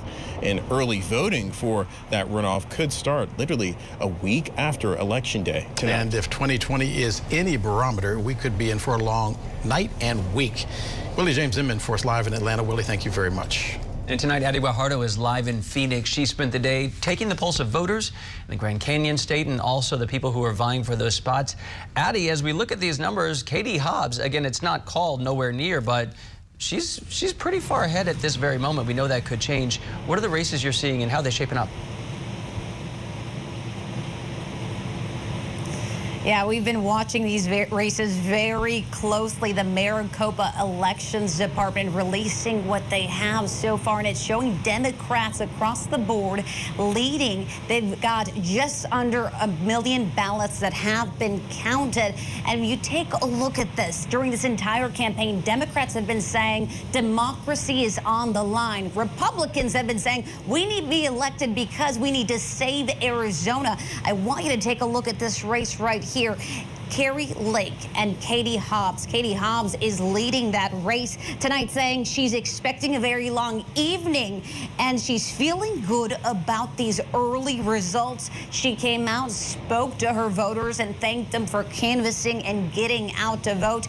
Kari Lake, we've been monitoring her tweets. She's been very vocal on there. Right now, all we are seeing is her retweeting and congratulating other Republicans that have been winning their seats. Now, when we take a look at Mark Kelly and Blake Masters, Mark Kelly says he is confident about tonight. He is leading Blake Masters. Mark Kelly focusing on Washington transparency and making good paying jobs. Blake Masters, on the other hand, vowing that he will finish the wall here in Arizona, something that was started by former Donald Trump. Again, keeping a very close eye on these elections. Election officials here in Maricopa County telling us they don't expect to count all of the votes tonight. They say by Friday they will have counted 95% of the ballots cast here in Arizona. And we'll continue to watch these races because they could shift. There is more Republicans signed up and registered to vote in the state of Arizona, but there is a large number, 1.4 million,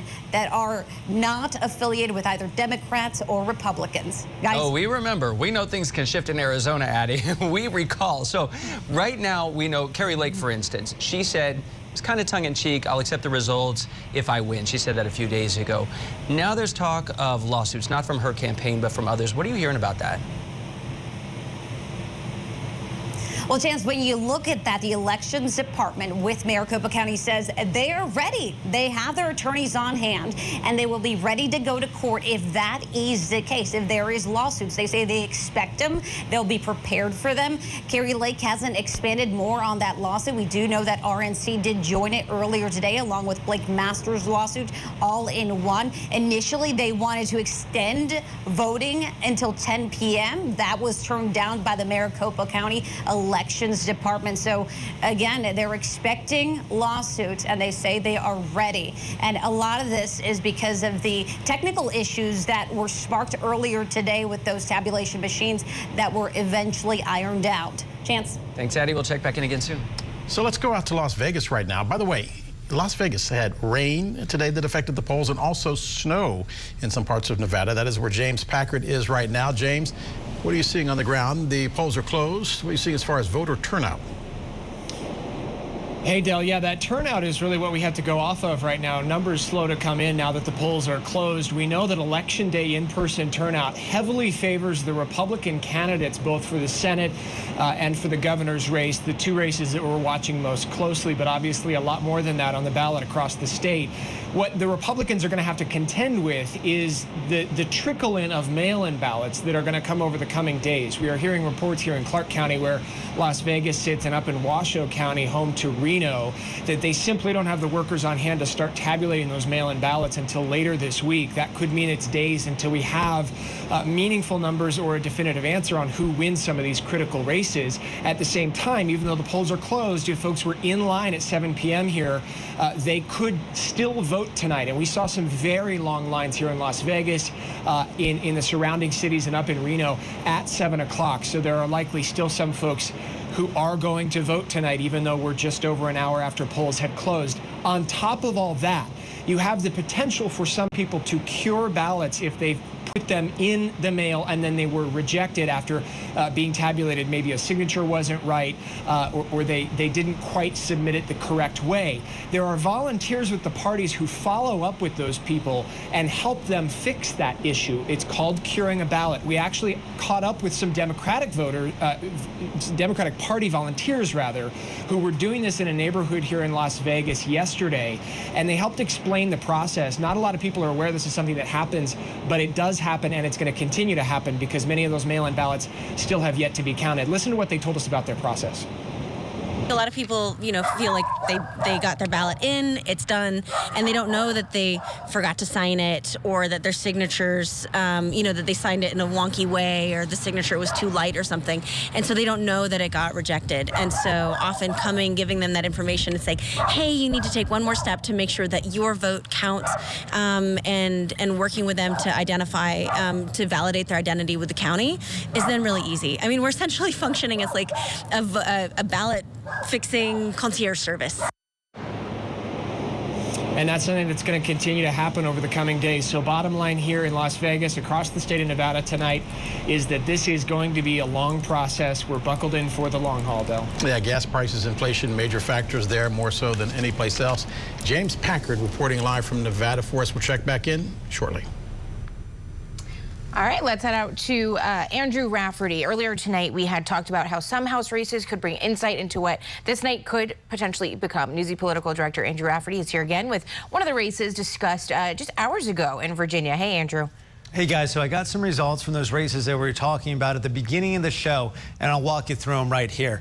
Elaine Loria, member of the January 6th committee, is out. She has lost her re-election bid to Jen Kiggins. Again, out of the three we're about to talk through, this was the toughest sledding for Democrats. This is a district that went for the Republican governor, Glenn Youngkin, by 11 points just a year ago. So then we'll move on a little bit north in Virginia, outside of Richmond. Abigail Spanberger hangs on. This was really one that was going to tell us whether or not we are looking at potentially how well Republicans were going to do tonight. And the fact that she's able to hang on in this district where Glenn Youngkin won by 5 points a year ago is very good news for Democrats. We're talking about this idea of a wave or no wave. This is good news for Democrats who are really hoping to avoid a wave. And then the last one we'll talk about, and this would have been really chaotic if Democrats ended up losing this. This is Virginia House 10. Jennifer Wexton hangs on. This is just outside of Washington, D.C. She had to bring in some big Democratic names in the days leading up to Election Day because she had clearly seen something in the polling that potentially was spelling problems. But she hangs on fairly comfortably with 98% of the expected votes counted, and the APA calling it for her. I'm dying to know why. Those are really fascinating races. Yeah. And again, this surge, not a surge at this moment from the red. I was thinking about Loria. Loria said that she was asked whether or not she regretted being on the January 6th committee. She said country first, and that she did not care about losing the office. Liz Cheney in Virginia. Interesting. Okay, so we're getting some insight on that, and then I think we're also going to be talking to York, right? Yeah, we're going to take a look at New York because that is a race we have been looking at. Kathy Hochul there with a comfortable lead in the New York governor's race right now, 64% of the votes counted. We'll talk about New York when we come right back.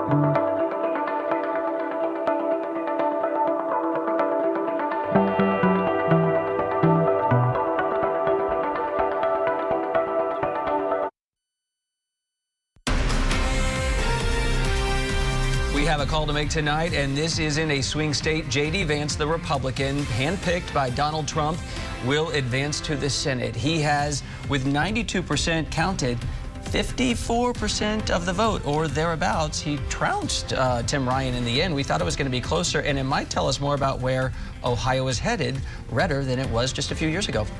All right, let's take a look at the race for New York governor now. Incumbent Democrat Kathy Hochul and her opponent, Republican Lee Zeldin. 64% of those votes counted. You see Kathy Hochul there up at 55% to almost 45%. Let's just say there was lots of gnashing of the teeth in New York, a traditional solid blue state, but everybody was going to New York saying this is going to be closer than it was, closer than it is. Let's go to Jesse McKinley, who is the Metro correspondent for the New York Times. Jesse, why was everybody freaking out so much when obviously it doesn't look like they had anything to worry about? Well, I think there were some late polls there that kind of put the fear of God into Democrats. Some of the polls had Zeldin as close as 4 points. Some GOP-backed polls had him even leading at one point. And I think in a deep blue state like New York, that was really a wake-up call. I think in some ways, if Kathy Hochul holds on and wins, maybe the best thing that happened to her was those polls, because it kind of added an urgency in the last couple of weeks of the campaign. They got the Democratic machine up and working, and that seems to have gotten her very close to winning this race tonight. I want to talk a little bit about messaging, because there have been complaints for the Democratic Party throughout this entire midterm season that the messaging has just not been there. And Republicans, they've gotten it right when it comes to inflation and economy. When it comes to Kathy Hochul, though, she kind of avoided talking about crime and her messaging on that. And then later on admitted, okay, yes, there is a problem, because voters were saying, hey, I'm scared to get on a subway at this point, right? So do you think her pivot happened just in time, and that's why we're seeing her ahead? Should she have done it earlier? I mean, better late than never, as far as she's concerned. But yeah, I mean, I think for much of the campaign, Kathy Hochul thought that abortion and social issues were going to carry the day.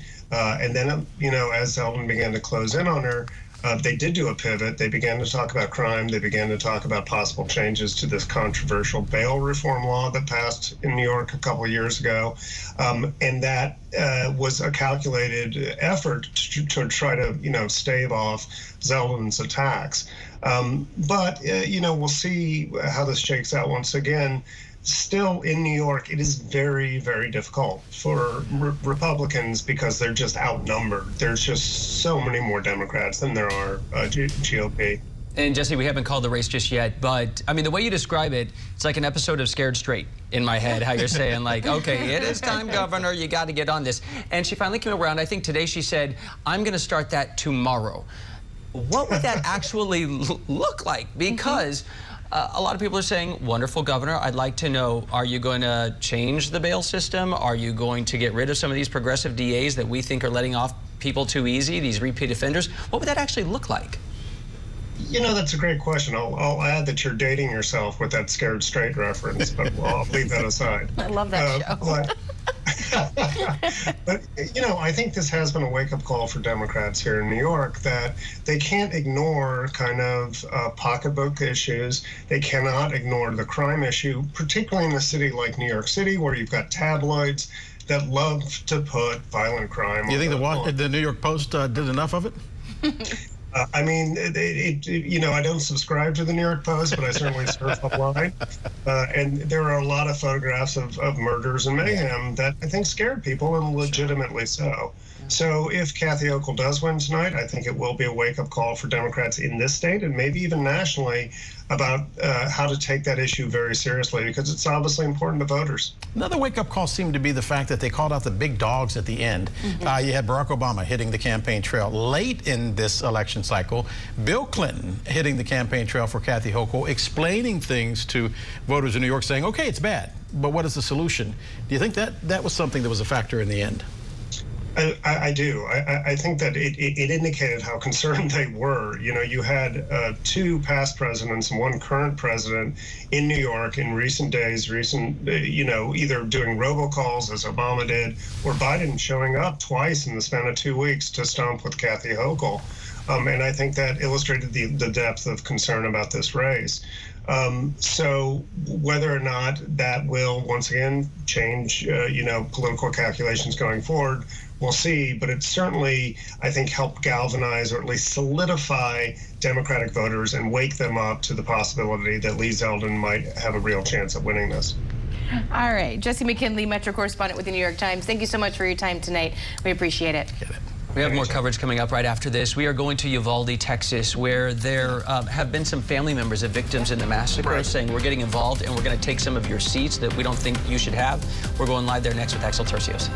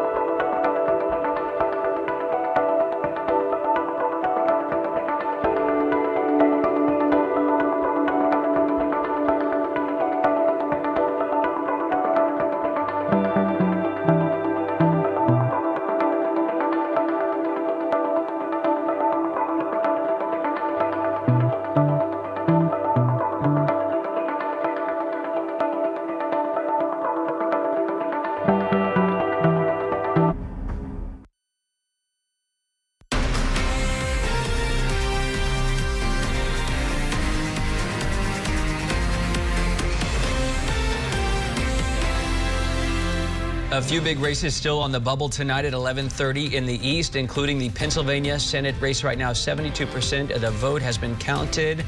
And look at this. We have a one-point game right now. John Fetterman's still up, but not by much over Mehmet Oz. Yeah, and it's also going to be interesting to see those Philly ballots being counted. We'll be here all week. The Georgia Senate race, though, tightening even as we spoke. It does not get any tighter than that. Look at the wild card here, though. Chase Oliver, the independent who was running, indicated that he was throwing his support behind Raphael Warnock, said he did not want to be the spoiler. Guess what? He is. Well, I'm trying to do the math. I homeschooled, so I can't do that math very good, but I think it's like 700 votes. 700 votes. Right yeah. Wow. So when they do say that every vote counts, this is exactly what they're talking about. Yeah. This is exactly including votes for Chase Oliver. Absolutely. Yeah. Wow. All right, so abortion is an important issue for voters this election alongside the inflation and the economy. Covering this issue, though, we have Marisa Giorgio in Detroit. Right now, it's the vote in Kentucky that has your interest, though. You're keeping an eye on that. So what's the latest? Yeah, hi, Alex. We've been watching these abortion issues on 5 different ballots with a real focus here in Michigan. We're live in downtown Detroit right now. The Secretary of State here just held a press conference a short time ago to answer some questions. She said 2 million absentee ballots were requested as of 8:30 tonight. About 1.8 million of those had been returned. She also says more than 15,000 voters registered and voted just today. And I just saw a photo from a local news outlet of hundreds of students still in line waiting to vote at Michigan State University. No doubt one of the reasons driving Michiganders to cast ballots is this referendum on the ballot here that would enshrine the right to abortion in the state of Michigan. At last check, this was passing, I just updated here on my phone, by about 150,000 votes, but the night is young. The Secretary of State's office here says it could be actually 24 hours after the polls close before we get final results. In Kentucky, though, with 85%, maybe 86% of precincts reporting, voters are right now rejecting a measure that is pretty much the opposite of this Michigan measure that would change the Constitution to say it does not include the right to abortion. What this tells me is this is not a party line vote in the state of Kentucky. If you look at the Senate race won by Republican incumbent Rand Paul, the margins are much larger than the margins on this abortion amendment, which means you had Rand Paul supporters also voting against this measure. And in Montana, a more nuanced measure there where voters are deciding a referendum that would add felony penalties for doctors who don't take all medically appropriate actions to preserve the life and health of infants, including infants born after a failed abortion. A tiny sliver of results are in Montana without a lot of the larger counties, so way too early to know how that one shakes out just yet. Wow, so interesting. Thank you so much. Right now, people still waiting. Let's go live right now to Stacey Abrams. We have not called this race yet, but she is conceding the race to Brian Kemp. Let's listen in Georgia. For the most part, we want the same things. We want to live in a Georgia that works for everyone. A Georgia where every person has a voice in our democracy and doesn't have to show up early to make it so. Because voting is a fundamental right, not a privilege for the wealthy few. A Georgia where we can all breathe clean air and drink clean water because we decided to use our power to fix our climate and save our planet, not drill down to take titanium out and spoil what we have in the state of Georgia. A Georgia where hope lives in the heart of every child, but it sits there, rests there along with opportunity because we invested in quality public education, a pathway to a life full of dignity, and no shooters in their schools. A Georgia where every person can not only afford to see a doctor, but there's a hospital if they need one. They can get their prescriptions filled because drug companies and insurance companies aren't able to block it, and because we've expanded Medicaid because 500,000 Georgians deserve access to health care in this state. That is why we fight. All right, let's head to New York now, where Kathy Hochul there is claiming victory. Just want to note here that the Associated Press has not called this race just yet, so we haven't either, but let's listen in. I'm not here to make history. I'm here to make a difference. And because of all of you, we'll keep making progress, breaking down barriers, breaking glass ceilings, helping New Yorkers achieve the greatness that it is capable of. And I will lead with strength and compassion, not with fear and anger. And together, we'll put our values to work to lift up all and leave no one behind. We'll build a state where families can afford to raise their children. We'll create good-paying jobs from Long Island to the city, the Hudson Valley, the North Country, all the way to Buffalo and the Southern Tier. We'll do all that, creating good-paying jobs. But also give everyone what they deserve, safe, affordable housing, because that's one of their rights. And to make sure that all You know, it's interesting as we watch her speak, people forget that she took over from Cuomo. Right. She took over the reins of a state that was in the throes of a crisis and really had not faced statewide election with the exception of being, you know, on the ballot with Cuomo. And this was her first test, and she passed.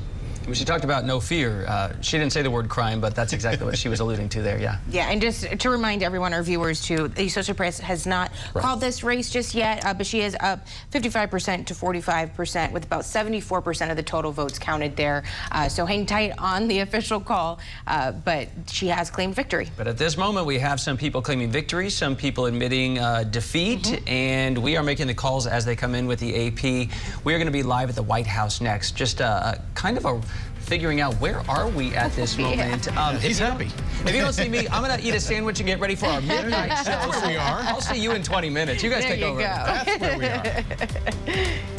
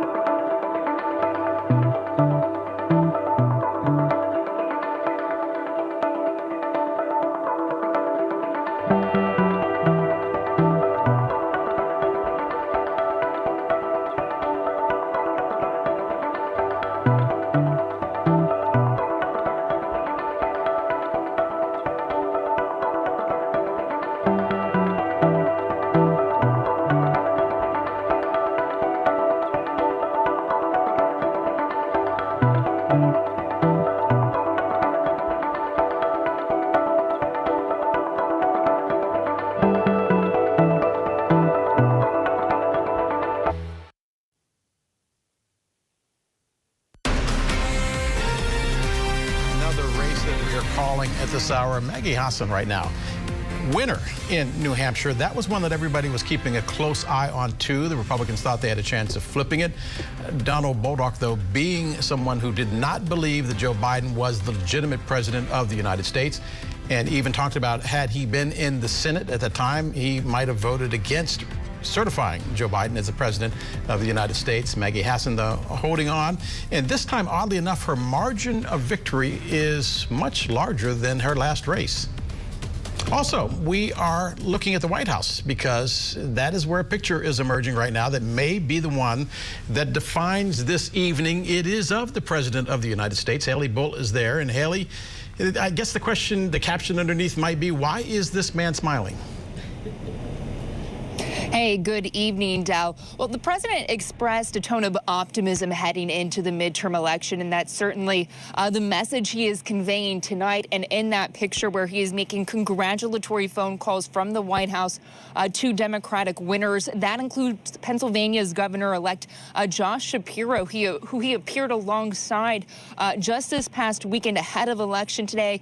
Gubernatorial winners in Illinois, Colorado, and Massachusetts, representatives from Virginia, among others, including Maryland's Senator Chris Van Hollen and Senate Majority Leader Chuck Schumer. Again, some of those who he has appeared alongside or in virtual receptions with. Again, leading into today, the president outwardly expressed optimism about the midterms, said he thought they could win the Senate, but said the House could be tougher. Of course, there are significant impacts on the president's agenda for the next 2 years and what progress he makes or what limitations he faces depending on who controls the House and the Senate, and in the Senate especially. It comes down to every seat being crucial for what progress there could be. Now, the president, while talking about an optimistic tone, did admit that with Republican control of both the House and Senate, if that were to come to fruition, that it could be a more difficult reality for him. He previously said it would be a, quote, horrible 2 years, and he would spend more time vetoing. Of course, when we look at what impacts that has on his agenda, the president has outlined 2 priorities, wanting to codify the abortion protections from Roe v. Wade and forwarding further legislation on firearms, which has no clear way forward without Democratic control of both chambers, Dal. Haley, safe to say that the one word that they may not utter at the White House tomorrow is shellacking. Haley Bull for us live at the White House. Haley, thank you. I see the lights are out. Perhaps the president is sleeping. Maybe so. All right. Well, it's not looking as bad as the Democrats thought it would, and like polling has showed as well. So let's get to political director Andrew Rafferty to talk a little bit about this, because this is something that we were expecting, the shellacking that Del brought up. Yeah.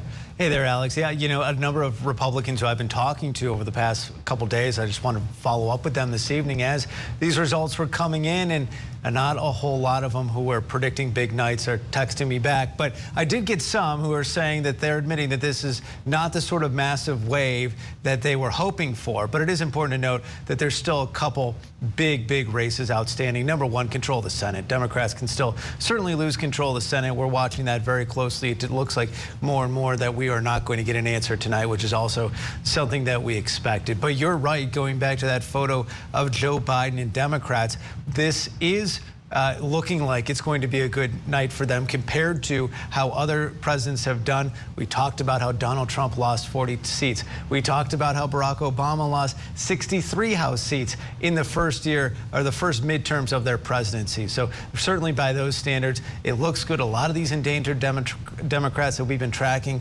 over the course of the midterms are doing better than expected tonight. But again, a lot more results to go, but there's certainly a lot of optimism among Democrats tonight. Are you at all surprised at where we are right now? I mean, given just inflation, the economy, and how big those 2 key issues really have been, the overall approval rating for President Biden as well, and other Democratic candidates? Yeah, it's going to be really interesting to see what is motivating voters when we get a better picture of the data. We talked about that Abigail Spanberger race, and I don't want to keep harping on it, but it is one where she really painted her opponent as abortion extremist, and played some of her old comments. Her opponent had said some really what we consider extreme things about reproductive rights, and that was playing in. I know that for a fact because I live in D.C. I saw this ad a jillion times, and you have to wonder if maybe the polling didn't pick up some of the motivation that was still there for the issue of reproductive rights and abortion rights, because the narrative with that was that it was waning as we got into the fall. But maybe there just was some data that wasn't being picked up in all these polls that we look at and analyze so much. All right, Andrew, thank you. Thanks. This is why we cover elections, and this is why people vote. They go to the polls because their voices matter. Nowhere do their voices matter more than in the tiny town of Uvalde, Texas. We have been following the story now ever since that massacre there. Right now, we're getting results in a race that we wanted to follow, the commissioner's race. Axel Tercios is there. Axel, bring us up to date. Del, this time we have a winner here in Uvalde for this important local race here in this community, if not the most important for all of the people in Uvalde, for the county commission precinct number 2. Right now, the county has reported the 16th precinct with 7,987 ballots casted. The incumbent Mariano Vargas has been reelected with 45% by voters here in Uvalde. The writing challengers, Javier Cáceres, who is the father of one of the children who died in the shooting, obtained a little bit over 15% of the votes. Diana Alvedo Carao, a retired administrative assistant, obtained a little bit over 4%, and Julio Valdez, a local business owner, 34%. Why was this local race so important? Well, at the time of the shooting, Mariano Vargas was the acting police chief, and nearly 2 months later, he was suspended from that position after an investigation found failures in the response of the police to the shooting. Also, just minutes ago, this whole area right outside of the Uvalde County Elections Administrator's office, and also the Uvalde Leader News, one of the local media outlets here, it was filled with people, members of the community, waiting anxiously to learn the results. Here on this whiteboard, we were also able to see some of the reactions, their frustration and anger after learning the results tonight. Also, some of the parents of the children taking to social media to show their frustration and disappointment of the results. Mariano Vargas kept this seat for 15 years. Now he has been reelected. Also, we have seen firsthand parents and family members of families of the victims, rallying locally, taking their fight, looking for answers after this tragedy to our nation's capital, to fight answers and to ask for change in gun policies. Of course, tonight, this is something for so many people in the community that were not expecting. They were expecting to see some change at this county commission seat, but that did not happen tonight here. Axel Tercios for us. Axel, thank you very much. So many times you hear people say, we will not forget you. We wanted to make sure here at Newsy, we did not forget Uvalde. And we did not forget you, by the way. Happy birthday, Axel. All right, Georgia Senator Raphael Warnock is speaking right now in a tight race with Herschel Walker. Let's listen in. Listen, we always knew that this race would be close. And so here, that's where we are. So y'all just hang in there. I'm feeling good. I do. I feel good. And just hang in there and enjoy one another. I'm with you. And we know how much is at stake in this election. So thank you for being with me, and I'm grateful that we are together every step of the way. And if you can hang in here for just a little while longer, we'll come back and say some more.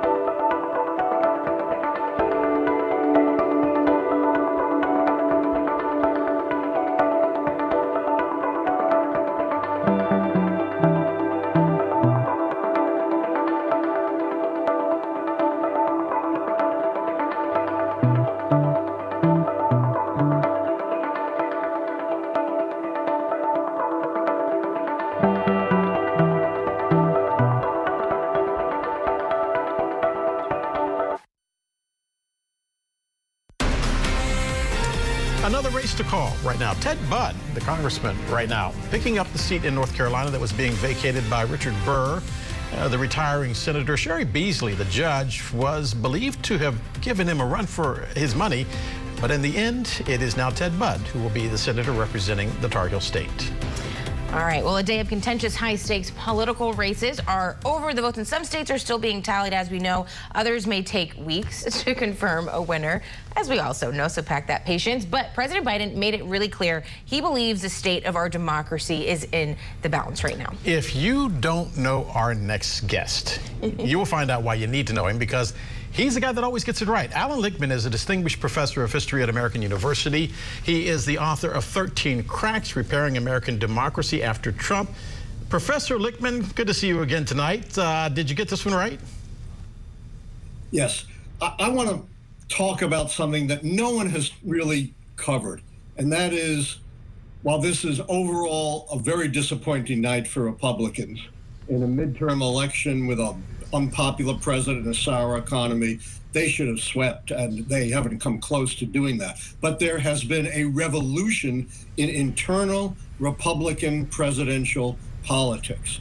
Donald Trump endorsed election deniers have been losing across the board. Mastriano in Pennsylvania, Bolduc in New Hampshire, Cox in Maryland. It looks like Lake in Arizona is going to lose. Meanwhile, his major rival for the 2024 Republican presidential nomination, Governor Ron DeSantis of Florida, has won in an absolute blowout. I think this upends the race for the Republican nomination for president, and we may soon see a new frontrunner. That's critical tonight.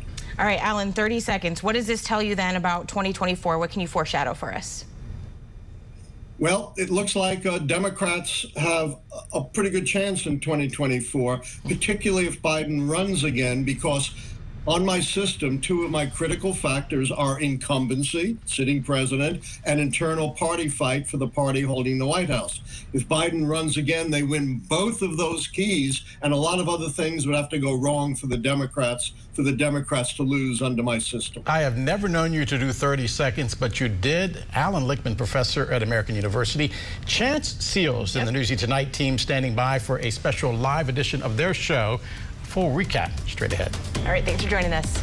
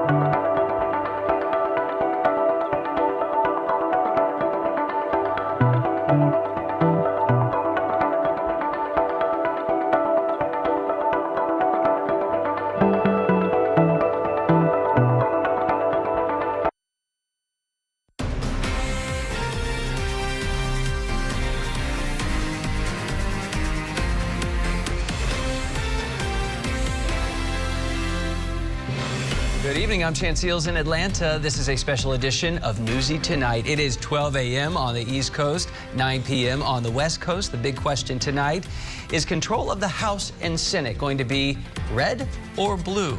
Here's where we stand right now. In the House, the balance of power, Democrats have about 115 seats at this very moment. Republicans, they've snagged 165, but they need to get to 218 to be in charge of that chamber.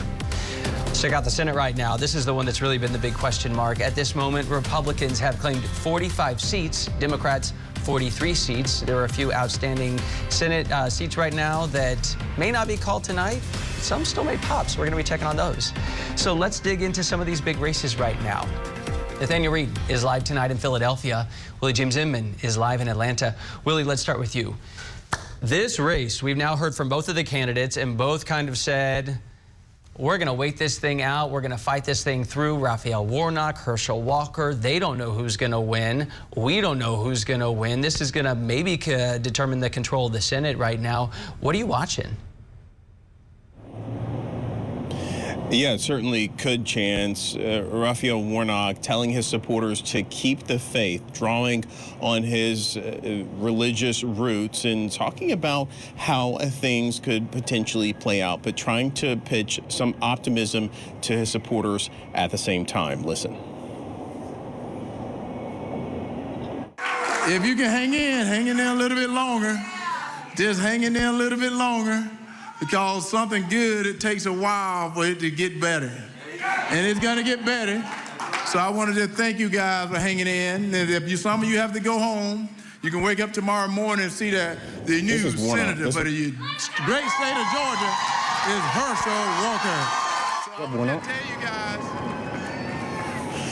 And that's Herschel Walker there, who spoke to his supporters about an hour or so ago. Senator Raphael Warnock also speaking to his supporters as well, trying to pitch some optimism their way. He said that this race could always be, it was always expected to be a close one. I think we have that sound if we could play it for our viewers as well. We always knew that this race would be close. And so here, that's where we are. So y'all just hang in there. I'm feeling good. I do.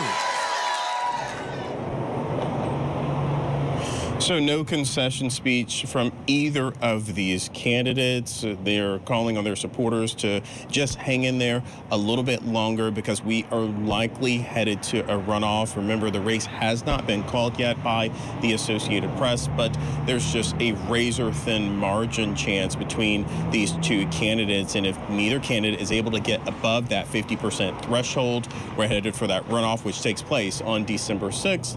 But early voting could start pretty soon, in fact, next week. So the campaigning could begin if we don't see that those results come in where they win outright. That campaigning could likely begin tomorrow and in the coming days. A return trip to the ballot box. But hey, let's talk about the governor's race here in Georgia also, Willie, because a rematch was on the books. 2018 rematch. We had the incumbent governor, Brian Kemp, Stacey Abrams. She has bowed out, right? What'd she say? Yeah, she's in fact conceded to Brian Kemp, the incumbent Republican governor. Now, I'll note that the Associated Press also hasn't made a call in this race, but Stacey Abrams is bowing out of the race. She says that she will continue to fight for Georgians. She noted the millions of people that have come out to support her in this second run for the governor's mansion here in the Peach State, and she had this to say. Listen. It is good to be here in this moment, surrounded by your love and support. And let me begin by offering congratulations to Governor Brian Kemp. So a short and sweet speech coming from Stacey Abrams, a woman who has sought the governor's mansion twice, not successful in this bid. Now, note, there has been a significant margin between Kemp and Abrams, closer margin between Herschel Walker and Raphael Warnock, as I mentioned, and that's likely because some voters are splitting their tickets. They're looking at what Governor Kemp has done with the state. He's promised in his campaign speech, his congratulatory speech to his campaign, he's promised more tax cuts for Georgians, and that's certainly something that a lot of voters were looking forward to. In fact, some voters that I spoke to said that's something that they really supported Kemp on. So a congratulations speech for him, but again, the Associated Press hasn't called the governor's race just yet, Chance. And Stacey Abrams in the past faced criticism for not more explicitly conceding. Tonight, she did that, and early on. Willie James Inman in Atlanta, thank you. Let's bring in the other big question mark of tonight, Nathaniel Reed in Philadelphia. Nate, how long could it be before we know the outcome of Pennsylvania Senate race? It's a bitterly cold night, but a hotly contested race. And look, this is one that we're just going to have to continue to wait for some of those results to continue to pour in. According to the Pennsylvania Secretary of State, 1.4 million early ballots were requested here to be submitted by mail. By noon today on Election Day, about 80 or so percent, a little bit more than 80% of those had been returned. It's going to take a while for those to be processed and counted, and we still don't know the results. Pennsylvania's U.S. Senate race might be one of the tightest races in the nation, and the count isn't over yet. Ballot counting operations in Philadelphia fired up early on Election Day, but state law prevented counties from tabulating many of the over 1.4 million mail-in ballots requested statewide before polls opened. On the ballot for the U.S. Senate seat being vacated by Republican Pat Toomey, Trump-endorsed Republican Mehmet Oz, and Democratic Lieutenant Governor John Fetterman. Fetterman, who suffered a stroke days before the Senate primary in May, is still recovering, and some voters weren't sure he's up to the task. Fetterman can't even speak. What's Fetterman going to do when he has to stand up there and give a speech and bring money back here from Washington when he can't even speak? But Oz faced allegations of carpetbagging as a longtime resident of New Jersey who only recently moved to Pennsylvania. Oz is not from the state. He's a snake oil salesman, and I don't trust him at all. As we await the vote count, some background. In Pennsylvania, there were over 500,000 more registered Democrats than Republicans, and Democrats spent the days before the election trying to turn out their voters. Fetterman appearing alongside local political leaders at a canvass kickoff in northern Philadelphia on Monday. I'm very concerned that we will get the vote out that we need. And I think you can see from here that the people are really committed to voting. Meanwhile, Republicans motivated to boost Oz's bipartisan credentials, recruiting moderate Senator Susan Collins of Maine to stump for Oz at a business roundtable the weekend before Election Day. We need people who are willing to cross party lines. We need people who will work together to solve problems. His background as a physician makes him extremely well qualified to do just that. Which of these closing arguments will prevail is still up in the air. The count for this closely watched race is still ongoing in a state where President Biden narrowly won in 2020, but is now unpopular with voters. He is a loser. He's done nothing. He's messed up the whole thing, and he's blaming everybody else. And let's rewind 2 years. Remember, back in 2020, President Biden won the state by just 1 point, but Chance, it took 4 days for some of those results to actually make their way back across the Commonwealth of Pennsylvania. The Fetterman campaign warning reporters earlier this week in a campaign memo, it could be some time before we see the final results. Wasn't just expectation setting, that turned out to be reality. Nathaniel Reed, Live Tonight in Philadelphia, thank you. So what will the focus be for Democrats and for Republicans going forward? Now that the red wave seems to still be out to sea, we get some of the questions answered from people involved in all this right after the break.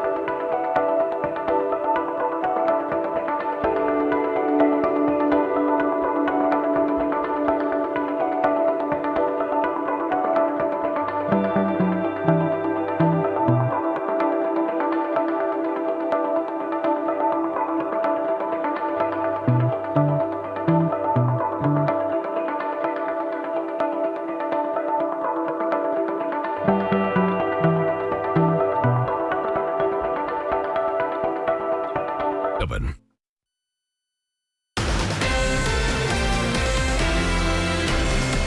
It's been quite a night already, but even with the polls all closed, the election is not quite over yet. Clayton Sandell has been keeping tabs on the highlights this evening as they unfold. Clayton, what are the headlines?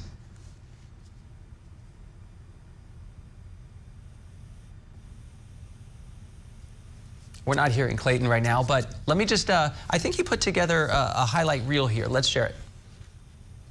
Election night 2022 may be over, but in many places, the counting continues, with control of Congress hanging in the balance. In Pennsylvania, still a toss-up in the closely watched Senate race between Democrat John Fetterman and Republican Mehmet Oz. In Georgia, Republican Herschel Walker and Democrat Raphael Warnock are still slugging it out in another tight race. I want to tell y'all, if you can hang in there a little bit longer. In Florida, Republican Governor Ron DeSantis won a second term, potentially putting him on a path to the White House in 2024, and a possible collision course with former President Donald Trump, who is expected to run again. We did not back down. We had the conviction to guide us, and we had the courage to lead. We made promises.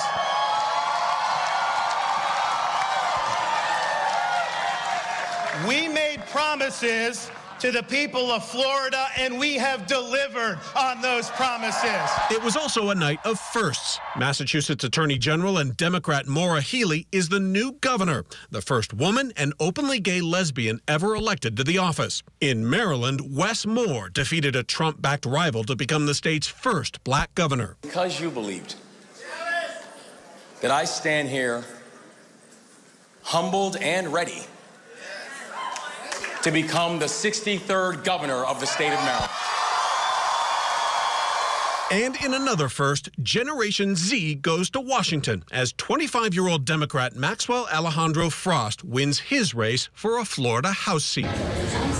Across the country, elections seem to go smoothly with few reported problems. But in Arizona's Maricopa County, glitches with voting machines drew unfounded claims of fraud from former President Trump. There's a lot of bad things going on. But the Republican official in charge of the election says the problems were fixed and every vote will be counted. If they want to try and challenge the voters of Maricopa County, what they've decided, if they want to challenge the election workers, that's fine. We'll take a look at everything here. People want to go to court, they can go to court. But we've got to get to a point where we have a finish line. Trying to reach that finish line. And Chance, this was not only one of the hardest fought midterm elections, it was also the most expensive. The nonpartisan election watchers at Open Secrets say spending by candidates and political committees projected to exceed $16.7 billion. Record-breaking big money here, Chance. Word. Clayton Sandell live tonight in Denver, and some firsts at that finish line tonight. That's always fun to see some history being made. Thank you. So what are both parties saying now about the night, how it's played out thus far, and the strategy going forward, given what we're seeing? Let's bring in Bree Maxwell, a Democratic strategist and former political director for Jamie Harrison's Senate campaign in South Carolina, and also Matt Gorman, Vice President of Targeted Victory and former NRCC comms director, otherwise known as a conservative here. So Matt, let me start with you. There was all this talk of a red wave. Maggie Hassan, I was just looking at her numbers in New Hampshire. It's like she has 55%. She blew it out. Was this all overhyped? You know, look, it seems like more of a rightward nudge, so to speak. You know, I think the jury's still out on the West Coast. Nevada, I think, looks pretty good for us, particularly in Clark County. We're hitting our numbers, exceeding our numbers. Adam Laxalt is pretty well positioned there. Georgia seems to be going to a runoff, so we might be seeing a redo of 2020 where the Senate majority comes down to the state of Georgia in a runoff. So, look, I think the jury's still out. Certainly wasn't a red wave, but, you know, I think we're well positioned to take the House. Okay. All right. More modest than we began the day with from many Republicans who said, we're going to do this thing. So, Bree, we heard so much about crime going into tonight. This was going to be the factor that really galvanized people. They thought, I'm not safe. I got to go vote for a Republican. Did it actually drive the vote? You know, I guess it depends on where you are, if whether it did drive the vote. Locally in South Carolina, I will definitely say it did. Crime was on the ballot here. This is one thing that our governor campaigned on. That's one thing that a lot of other people campaigned on.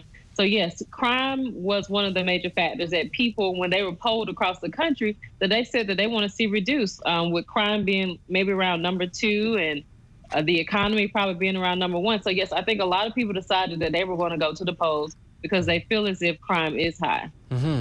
Matt, Governor Ron DeSantis in Florida, he won early, he won decisively, and he pulled strong Hispanic support.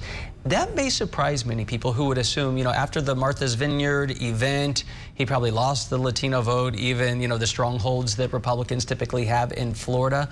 What would that tell us, if anything, about the future of Hispanic voters and people like DeSantis? Well, look, for years, Democrats said that demographics were destiny and that they were destined to win a larger percent of Hispanic votes, and that was going to be their path to victory.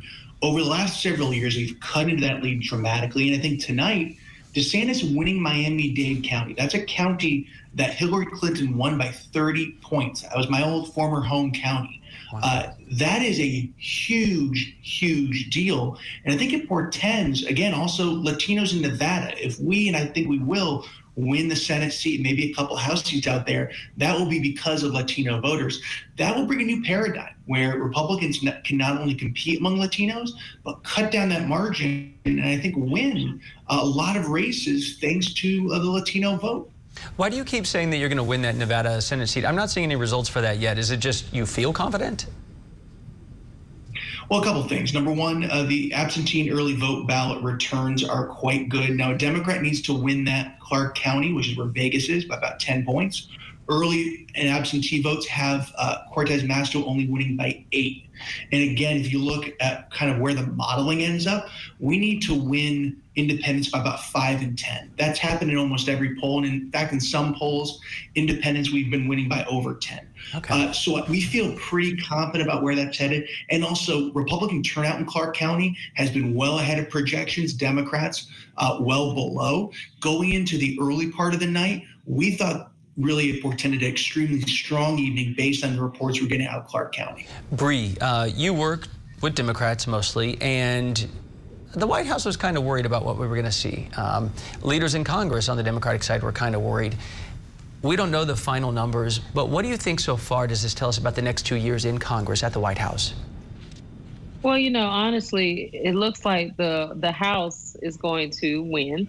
The Senate is still a little bit up for grabs, but as I was telling someone earlier today on local TV, that listen, what's probably going to happen is if the Republicans win the House and the Democrats keep the Senate, then we're probably going to be at a standstill for the next couple of years. But if this is the case, then it probably opens up the door for maybe a Trump victory in 2024. But, you know, right now it's still a little too early to tell. But in order for us to be able to not be at a standstill going towards the next 2 years, we have to make sure that we are using the art of bipartisanship and that we are working together across the lines. We can't just be extremely partisan going forward. Some of your answers, Bree, are surprising me. The lost art of bipartisanship. But again, you know, coming from South Carolina, again, that's what so many people are wanting to hear right now. Let me take that spirit and extend it to you, Matt, bipartisanship. Because not a lot of people are that hopeful that, let's say Republicans take the House, let's say Democrats keep the Senate, that suddenly they're going to say, here's where we have common ground. It might be just, I'm going to say no, no, no, no, no. Do you see an opportunity there to actually make something happen? Well, let's be honest with ourselves here. Tomorrow starts the 2024 presidential campaign. 2022 is over, so now we've already heard machinations from President Trump. Within the next few days, if not by right after Thanksgiving, Joe Biden's going to need to tell the world his intentions, whether or not he chooses to run again, and he might unleash a very contested, and I think no holds barred, Democratic primary, to say nothing of Ron DeSantis, Mike Pompeo, and others that might jump in. So look, you know, it's less candidly about what's going to happen in Washington, but also what's going to happen in the streets of New Hampshire and Iowa and South Carolina. Candidly, that will be the story, I think, that will come out of this in the next couple of days and, quite frankly, the next couple of years. So, Bree, final question here then. What do you think actually motivated voters to go out to these polls. We see some people in Michigan still waiting outside tonight. It's 12:20. What do you think actually got Americans to the polls? Honestly, I just think it's messaging. It just goes down to something as simple as messaging. It's the talking points that the candidates had. Is what they campaigned on. Such thing when polling was coming, when people were doing polling, one of the major things that people were polling for was the economy. You know, everything is too high right now. Gas is too high. Inflation. We may be headed towards a recession. Pocketbook issues, meat and butter issues. So it's just things that people want to get back to. Can I put a finer point on that? Money. Can I put a finer point on that? Did abortion in the end, we were told this was going to be everything. Then we were told people really don't care that much. It's not polling well. Did abortion actually end up being a stronger motivator than we thought? If the Supreme Court decided last week and we were voting today, it may have had an effect on it. But I believe abortion had an effect on it a long time ago, but not as of right now, because going back to polling, abortion wasn't even one of the top 3 things. It was mainly the economy, inflation, and crime. Okay. I know the polling didn't say it. That's what I was wondering if you were going to say, but reality tells a different story. You guys, I really enjoyed this. Thank you so much for being reasonable discussants on these issues right now as things are still shaping up. Democratic strategist Bree Maxwell, VP of Targeted Victory, Matt Gorman. Thank you both. And we do have another winner to announce this hour here on Newsy. We now have a winner in the Pennsylvania governor's race. This is as expected with 82% of the vote counted. Josh Shapiro, the current AG and future governor, has won this race, and he will take the reins in Pennsylvania.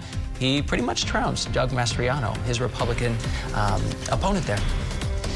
We also have some critical races still undecided tonight. We don't want to leave those out. They could be uncalled for days. Next, we head out west. An update from Arizona and Nevada.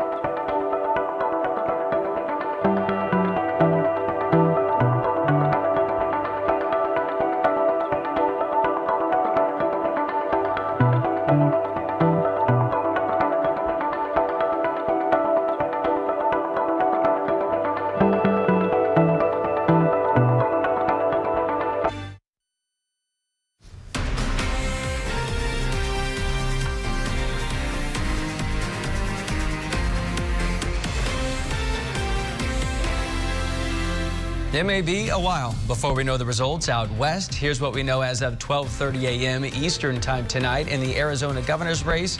This is where things stand with 48% of votes counted. Katie Hobbs, the Democrat, still with a large lead over the Republican Kari Lake, who's become something of a GOP star and a Trump favorite. Again, we are not even halfway counted so far, but the Democrats in the lead. Joining me now is Newsy national correspondents Eddie Guajardo and James Packard. James, you're in Las Vegas tonight. The first Latina elected to the U.S. Senate is defending her seat tonight. We just had on someone associated with her opponent's campaign who said he says he's confident the Republican's going to take this seat. And then we have the governor's race. Right now, there's a Democratic governor. He's seeking re-election as well over a sheriff of Clark County. Polls have been closed for a couple hours now. Results are scant, to say the least. What's the holdup? Nowhere to be seen, Chance. We have been reaching out to the Secretary of State's office for an estimated time of arrival on some of those numbers, and what they had told us was to expect them about 10:30 p.m.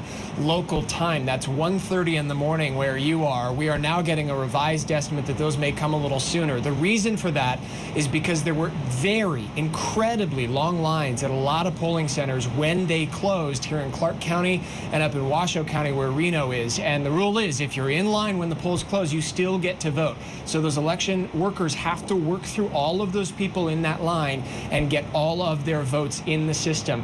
Then the results start getting released, and that may come here sooner rather than later. That will start to give us an idea of where some of this energy is headed tonight, but we still won't know a definitive picture because we're going to have to wait for a lot of those mail-in ballots to be counted, and we have heard from officials already that they don't have enough workers to start getting to a lot of the mail-in ballots that were dropped off today until later this week, possibly not until Thursday. We are watching that critical race. Catherine Cortez Masto, who is trying to defend her seat against Republican challenger Adam Laxalt.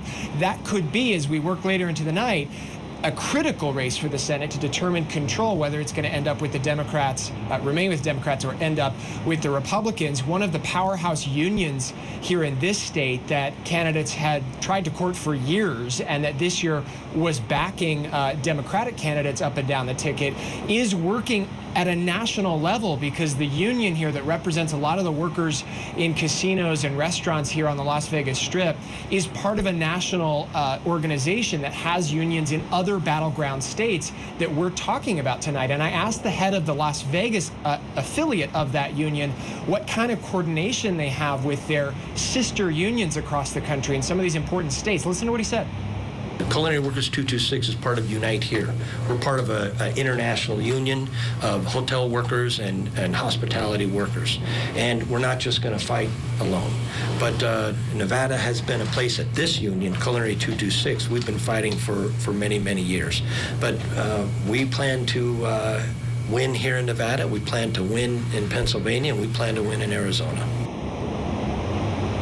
Well, Pennsylvania and Arizona are critical states that we are watching tonight too, Chance, and we're already seeing in part some of the results of some of that kind of organization. It should be minutes now before we start to see numbers roll in here in Nevada. We'll see what kind of impact it's had here. Keep us posted, James. All right, Addie, let's talk about races in Arizona. Two biggies there. Governor and Senate are still undecided, and we seem to be stalled out at that 48% counted mark.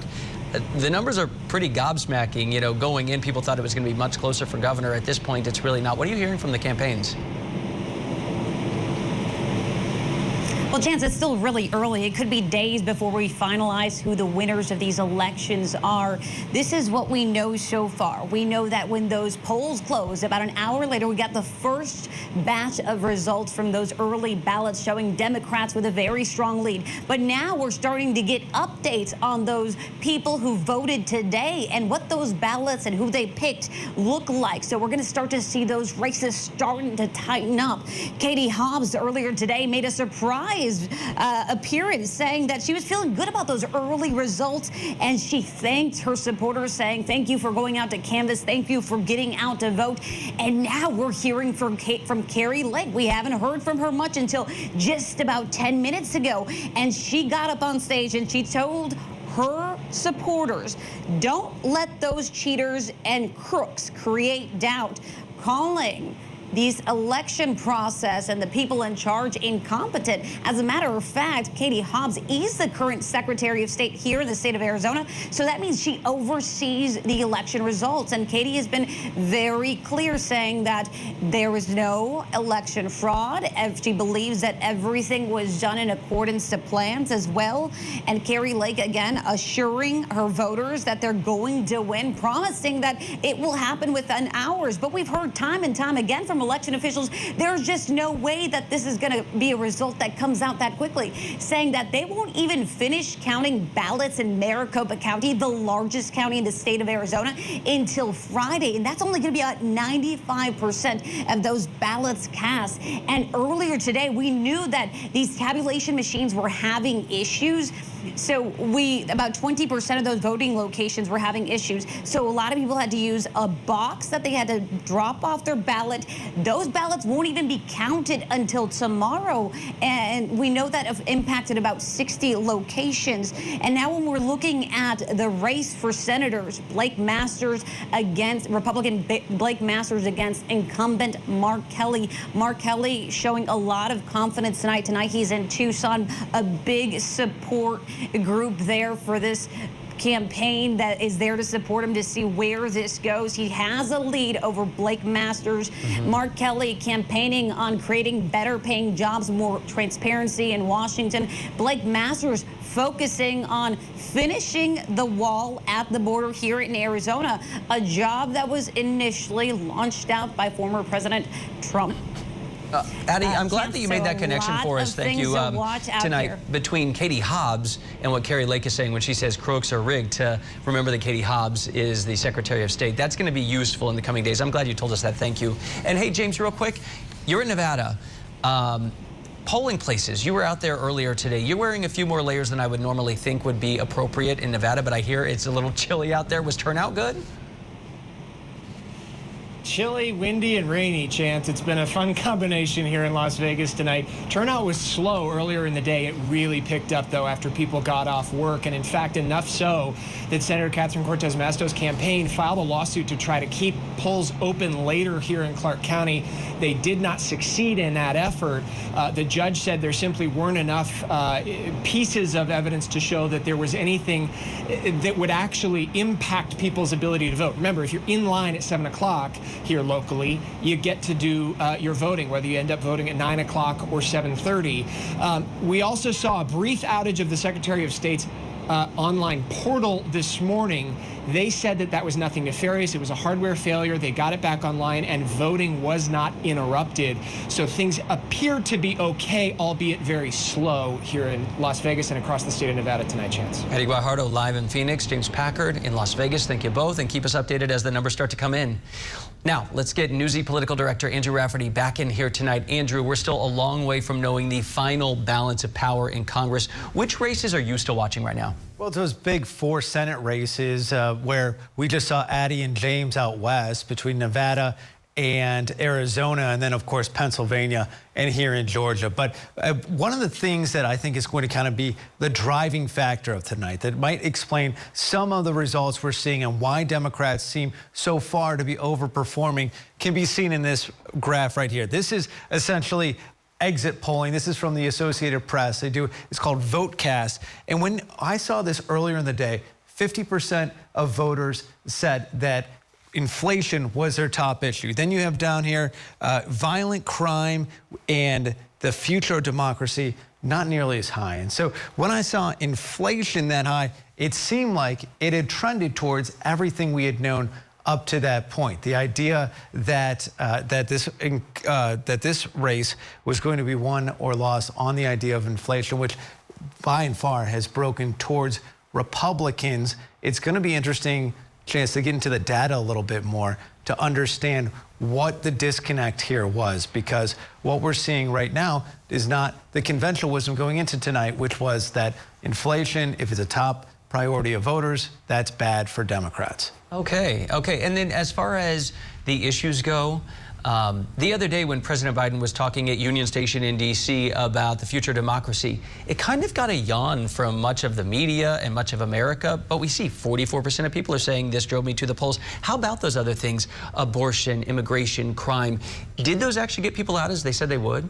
Well, it's interesting. You heard from defenders of the president for going out and making that speech, in that it's not a speech for those people who are independents or undecideds or thinking about whether or not to vote. That was a speech aimed at re-energizing the base, the people who are generally Democratic leaning, but weren't really that excited about whatever candidates were on the ballot and wherever they lived. And that this was an idea that it was really going to push them out, just to remind them what's at stake. You might not love the Democrat on your ballot in your district, but you're going to have some real problems if you choose the Republican. That was essentially the message from Joe Biden. But you're right, the Supreme Court, and the question really is here, whether Roe versus Wade, it's not just the Supreme Court, and still a quarter of voters saying it is a top concern. That's higher than I thought it'd be. Newsy political director Andrew Rafferty, appreciate it. We're going to finish with you later on tonight. Thank you. Still ahead, we are in Michigan, we're in Ohio, where one governor's race is called, the other still has a ways to go. Where votes stand right now in both states, next.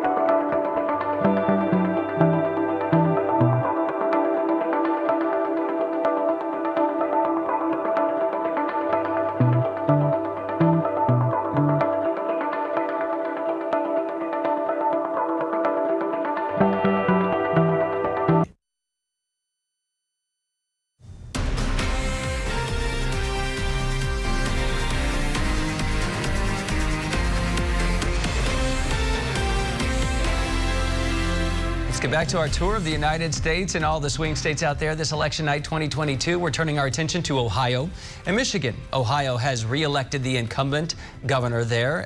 In Michigan, the results could take up to 24 hours apparently. So that's where Democratic incumbent Gretchen Whitmer is up against her Republican rival Tudor Dixon. At this moment, 57% of the votes counted, and Whitmer's up by about 4 points at this time. And like I said, in Ohio, the Republican Mike DeWine, he's very popular there. He easily won re-election. It's been called with about 63% for him right now. Also in Ohio, the highly contested Senate race, J.D. Vance, he ended up taking the win, and he did that pretty easily as well. A little better than projected. Joining me tonight to talk through some of this stuff is Newsy Justice correspondent Jamal Andrus, live on the ground in Cincinnati, Ohio, and Newsy National correspondent Maritza Giorgio, live in Detroit. Maritza, let's start with you, because a major decision for Michiganders was on the ballot. People were waiting around blocks through the night, and that's about abortion. How did that go? Yeah, well, right now, we just still don't know. It's passing with an edge right now, but the night, or are we in the morning chance? I'm not quite sure. It's still pretty young. Remember, a yes vote on this is a vote to enshrine the right to reproductive freedom in the Michigan state constitution. But these results are not even close to final. The Secretary of State's office says they hope to have final numbers with 24 hours of those polls closing. They hope to. Now, the Secretary of State says 2 million absentee ballots were cast in this election. That is a record. As of 8:30 tonight, about 1.8 million of those had been returned. That is going to delay final results here because it just takes longer to count all of those absentee ballots. And no doubt one of the big reasons, one of the big things driving people to cast ballots in this election here is this referendum on the ballot that would enshrine the right to abortion. Listen to what some voters told me today. Every one of the candidates must have some example of being pro-life. That's first and foremost. It's not so much about abortions. It's about our rights to do what we have with, our bodies. I am against Proposal 3. There's no reason to put it as part of the Constitution, and I support life. Well, I think everybody has their own choice, and that's why I look at their own choice. You can't determine other people's choices in their lives. We know more than 15,000 people registered to vote today in Michigan. One election worker told me she knows of people who haven't voted in decades, but this one issue is what brought them back out to the polls this year. Wow, very similar to what we saw in Kansas. When it's on there so blatantly, it really seems to get people out there. All right, Jamal, you're in Cincinnati tonight. In Ohio, elected the Republican J.D. Vance for the U.S. Senate seat. What is he hoping to accomplish? Because he was a well-known national figure even before this. He's been known for talking up crime as a big issue. He's also trolled, Democrats and liberals. What does he want to get done? Yeah. Well, you mentioned crime there. Crime has always been a big part of his campaign, as well as the Republican Party more broadly. During that rally on Monday with President Trump and J.D. Vance, he covered a lot of ground, things like drilling in Ohio, border security, inflation, but crime was a big issue there as well. And he talked about some mainstream criminal justice reform things that matter to him, things like rolling back particular bail reform in this state, protecting qualified immunity, and providing even more funding for law enforcement. Now, I think it's important to mention crime is local, and so is criminal justice reform. So there are things like the Ohio State Supreme Court and the race there that could have a more immediate impact on Ohioans. But as we look at Republicans having such a big night here in Ohio, from the governor to the Senate,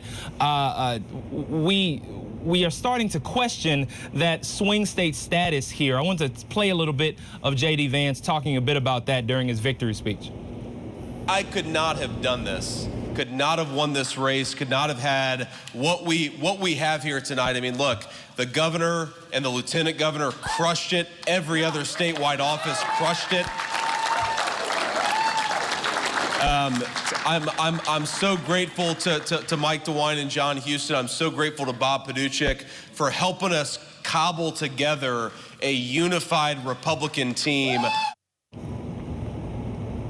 two that in history is on Republican side here in Ohio. Ohioans have elected Republicans in 8 of the last 10 governor races, and President Trump obviously won here by 8 points in both 2016 and 2020, Chance. And then you have Sherrod Brown, seems to take it every 6 years, so he's kind of a standout, I guess.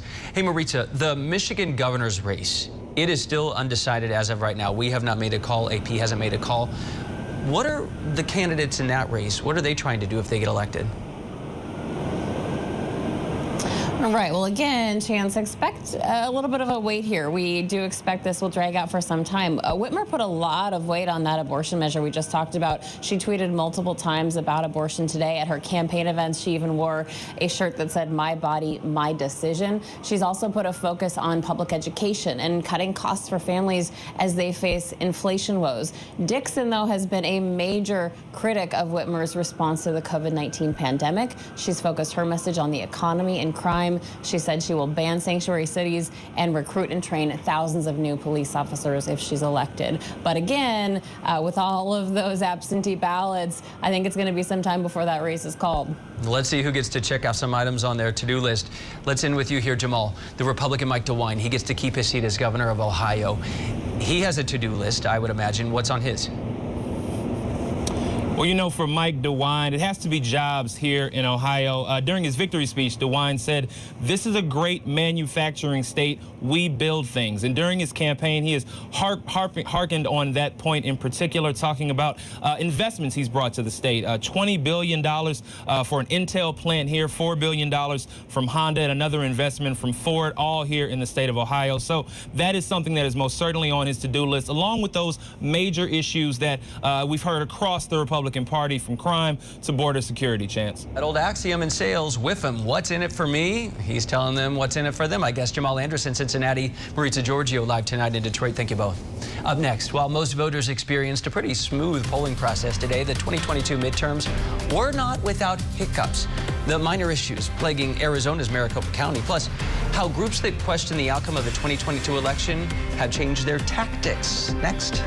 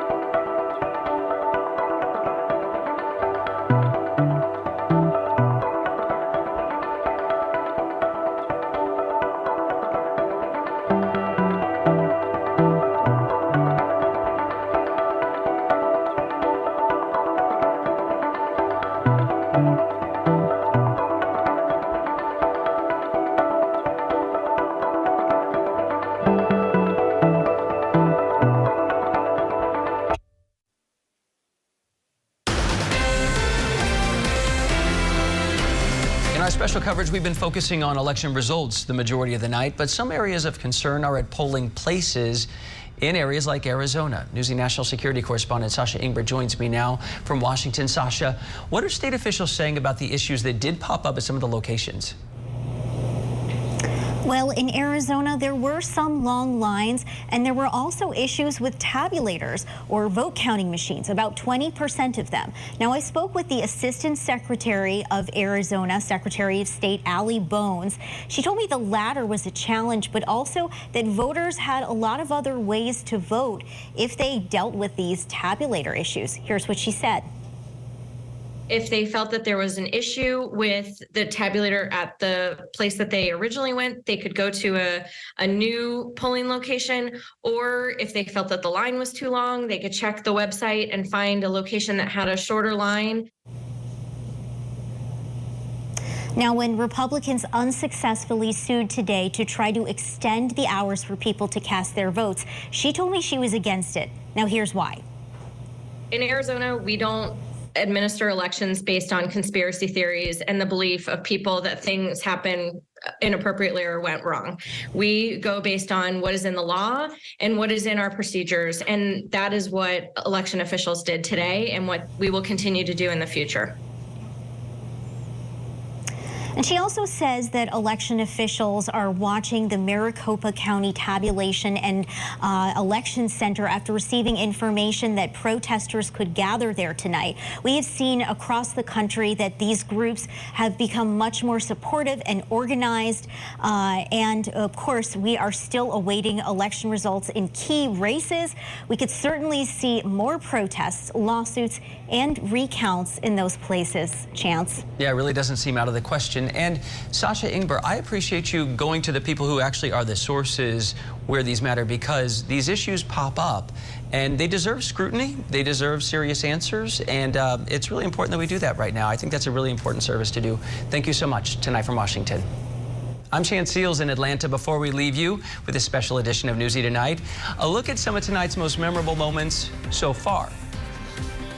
Good morning, everybody. On this Tuesday, November 8th, it is Election Day. You see behind me, there is already a pretty significant line here. This election has the potential to significantly impact the next 2 years for President Biden. Now, this is expected to be a close, tight race, and Georgia could likely determine the balance of power yet again in the final hour. Tonight on Newsy, you will see real-time results. We made promises to the people of Florida, and we have delivered on those promises. Governor DeSantis, to you and your family, I wish you only the best, and I wish the best to my fellow Floridians. We're on the cusp of a new generation of leadership in this Republican Party. No, this election might be over, but that fight is not over.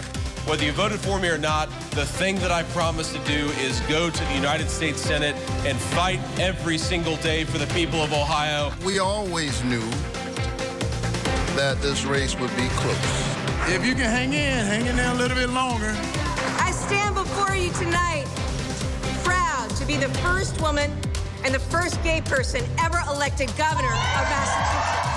And while I may not have crossed the finish line, that does not mean we will ever stop running for a better Georgia. When all the ballots are counted, we believe we will win this race.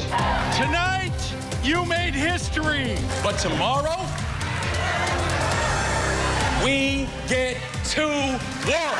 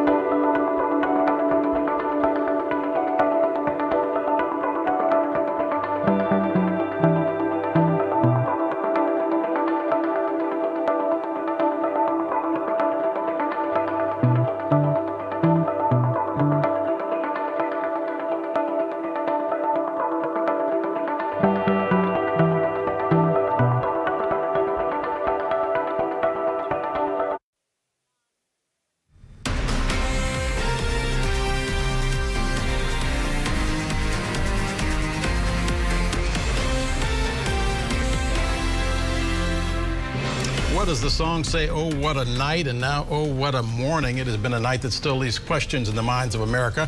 Questions about the fate of Congress, questions about what happened to that red wave that seemed imminent, questions about whether the Republicans will take the majority in the House or the Senate. I'm Del Walters alongside Newsy's political editor, Andrew Rafferty. You and I have been here now since 6 o'clock East Coast time, and we're going to be here for a long time. It seems like it, Del. Let's get you caught up on some of the results that are coming in so far. At 1 a.m. Eastern time, right now, the Senate balance of power. If you went to bed last night thinking that something had changed, it did not. We are exactly where we were 24 hours ago, and it looks like right now it is going to be a while before anything changes. Right now, take a look at it. The Democrats, 45 seats, 46 for the Republicans. There are seats that may be called within this hour. We will keep you posted on that. As far as the House is concerned, take a look at the map here, and keep in mind with regards to the House, all 435 seats were open.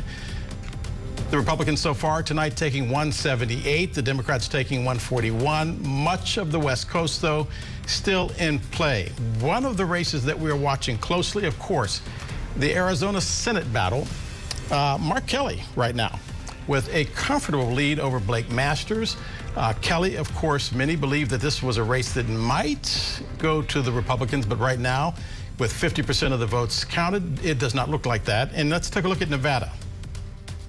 Nevada right now, Catherine Cortez Masto. This was the one that everyone wondered whether or not Adam Laxalt would be able to pick up this seat, but 35% of the votes counted. A long way to go in Nevada. Many votes still have yet to be counted. This is the one, though, that everybody will be talking about, not only tonight, tomorrow, probably all the way through December. The Georgia Senate race, it was expected to be close. It is exactly that. Raphael Warnock not cracking the 50% mark, neither did Herschel Walker. 96% of the votes in. Chase Oliver, who did not want to be a spoiler in that race, now appears to be doing exactly that.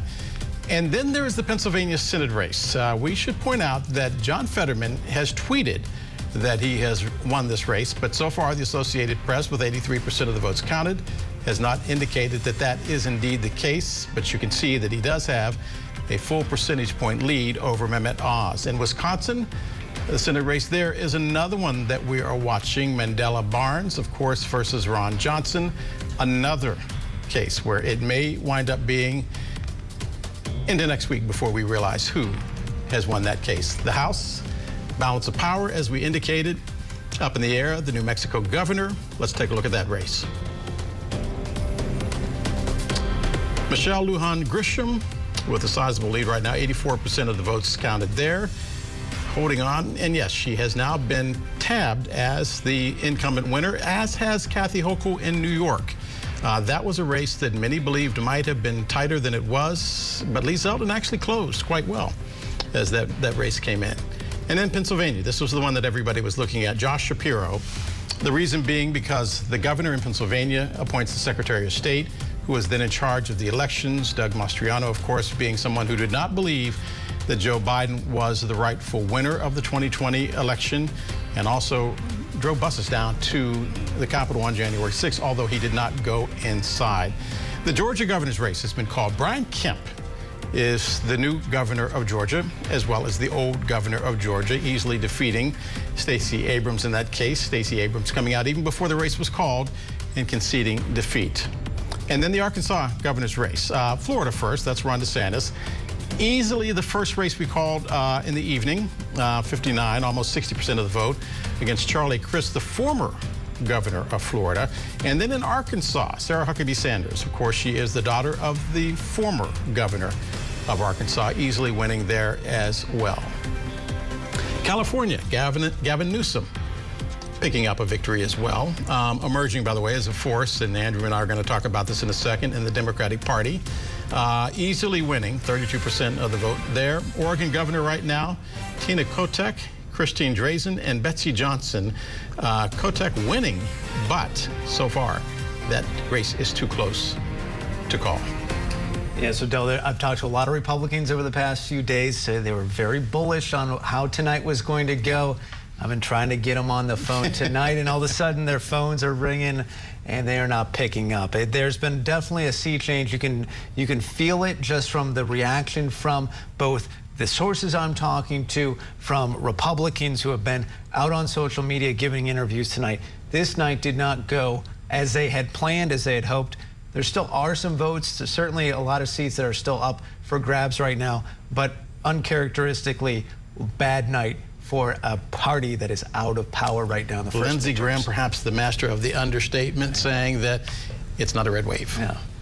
It has been a night of very fast-moving and major developments. Clayton Sandell has been following all the major movements for us. He is live in Denver. Clayton, what's standing out to you tonight? Hey, Dale, good morning. Yeah, it's a big night in politics now stretching into morning, and while many races are still not decided, the night has seen Republicans fighting hard to break Democrats' hold on Congress. And as we've been saying, the party that traditionally wins the White House goes on to lose ground in the midterms.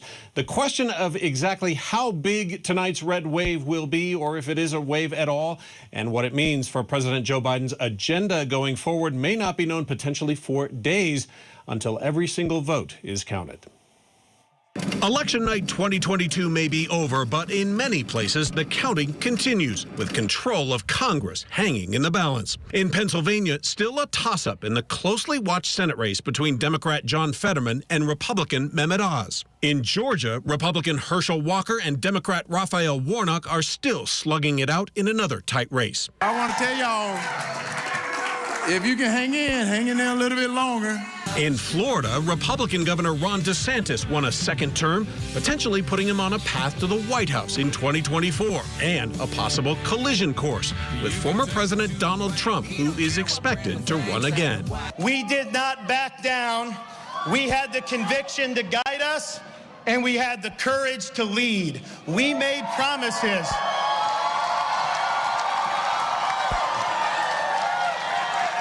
We made promises to the people of Florida, and we have delivered on those promises. It was also a night of firsts. Massachusetts Attorney General and Democrat Maura Healey is the new governor, the first woman and openly gay lesbian ever elected to the office. In Maryland, Wes Moore defeated a Trump-backed rival to become the state's first black governor. Because you believed that I stand here humbled and ready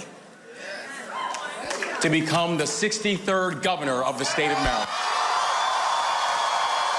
And in another first, Generation Z goes to Washington as 25-year-old Democrat Maxwell Alejandro Frost wins his race for a Florida House seat. Across the country, elections seem to go smoothly with few reported problems. But in Arizona's Maricopa County, glitches with voting machines drew unfounded claims of fraud from former President Trump. There's a lot of bad things going on. But the Republican official in charge of the election says the problems were fixed and every vote will be counted. If they want to try and challenge the voters of Maricopa County, what they've decided, if they want to challenge the election workers, that's fine. We'll take a look at everything here. People want to go to court, they can go to court. But we've got to get to a point where we have a finish line. And tonight, issues like high inflation, abortion, and concerns over the state of democracy were big on the minds of voters as they cast their ballots. And this was not only one of the hardest fought midterm elections, it was also one of the most expensive. The folks at the nonpartisan Open Secrets say spending by candidates and political committees projected to exceed $16.7 billion. Del? Clayton, before we let you go, lay out the landscape for us in Colorado where you are. Yeah, so the night went mostly as expected. Democratic Governor Jared Polis has now won re-election. So did Senator Michael Bennet. But that there is a potential upset in the making. Congressman Lauren Boebert, bombastic pro-Trump, pro-gun congresswoman who is running for re-election. She was widely expected to win her race, but currently she is down about 8,000 votes. Only about 80% of the vote has been counted, so there are still some votes to be counted, but it is a race we'll be watching closely. Del? Clayton Sandell for us in Denver. Clayton, thank you very much. We have correspondents, by the way, who are wiping the sleep out from underneath their eyes right now because the night has now gone into the morning. We have Willie James Inman in Atlanta, Nathaniel Reed is with us in Philadelphia. Addie Guajardo is in Phoenix. And in Cincinnati, we have Jamal Andrus. So let's go to Georgia. Willie James Inman is in Atlanta tracking the governor and the Senate races there. And let's just say on the Senate side, Willie, it is tight. Yeah, it certainly is, Adele. We could potentially be heading for a runoff between the two candidates, Herschel Walker, the Republican challenger, and Senator and incumbent Raphael Warnock. Both of them spoke to their supporters, saying that essentially they expected this to be close. And I think we have some sound that we can play from both campaigns. If you can hang in there a little bit longer. Just hang in there a little bit longer, because something good, it takes a while for it to get better. And it's gonna get better. So I wanted to thank you guys for hanging in. And if some of you have to go home, you can wake up tomorrow morning and see that the new senator for the great state of Georgia is Herschel Walker. And Senator Raphael Warnock, I want to sum up what he said to his supporters. He essentially told them to keep the faith. He said that he expected this race to be close, and he didn't give a concession speech. In fact, just like Walker, he essentially said that the path forward is a little bit unknown, but that they expect to come out on top when we see most of the votes come in. Del? Willie, if anything about Georgia can be said, it is that the polls were accurate. They said that this race between Warnock and Walker would be a percentage point. Tell us about the governor's race. It also seemed to follow the script. Yeah, it certainly did. I mean, the polls were literally neck and neck with Warnock and Walker, with neither of them getting over that 50% threshold. And the polls between Kemp and Abrams range anywhere from 5% to 7 or 8% spread between those two candidates. And we really saw that play out here tonight. And Abrams, she conceded a victory to Kemp earlier tonight when she spoke to her supporters. Listen. It is good to be here in this moment, surrounded by your love and support. And let me begin by offering congratulations to Governor Brian Kemp.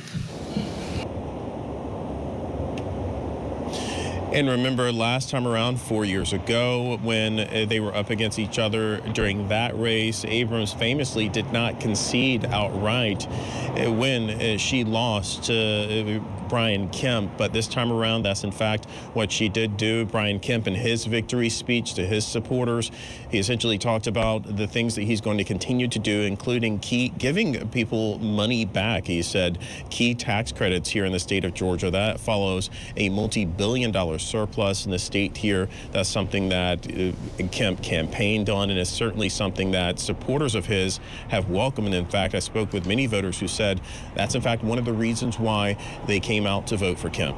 Georgia has the cheapest gas in the country. It'll be interesting to see whether or not the state gas tax stays in abeyance. Willie James Inman. Willie, thank you very much. You're not going anywhere. By the way, in the battleground state of Pennsylvania as well. The Associated Press not calling that Senate race there, but there has been a claim of victory. Nathaniel Reed is in Philadelphia with the details there. Good evening, Nate, or good morning. Good morning, Del. Well, John Fetterman has claimed victory in this race in a tweet that he just sent a couple of moments ago. Senate Democrats' campaign win, also congratulating who they call Senator-elect John Fetterman. I have to caution, though, Del, the AP has not yet called this race. The latest results show 84% of votes counted in this race, 49.5% of votes going to John Fetterman, with 48.1% of results going to Mehmet Oz, his Republican challenger. Now, this is a Republican seat currently held by retiring Republican Senator Pat Toomey of Pennsylvania. Fetterman was hoping to flip this seat. Senate Democrats for a long time thought that this seat would be their best chance to flip an existing Republican seat in the midterm elections. I also want to talk about the governor's race. We have a little bit more information there. We now know that Josh Shapiro is going to be the next governor of Pennsylvania. The AP has called that race. He won against Doug Mastriano. In the polls throughout this election, he maintained usually a double-digit lead over Doug Mastriano, a Republican state senator who traveled to the Capitol on January 6th, as well as strictly opposed all sorts of abortion and any potential even caveats to abortion. even latent term, rape, health of the mother, etc. He opposed all of those potential caveats. It's worth noting, though, that Pennsylvania has a Republican legislature. The state Senate and state House of Representatives are both Republican majority, meaning the governor's seat mansion here in Pennsylvania is an important backstop for Democrats across the state to prevent much of the legislation from the state house from actually becoming state law. That's something that Josh Shapiro mentioned in remarks just a couple moments ago. Let's listen. Tonight, you, the good people of Pennsylvania, you won. Opportunity won. A woman's right to choose won.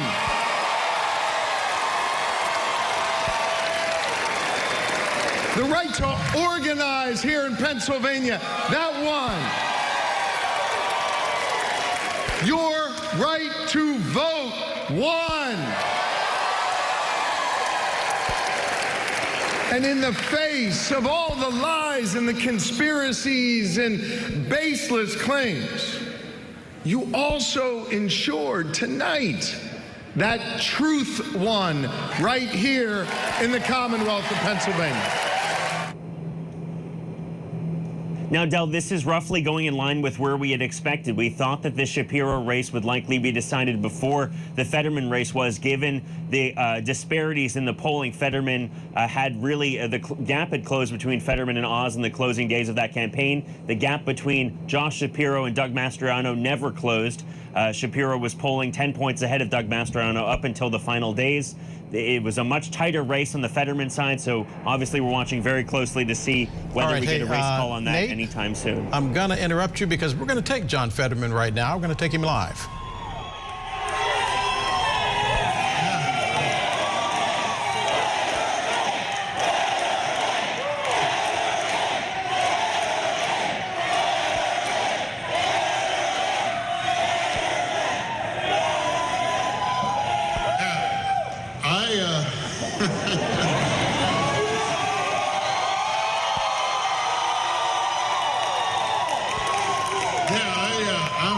I'm not really sure what to say right now. My goodness.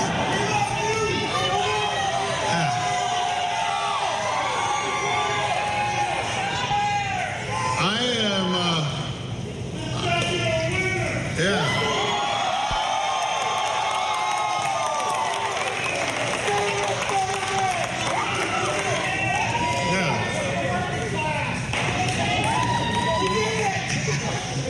Yeah, I mean, so I'm so humbled. Thank you so much, really. Thank you. Thank you. Like what is it? It's like 1:30 in the morning and you're still here hanging in?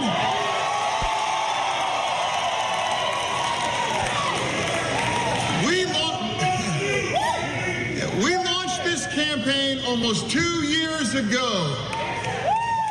And we had our slogan. It's on every one of those signs right now. Every county, every vote. Every county, every vote. And that's exactly what happened. We jammed them up. We held the line. I never expected that we were going to turn these red counties blue, but we did what we needed to do, and we had that conversation across every one of those counties. And tonight, that's why I'll be the next U.S. Senator from Pennsylvania.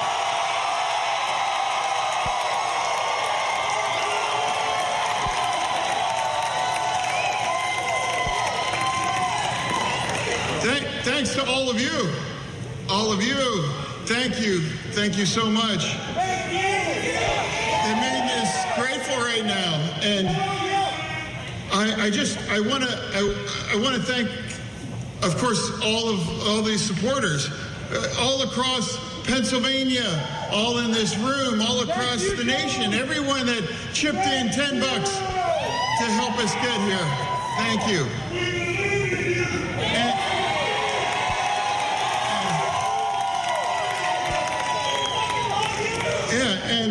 And also I also really want to thank my family.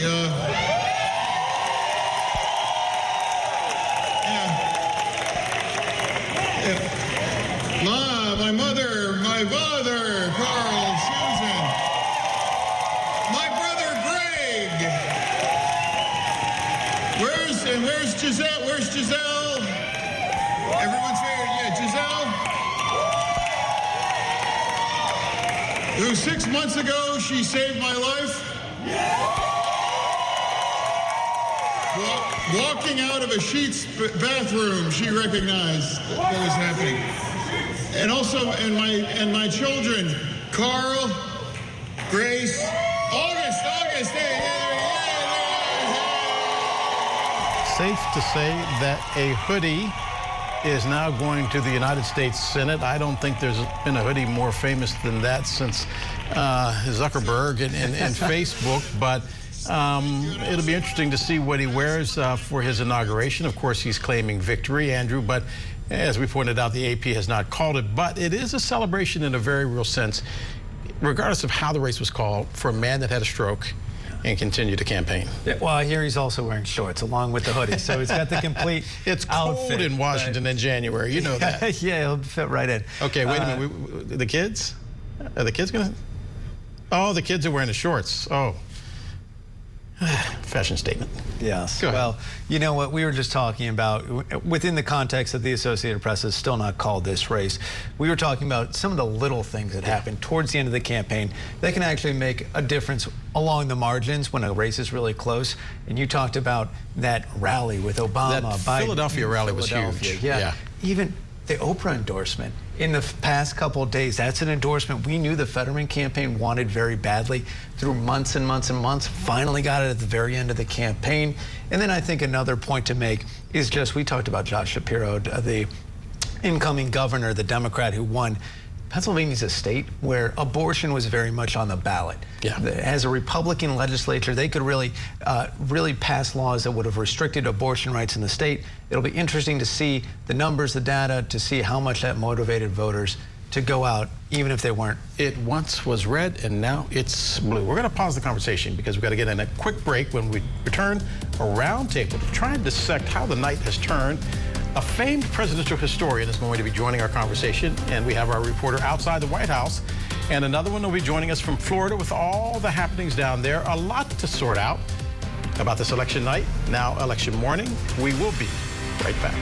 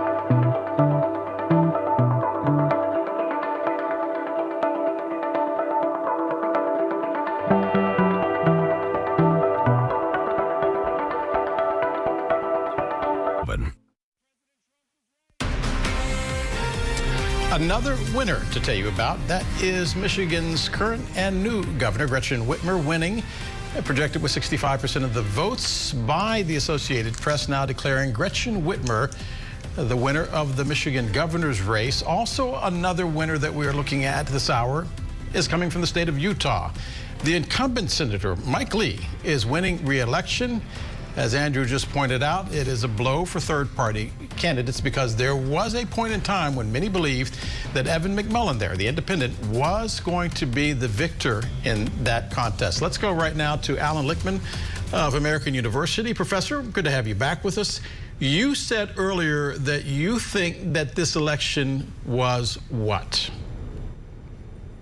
I think this election was an enormous internal change within the Republican Party that could shake up the 2024 presidential race, because Donald Trump's main rival, Governor DeSantis in Florida, won in an absolute blowout, whereas Trump-endorsed election deniers pretty much got wiped out across the board. Bolduc in New Hampshire, Masters in Arizona, Cox in Maryland, Mastriano in Pennsylvania. It looks like Kerry Lake in Arizona is going to lose. This may vault DeSantis ahead of Donald Trump, particularly given Donald Trump's all of his problems. Second big takeaway is this is a far better election for the Democrats than they possibly could have expected.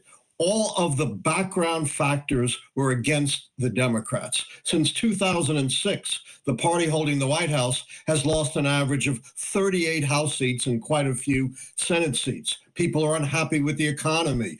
Joe Biden's approval rating was very low. But it looks like Democrats are going to hold the Senate and keep down losses in the House. And the simple reason is the Democratic issues of democracy, forced presidency, and climate change outweighed the Republican issues of immigration and crime, despite the background advantage to Republicans. Professor, hold all those thoughts, because we're going to bring in Alex Miller, who is standing by live in Orlando. And Haley Bull is at the White House. Haley, I'll begin with you. The lights were on. They were burning the midnight oil, and they were happy to do so. Yeah, Del, you know, the president expressed optimism heading into the midterm election. He thought they could win the Senate, said the House would be more challenging. Of course, the best outcome for the administration is control of both chambers, but this is certainly not the, quote, red wave that some politicians had talked about.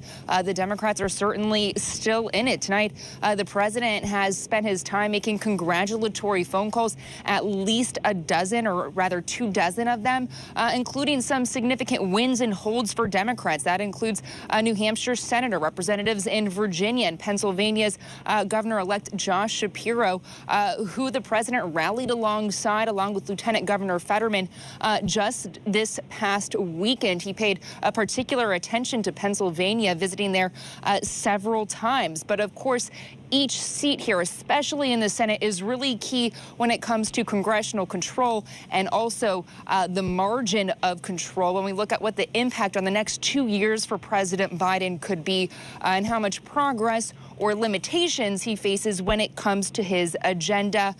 Now, during the lead up to the midterm election, he largely focused on highlighting the actions his administration had taken and comparing that with what he thought would be the consequences of a Republican-controlled Congress. Just this afternoon, putting out a video on social media, really echoing that sentiment, but also taking a hopeful tone.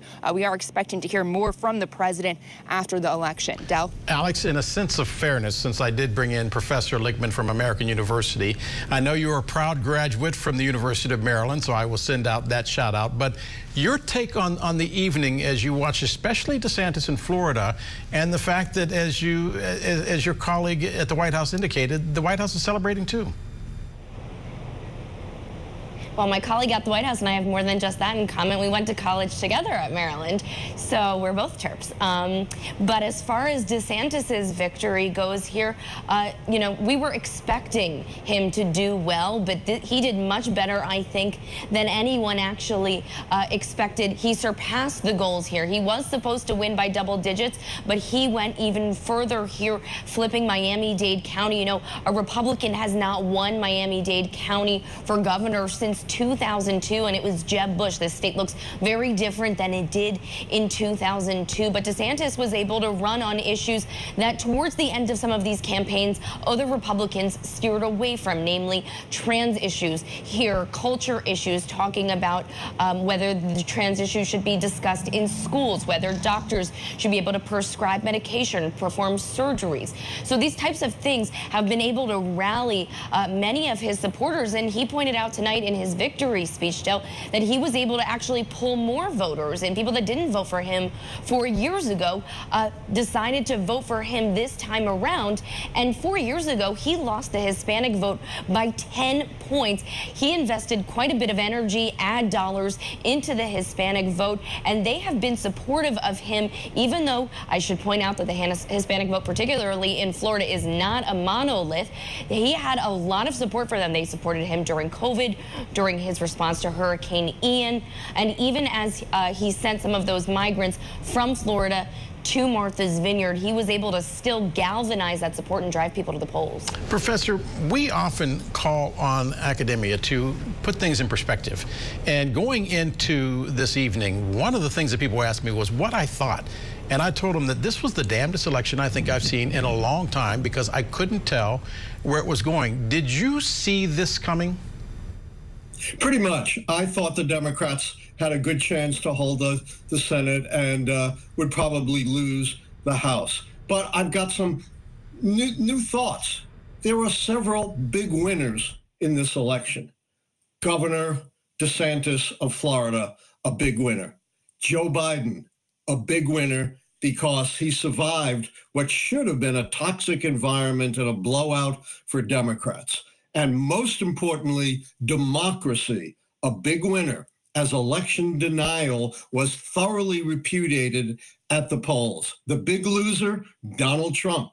He was, I think, very upset about what happened with DeSantis and probably even more upset by the fact that he could sway Republican primaries, but not general elections for candidates who bought into his big lie and were endorsed by him. And Professor, holding the Senate was the key thing for the Democrats. 30 seconds. Much more important than the House for a simple reason. The Senate approves appointments, including lifetime judicial appointments. If Mitch McConnell becomes majority leader, then you can bet that Biden's judicial appointments designed to counter the 250 of Trump's approval would slow down to a trickle. If Democrats, as I think they will, hold on to the Senate, then Biden can make his mark on the judiciary. My 30 seconds going into break is now 10 seconds. Question for you, Professor. Does Joe Biden run? Absolutely, and it's critical that he runs because the Democrats need a sitting president and they can't afford a party fight if Joe Biden doesn't run. Alan Lichtman, distinguished professor at American University. And yes, the score right now, if you're keeping track, University of Maryland 2, American University 1. We're going to take a break. You are watching Newsy's live coverage of the election of 2022 in quite an evening and now morning it has been. We'll be right back.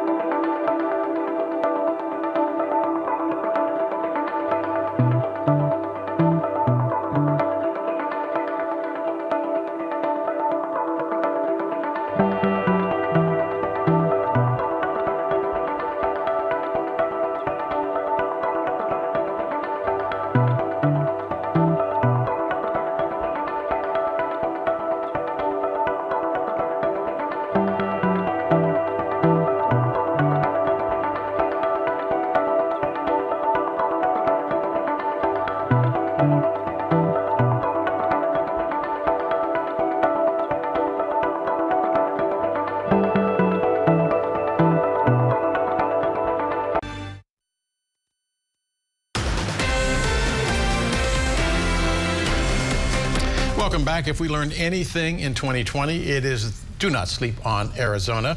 Addie Guajardo is live in Phoenix right now, where there are twists in how the count is shaping up versus what so many people were expecting. Addie, bring us up to date. Well, Del, Democrats here in Arizona are radiating with confidence. Right now, the early ballots counted show Democrats with a strong way ahead of Republicans right now. But we're slowly getting more results from the counts of people who voted today in Arizona, and that could really tighten up the race. There's 4.1 million registered voters here in the state of Arizona, and there are more Republicans than there are Democrats, but there is this category that doesn't identify as Democrat or Republican, and those could really determine who is going to win this race. Now, Mark Kelly just took the stage about 10 minutes ago saying that tonight he's feeling confident and knows that there is no final results, that those are going to take a little while, and says tonight is about telling, and this election is about telling the truth and not dividing the people. And now when we look at the governor's race, Katie Hobbs and Kari Lake. Katie Hobbs, again, surprising her supporters, coming out saying she's confident, she's feeling good about those early results that are showing her ahead. Kari Lake, but selling kind of a different story. But how do you get fair and free elections? You have to fight and win to make them fair and free. And we needed another stark reminder that we have incompetent people running the show in Arizona. Who is ready for a change?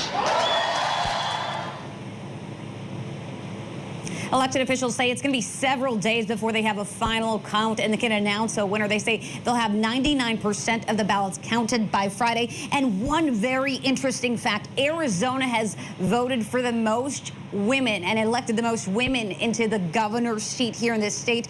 And no matter who wins tonight, this will mark the 5th woman elected as governor in the state of Arizona. Addie, as this campaign unfolded, it was difficult to remember that it was John McCain's state for the longest time. And then we saw the campaign of Kari Lake, and also the fact that there was a race where there was never a debate. Addie Guajardo for us live in Phoenix. Addie, thank you very much. We want to go now to Jamal Andrus in Cincinnati, Ohio. Another key Senate race that we were looking at ended with the election of J.D. Vance. Jamal, can you tell us what defined the outcome of this race? Because the pollsters thought this one was going to be much closer.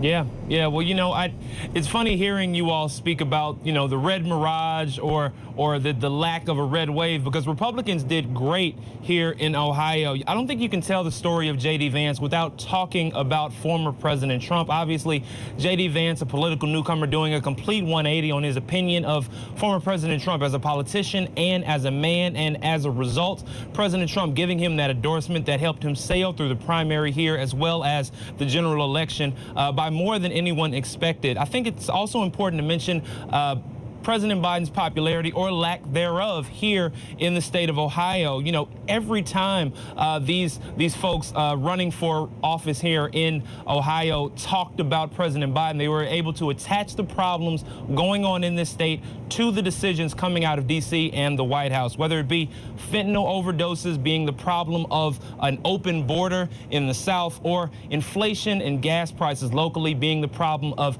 national decisions made nationally. But I think as we look at Republicans' big night here, it's important to mention people are questioning the swing state status of this state. Now, I want to play a little bit from J.D. Vance on that very topic. Listen.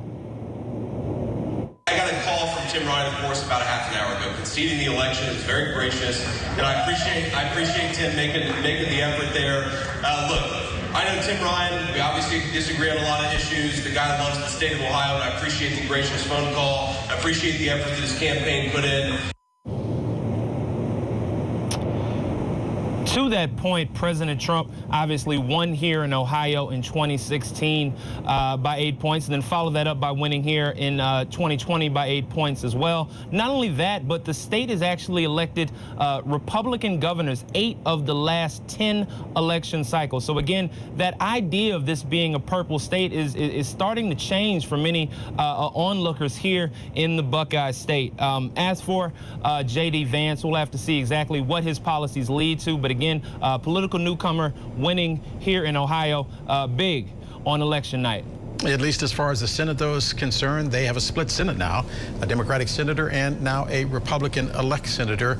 Jamal Andrews for us in Cincinnati. Jamal, thank you very much. As he pointed out, it is the intersection of inflation and fentanyl. We're going to take a break. When we come back, Nevada.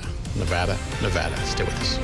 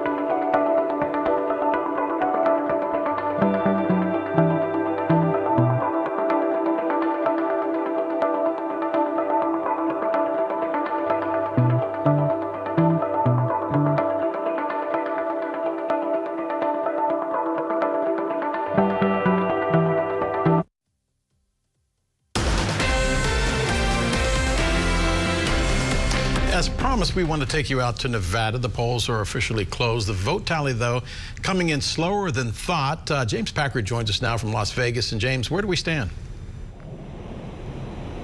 Hey, Del, yeah, it has been very slow to come in because there were very long lines in the most populous counties in this state. But we are finally getting numbers at this late hour, and they are good for the Democrats who were vulnerable in this state, including the incumbent Democratic Senator Catherine Cortez Masto and the incumbent Democratic Governor Steve Sisolak. They were both up against very strong turnout for their Republican challengers in person at voting centers today. But a lot of the early mail-in ballots are working out well for them. You can see a comfortable lead for Catherine Cortez Masto over her Republican challenger Adam Laxalt.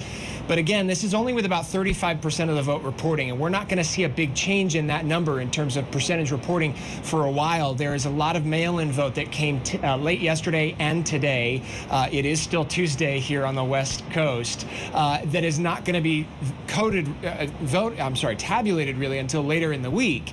At the same time, that's going to work out in a very similar way for the governor's race. Steve Sisolak really isn't going to know if he's in a more comfortable place or if he's going to lose his governorship until probably later in the week when they get around to voting, to counting some of those mail-in votes that were dropped off either late yesterday or today. But that early mail-in vote is working out well for the Democrats. They are getting what they needed if they have any hope of holding on, because again, Del, that in-person Republican turnout was really, really strong today. James, there is a tendency to believe that stories happen on the East and the West Coast.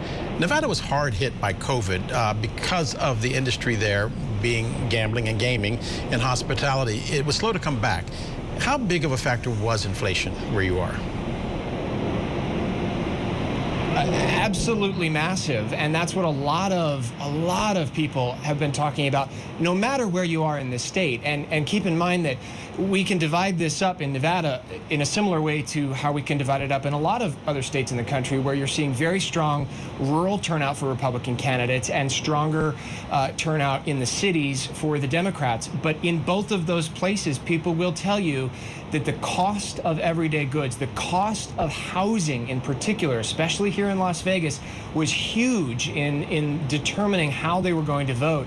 But also the hospitality industry, you're right to point out, had a huge impact on how people voted in this election. And we will see as the numbers pan out over the next couple of days just what kind of impact they've had.